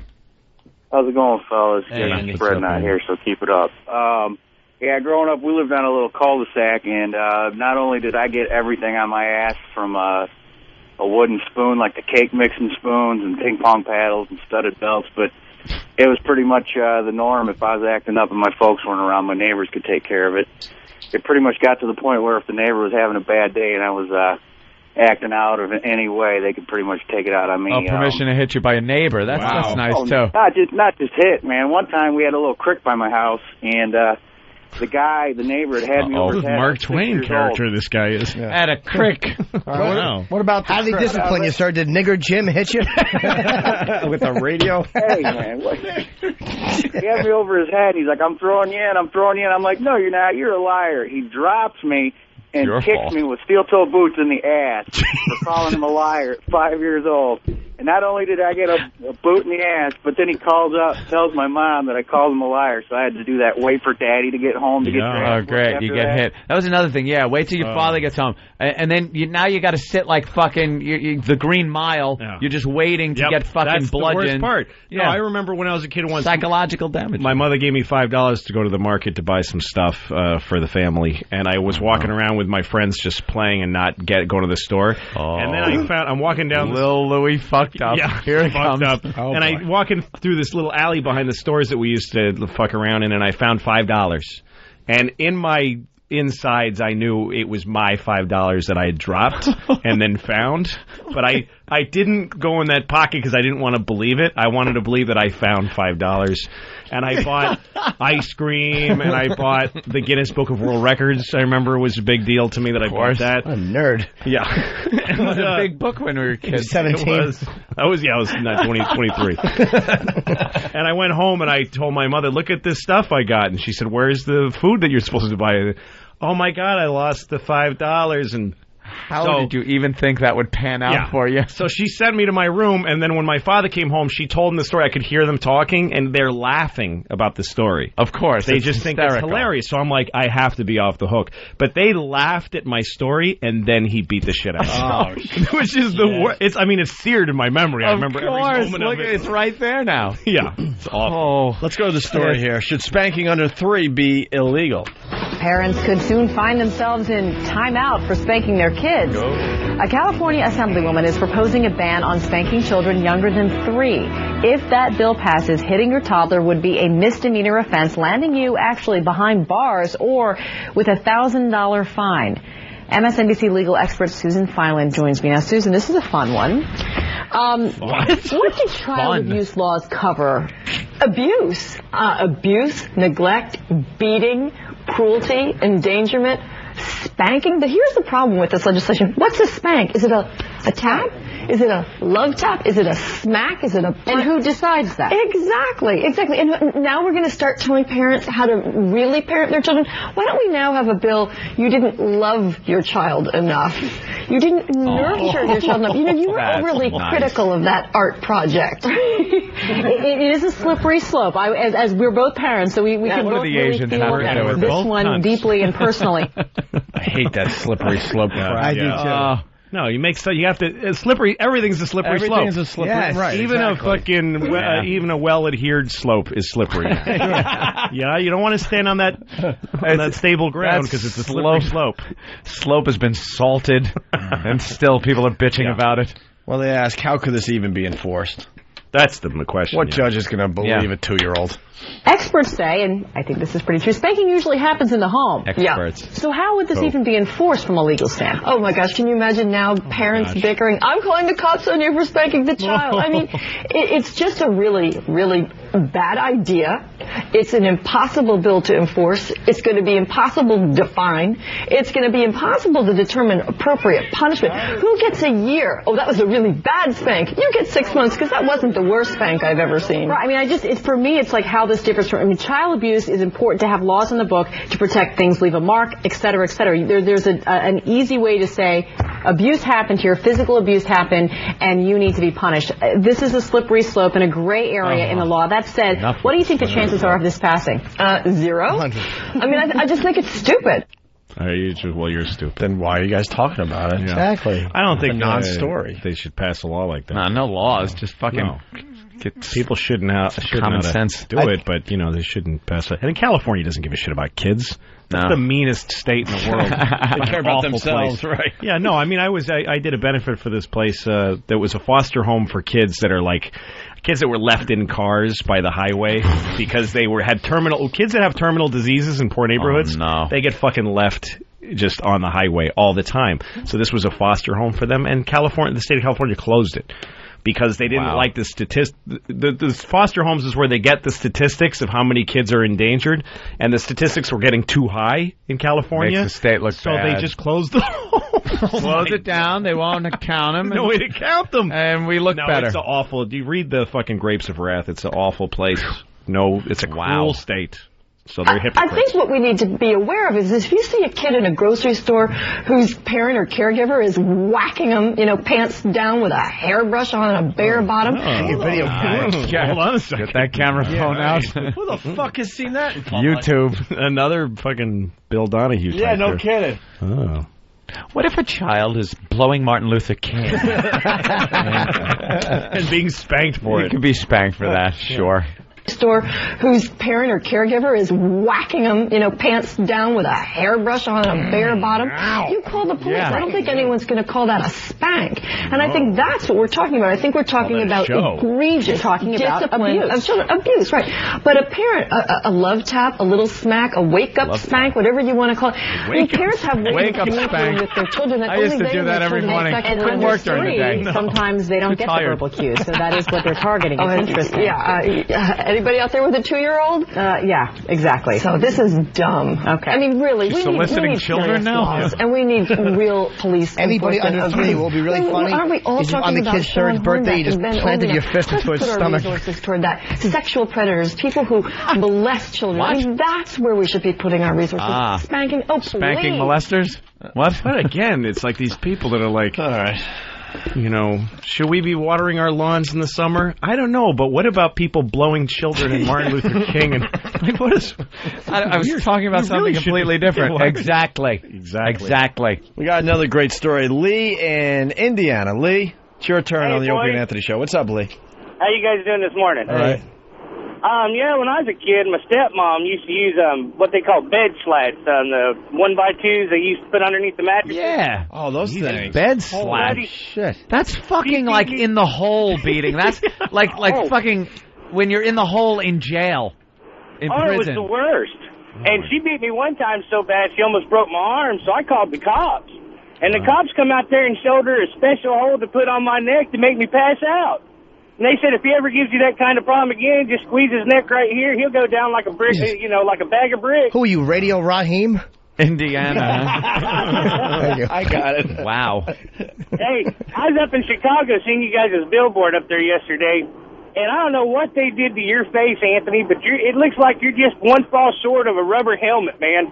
I mean, they got that thing so distorted up there. No wonder nobody listens up there in Chicago. They distorted your face on the... No, it's just the way I really look. He could have been a model, right? A model. You know what else is really bad when you're a kid? I used to get hit with different objects if something wasn't readily available. Yeah. And one thing was when they hit you with your fucking toys. That you're like, then that toy all of a sudden is not fun for you anymore. You would lose that toy. I got beat with a Hot Wheels track. Like fucking those are great, orange Hot Wheels track are custom made for beating children with. Yeah. And I got a smack on the ass with it. And then you're playing with your Hot Wheels and just getting anxiety and not knowing why. Right. No, kids also, you're teaching them to use it against each other. Like if you have siblings, the parent who hits becomes like this justice system that you learn how to subvert and use against you. Now I will use this. Yeah, like there was a little kid across the street from me when I was growing up named Benji, and I didn't really like him, but I got threw in with him because we're the same age. So our parents, go play with Benji. Yeah. So I was over there, and he was just... I started poking him with a stick, just being an asshole to him. And he was going, stop it! And I just kept poking him, and then he hit me. And his father saw it throughout the window. And his father came running out and beat the shit, just spanked the living shit out of him. Wow. And I was thrilled at that cause and effect. Just watching that, yeah. The next day I went over and I started poking him, and he's trying to resist because he doesn't want to get hit, and I just kept bothering him. Oh, was that and then he hit me, and the father came out and beat him up again, and I was like, this is awesome. This is so good. That's what I was taught by spanking. Yeah, see? And he was taught, and it was unfair to him. And now Benji's in a bathhouse right now, probably voluntarily being tied up and fucked in the mouth, thanks to you and your stick. Hey, Mr. Torrance from Instant Feedback. My father went to the WWF School of Parenting. He would just grab random objects nearby to beat me with. He once broke a shelf over my head, and I remember thinking, I built that in shop class, you asshole. The things that go through your head. Right. I was blaming things on animals and stuff. Like I used to take things apart. I would love just disassembling stuff, but I was a kid, so I never knew how to put it back together. You could just take things apart. And my parents had a nice clock, and I just wanted to know how it worked. So you never think you're going to take the whole goddamn thing apart. You took it apart. You just want to kind of look at the inside, and then something goes boing, and it's just over. gone, and it was apart. So I laid it out on the floor, and I took the dog. We had a dog, and I took his paws, put him up on the table that the clock was on, and scraped with his nails into the table. Like I'm setting up the perfect crime here, and left it like that.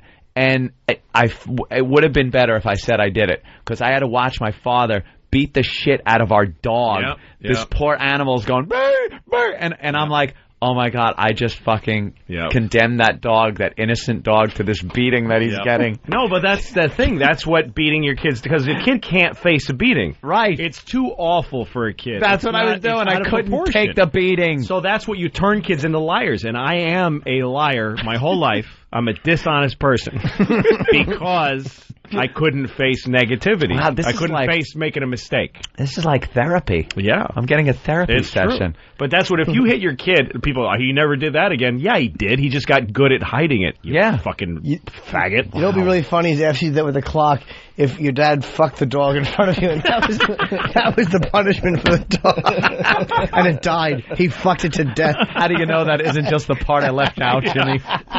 We got another great... Dad, fuck that dog. We got another real good one coming in here. Justin from Oklahoma. Justin. Hey, what's going on, guys? Hey, Justin. Hey, listen, whenever I used to go stay with my dad in the summertime, so I hated going because my stepmom used to beat the shit out of me, but I always had a hard time going to sleep because I was always homesick from my mom. And he would tell me that the little black boys would come around and come in my room and beat me up if I did not go to sleep at the time I was supposed to go to sleep. Oh, my God. How much pressure is that? Yeah, I remember that one, too. Did it ever happen? What's funny now is my girlfriend is black. Let's go. And your favorite movie is Ghost. My favorite movie is Ghost. Did that ever happen? Did any black boys come in your room and... Not that I ever knew. I fucking went to sleep. Sure. Me and my brother, we used to talk. We had bunk beds. We shared a room, so we would talk. And we lived in a real small shithole apartment where our bedroom was right off the living room. So my father and mother would just be miserable on opposite sides of the couch, watching like Ronan Martin's Laughing. Trying to get a laugh in their lives. And my mother looking snidely over my father every time he laughed, because it implied he was enjoying himself, and that just pissed my mother off, that he was having fun. Just the hatred between the two of them. Totally. And me and my brother would sit there and just like we would be in on bunk beds in the bedroom, but they could hear us, and we'd just whispering to each other anything like, "Jay, did you see the commercial for the new Hot Wheels and stuff? It's so cool. If you want to get inside," and we'd hear from inside, "Hey, knock it off in there and get to sleep. If you're not to sleep in 15 minutes, I'll come in there." And then you're sitting there going, "Oh my God, my body has to fall asleep, or he's going to no, I'm not." How much pressure is that on a kid to sleep? Like, I know.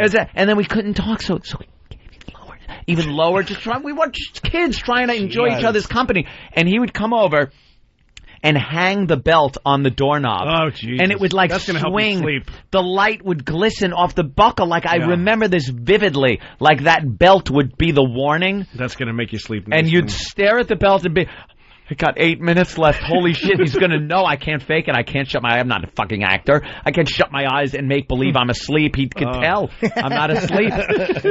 It was just frightening. What would have happened if, like, after he went back in the living room, if you opened the door and took the belt and threw it back down the hall and go, "You forgot your belt, stupid." That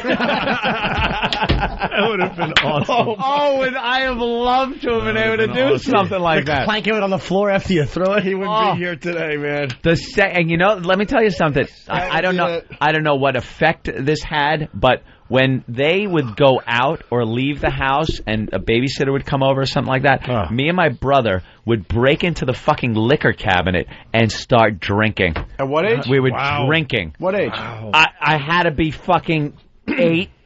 Holy shit. And maybe my brother was 9, and my brother would start fucking making out with the babysitters. Right. They were like 15 years old, 16 years old babysitters. No, that's what happens. Yeah. When my parents... You just lose your fucking control. Say, "Fuck you, I'm doing it." When my parents went, because my dad left the house and then my mother would work. And I used to go home. I used to leave school in the middle of the day all the time. Just leave. And I'd go home. I'm and just leaving. Yeah, I just buy. And I was like a feral cat in the house, so fucking rubbing my dick against every surface in the house.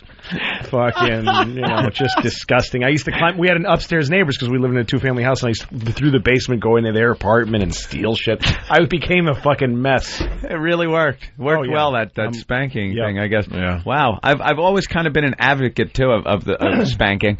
But now that I look back, it might not have worked. Because Louis brought up a great point where it's like, hey, it worked. But you just don't know what else it's doing. That's a huge problem. It's so. You're also teaching your kid that hitting is how you get stuff. I mean, that's how that you listen to people who hit you. What kind of fucking life lesson is that? Well, if someone hits you, just listen to him. Just do whatever or he'll they said keep right hitting before. you. Yeah. It's bad in raising a kid. Although I do think on places where it should be yanked out, or like if the kid's crying on a plane, like if he's not used to being hit, and all of a sudden you're hammer fisting him. Now, I think an attention-getting whack on the ass is kind of an attention. I mean, I wouldn't do it. I can't imagine. Fucking the kids are so tiny. It's just bizarre to me. Pick them up by the arm. Look, I don't believe in hitting my dog. I don't believe in it. But my dog once snapped at my daughter, and I fucking laid her out. Really? And I felt bad, and I don't think Did you get a good out of it? It was pretty. Oh, good. They get surprised when you hit them. I smacked her in the face hard. Yeah, I threw her outside. I dragged her outside, and as I closed the door on her, I gave her a fucking nasty whack in the face. Do you think the dog knew why? It was snapping? I didn't matter. Didn't even care. It was retribution. It wasn't fucking rehabilitation. Yeah. Dog behaved after that, though, right? But with the dog, especially, actually hitting dogs is a plain bad idea because they do get aggressive and they don't. Yeah, it confuses snappy. them. Yeah, they don't because they don't hit each other. Dog. Yeah. Why don't we go to Jason in Wyoming? Well, they do lick each other's assholes. It doesn't mean we should have to interact like they should. No, right. We should, perhaps. If he doesn't bite the door. When my dog was a puppy, I did bite her on the ear, which I heard is a good. Like I laid down flat on top of her and bit her on the ear. Did the alpha male thing, and it worked. She sat, pissed on it, just piss in its favorite corner, showing who's boss. Hey, this has come in a couple times as well. Jason in Wyoming. Here's another angle. Jason, go ahead. Yeah, you guys got me reminiscing about the goddamn it if I got to come in there. Yeah. But my dad used to give me a tune-up. If I was being good for an extended period of time, he'd whack me in the back of the head to remind me of what would happen if I was naughty. Wow. This came in a few times. People that they were too good for too long, and the father felt like they got to hit him anyway. That's a good one. Oh, yeah, you got to get just to keep them going, I guess. I think you tapped into something when you said that your father's laughing at laughing. Yeah. And his wife is sneering at him. Oh, that's why he's yelling at you. They were, of course. Yeah. They were miserable. Yeah. No, there's nothing. That is the trait of a miserable marriage, and I've been there, that your wife does not want you to be, which is, again, why I stay at the Ritz on the road. Because, like, if my wife calls me at work, like, I'm working on a comedy show. Right. And everybody's in my office, and we're laughing about something, and she calls on my phone, and she's, what do you, just sit around and laugh all day? Yeah. Is that what you're doing while I'm home with the kids? You're sitting there and laughing? She's angry. So when people call me on my phone at work when I'm on a show, I have to go, shh. Like I'm smoking pot and my mom's calling. No fun in the air. No Everybody fun. Get out. Hi. No, we're just working really hard on the comedy. It's just miserable. I was married for 9 years, and Opie remembers. I would love doing the show, and then we used to carpool because we lived in the same town. So he'd be driving me home. And, like, he could see the point where he'd make a corner, and, like, the fun and vibrant life I had would be sucked from my body. My shoulders went down. Like, we'd be talking about that day's show and what we're going to do tomorrow and just our career and how excited we are about being in New York. And then we turn a corner, and my shoulders would slump. my jaw would kind of go down. My eyes would kind of get, like, down. And she'd be at the door, kind of looking out the door. And I'd be walking toward the door, and Opie would hear some shit like the garbage was supposed to be at the curb this morning, and he'd drive away and I'm a beaten man. Well, the vacuum cleaner is the story we always tell. When he come to pick me up. Anthony's not a morning person, and I used to pick him up around 10:30, whatever. Yeah. But the point of the story, Ant was awake maybe 5 minutes, because he would wake get in the car and try to wake up, for the ride. All psyched to come in because it's a fucking fun job. Sure. So I pulled up one day, and there's like this huge argument going on the stoop, and I'm thinking to myself, I know he gets up just in time to jump in the car. What could he have possibly done wrong? He's been awake maybe 10 minutes. And she was yelling and screaming because he didn't vacuum before he left the house. Because vacuuming was my responsibility. Shock Jock radio show. Jesus. Vacuuming was my responsibility. And another thing, as you brought it up, there were a couple times I was ready to drop him back off at the house, and I would actually go, you want to go around the block? What do you want to do? You don't want to go home. So I would drive past the house just so he could get, psyched or just get himself together. No, my wife, we had one of those ridiculous garbage arguments because she came in the kitchen and said, how come the garbage isn't out in the bin? It's sitting on the kitchen floor. And I go, the bin is full. And she goes, really? It's full? And I'm like, I have to breathe to not get, I'm like, oh no. Yeah, it's full. And she goes, so even a bag wouldn't fit in there? And I'm like, why don't you go outside and look? Why don't you go look in the bin? And I'm saying it with like a tight smile. Why don't you go look in the bin? And she's like, why are you being shitty? I'm only asking you if it's full. No, you're not just asking. You're asking 3 times regardless of my answer. Yeah, it doesn't matter. I've answered you. Yeah. You asked again and again. Yeah, and then so I start talking like that, like I'm going, you asked again and again, and I told you it was, and then she goes, look at you. Look at yourself. Look how you're talking. Women are She's awful. like Perry Mason. Like trying to trip you up on your testimony, and then finally you lost. You were the guy that went, all right, and see the temper, ladies and gentlemen of the jury. Full. See, ladies and gentlemen of the jury. Yeah, but here's how fucked up things are. The bin was not full. And I am mad at her because how would she know I'm lying? Like, I'm mad at her. Right. I'm indignant that she's calling me a liar simply because I know she has no reason to doubt me. Looked. But it was not full. Did she check the bin? What's that? Did she check She would have had to have looked into the bin. She didn't do anything. No, she didn't. She didn't look. She did not look. Then how did she know it wasn't full? No, she just doesn't she trust knew you're me. a liar. See, I'm angry that she doesn't trust me, even though the fact is I'm lying. You shouldn't be trusted. It's true. Hey, I love it. Let's get a hot story on the air here. It's Michelle in Jersey. Michelle, what's up? Hey, what's up, guys? Hey, I just wanted to relate to Anthony. My dad used to do the same thing. Like, me and my sister would share a room, and late at night, he would turn the TV down so he could hear us talk, and a bunch of little girls just chit-chatting. So he would come with the belt and then beat us, and then he would, like, just say some things, like he'd beat us in syllables or what have you. Yeah. And we would have to laugh at him for what he tripped up on, and then he would hit us some more for that. It was ridiculous. It was relentless. You laughed? He would laugh. Like, we had to laugh because he was tripping up. Like, he would say stuff that didn't make any sense. Because he was just doing it in syllables and got all mixed up. Yeah, that syllable beating is the worst for a kid because you're just like, oh my God, where's he going with this story? How long is it going to go? Like, when does this wrap up? Jesus. Oh, and it was teaching us a lesson. Meanwhile, it was because he was miserable. A little bit and punch out, guys. They're all talking about the Dakota Fanning. Now they got a little clips of the movie. Oh boy, that looks look how cute she is. Some critics are saying it wasn't graphic enough. Pedophiles are coming out saying. DA says film crew did not commit a crime. Look at this guy. Oh, he looks like investigate him. It's a clean-shaven Bill. He's a talk show host. I think he's from Air America. Hair. Ben Ferguson. Or Radio America. Is that different than Air America? Yeah. I think that's... Debuted. Oh my God. He looks like the conservative. Ben Ferguson. Something tells me this guy was first online with a handful of tickets. Yeah. No kidding. These people are causing the problem because it's a movie about where there's a child rape, like we were saying, in the context of a story. Right. It's probably dealt with very, tastefully and artistically. It's supposed to be but horrid. These people are removing it and just showing her picture and saying raped on camera. Rape. And just turning it into... They're distilling it down to an ugly thing, and so that kids are going to see... Kids aren't going to see that movie. No. Because it's a piece of shit Sundance art film. Artsy-fartsy movie.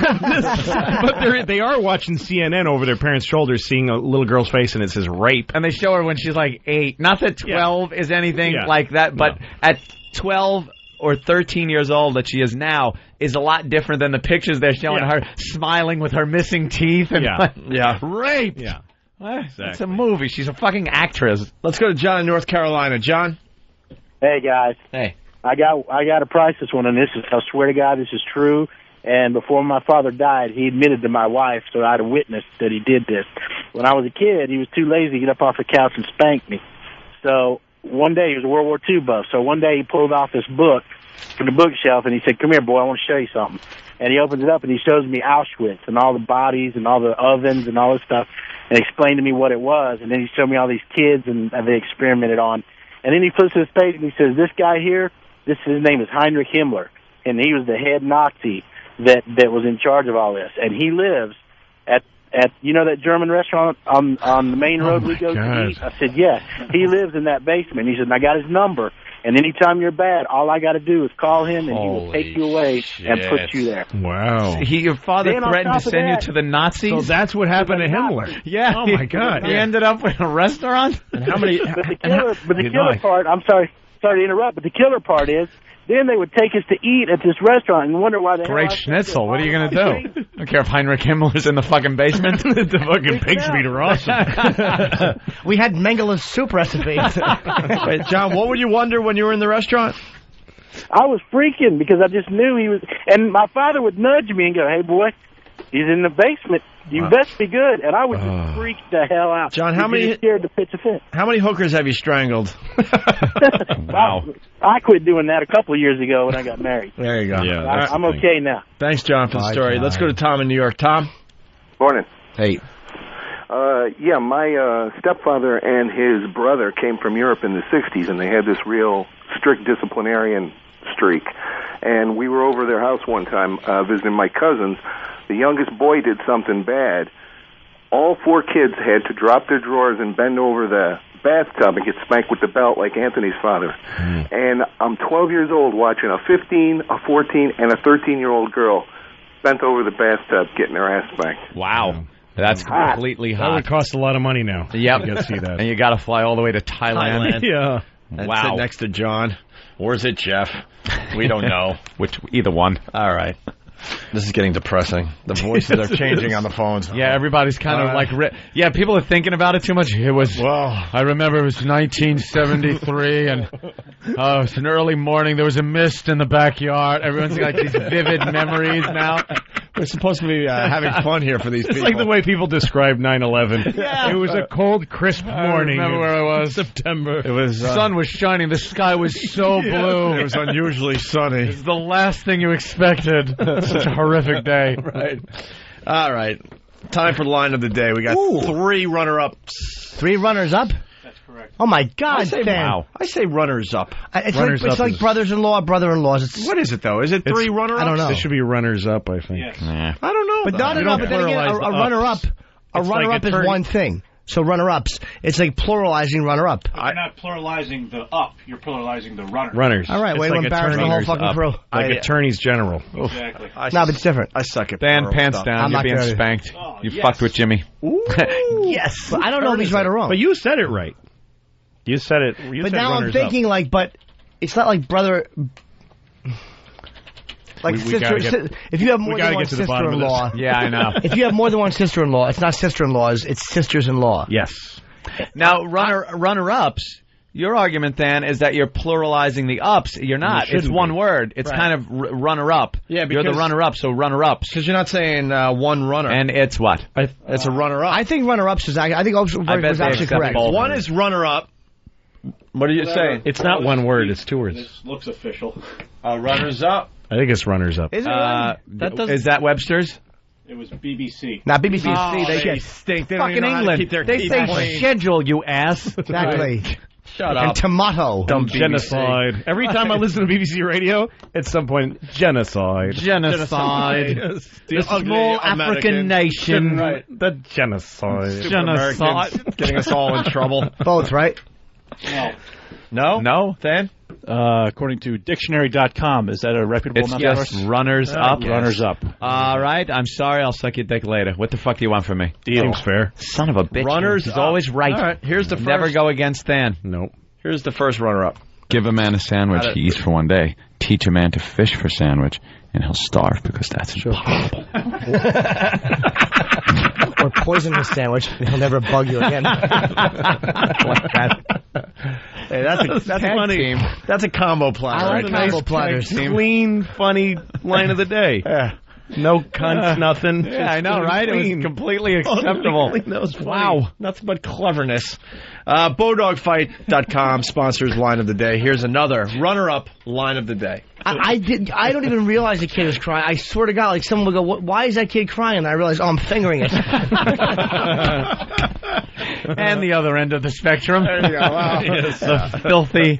I'm surprised Al didn't dump that. Go to bodogfight.com. Got me thinking for a second. Wait a minute, where the fuck were we? And check out what they're about, please. Bodogfight.com. The final runner-up Line of the Day. I got someone who needs me. Yeah. She's not white. No, she's not white. No, only the whip can get a sound like that. Louis C.K. Lucky Louie on DVD this coming Tuesday. January 30th. That's a Order goddamn now good on line. Amazon.com. Only the whip can get a sound like that. Jesus, that's the most brutal thing said today. It really is horrid. Clean enough for fucking for Ed Sullivan. Most brutal thing said today, and we went through an hour of beating stories and their psychological effect. Yep. Hey guys, here's today's Line of the Day, courtesy of bodogfight.com. Here comes Line of the Day, Line of the Day.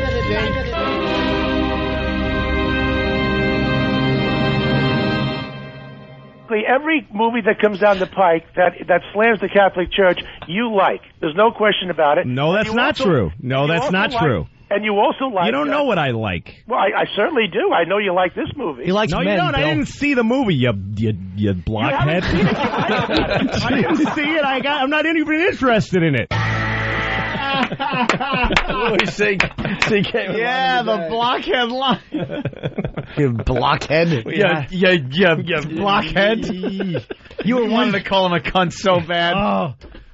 Oh, did you? I was so close to saying cunt, so he would hear it, and America wouldn't. But yeah. What comes after blockhead? You just go fat. All right, Louis. Thank you so much. Thanks, guys. Of course, Unbelievable. Lucky Louie on DVD coming Tuesday. Buy it. Maybe they'll bring the show back if you buy it. Please buy it. I cannot wait till you come on the show and bomb one day. I'm waiting for it. It will happen. Oh my God. And we'll enjoy it. Another one batting 1,000, you bastard. We're asses. Hey, failure is comedy. That's what it's about. Hey, you'll be like, I was sick today. I didn't feel good. Really, I hope you guys have me back. Off. O&A Child Virus, we mentioned that earlier. Yeah. Cleveland's bitching already. Because we didn't announce a Cleveland date. Oh, okay. And Buffalo's bitching. Buffalo should absolutely be included. Buffalo has... Yeah, they gave us great numbers, absolutely. man. Buffalo has a really interesting situation. They got that Darien Lake in between Rochester and Buffalo, and we're on in Rochester, too. It would be perfect. We do have to find out... It would be perfect. Wants and warrants. We have to find out if we're wanted up there. Yeah. Absolutely. Oh, we went up there after that. Okay. We could stay in the state of Rochester as long as we don't go in the state of Rochester. Yeah. There's the state of Buffalo. Buffalo's not part of New York. It's its own state called Buffalo, and Rochester's a state as well. Okay. So as long as we stay on, before the border of Buffalo. That's true. We are in Rochester. And we are in Buffalo. We should do something. We had a party in Buffalo that made the corporate rule book on how not to run an event. Let me tell you, literally. Let me tell you how bad Sex with Sam was. We were supposed to get fired for this party we threw in Buffalo, but they forgot all about that. There were complaints sent in to the FCC. This is all no bullshit. Complaints were sent in to the FCC for this Buffalo thing. It was never on the air. Wow. It was a live appearance. They still want to get us in trouble. It was a live appearance that never aired. So people were so pissed at what happened. We had fucking strippers. It was supposed to be stripper volleyball on the beach in Buffalo. We had strippers. It started out all cute. They were batting the volleyball and stuff like that. Within moments, the alcohol started flowing. It ended up, we didn't close the beach off to the public. Oh, no. So there were families, kind of not like right there, but on the periphery were families. And the strippers, within minutes of doing a few shots, completely naked, shoving zucchini up each other's assholes on a public fucking beach. In front of kids. It was classic. Oh, that's awesome. Fucking eating each other out. There are pictures of it on the web. You could pop it up now to this day. Oh, my God. 69ing on the beach with like a fucking kid looking on with googly-eyed one of the worst things we've ever done. Oh, it was That's great. Most kids remember that it was a clear day on the beach. It was 69 degrees. There is some kid, a woman put a like zucchini in her vagina, still jerking off to that image in his head, forcing dead women to do it in his bathtub. And there were rumors they were trying to arrest us. Yeah. I don't know how true that is, to be honest. There was.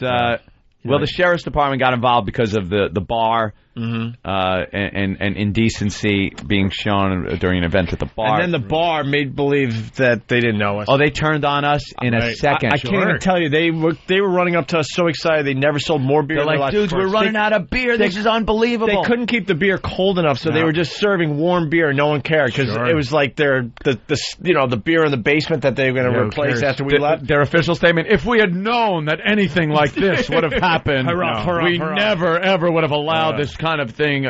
We apologize. Liquor license is the most precious thing in the world. They turned on us so fast. Yeah.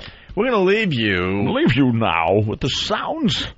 We didn't forget. I saw the sign, Pamela. The entire song. The whole song? The entire song. Okay. So we leave you now I got to stay with my headphones. I usually throw the headphones off and get the fuck out. Right. Now I got to listen. From our karaoke contest. Bye, guys. She is this so Pamela, bad. Goodbye. And I saw the sign. See you tomorrow. The whole version. Yeah. I saw it. What'd you see? I saw it.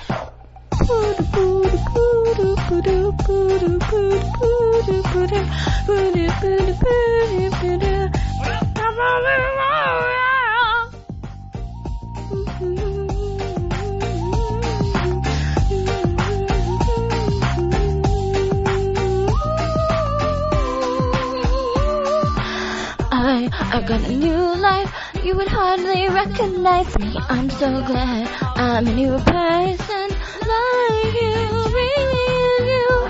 I didn't bother when you're not the one for me.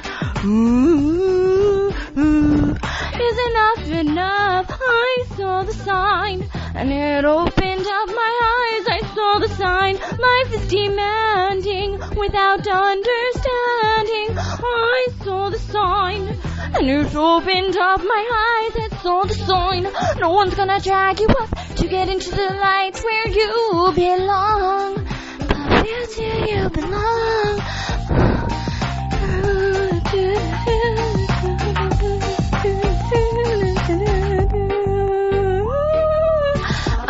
I got a new game. There's any reason wanting who you are. I'm a new person like you, baby joy.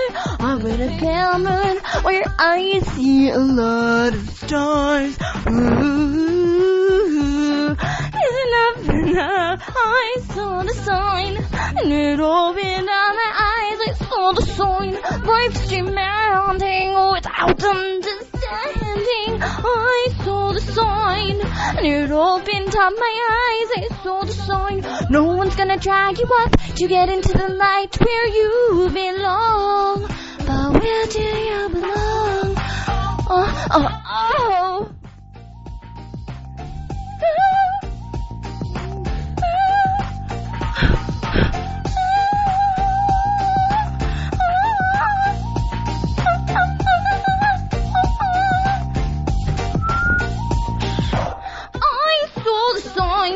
And it opened up my eyes, and I am happy not living without you. I left you, I saw the sign. Opened up my eyes, I saw the sign. No one's gonna drag you up to get into the light where you belong. The sign, I saw the sign. I saw the sign, I saw the sign. I saw the sign. I saw the sign, I saw the sign, I saw the sign, I saw the sign. And it opened up my eyes, I saw the sign. Holy fuck. All right, we didn't leave. Look, How can we leave? We couldn't leave or not comment after that. Oh my God. That is gold. Yeah, I'll tell you right now, O&A Traveling Virus, she has to do that song in front of 10,000 people. Oh my God. Has to. The clip that we've been listening to is great. It's gold, right? That Well, that was a real effort. She really got into Oh, my God. Well, you got to remember, too, she had no idea that it was going to become what it became. Right. A hit. A hit? Like, you ask musicians, like, you know, you ask, you know, the guys from Zeppelin, you ask them with Stairway, when you were writing it and recording it, did you know it was going to become this? That's how I feel about that song with her. No. Did you know it was just going to sweep the nation like this? Wow, the people cannot get enough. They want that fucking version. So good. That has to be emailed to me. I want that. When I get home, I want to open my email and have that to put in my iPod. That fucking rules. It's got to be, yeah. Yeah. Wow. I want to play that when my girlfriend and I are fucking. She's like, we have to start listening to music or we're fucking. All right. It's either Sabbath or this. That's a hell of a choice. Damn. How about some Enigma or something? Jesus. Well, that was something great. else in there. Yeah, we'll get it right up immediately. Beautiful. All right, now we can go. Now we're out of here. All right, pal talk. Bye. Later. Hey, guys, have a great day. Yeah. In response to complaints concerning the boisterous nature of previous Whip Them Out Wednesday sticker promotional production pieces, we present the following instructional message. Via the Internet, access the following uniform resource locator. Begin with the acronym for Hypertext Transfer Protocol, HTTP.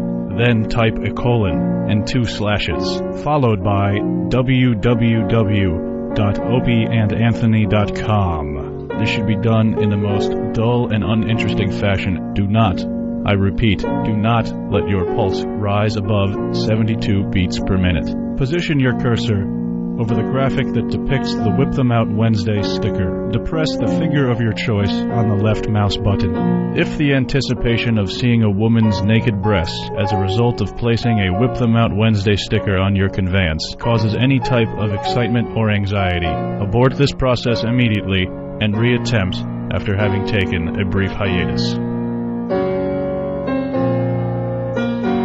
Line of the Day is brought to you by Bodog. If you'd like to vote on any of the weekly show polls, go to iliketolisten.com.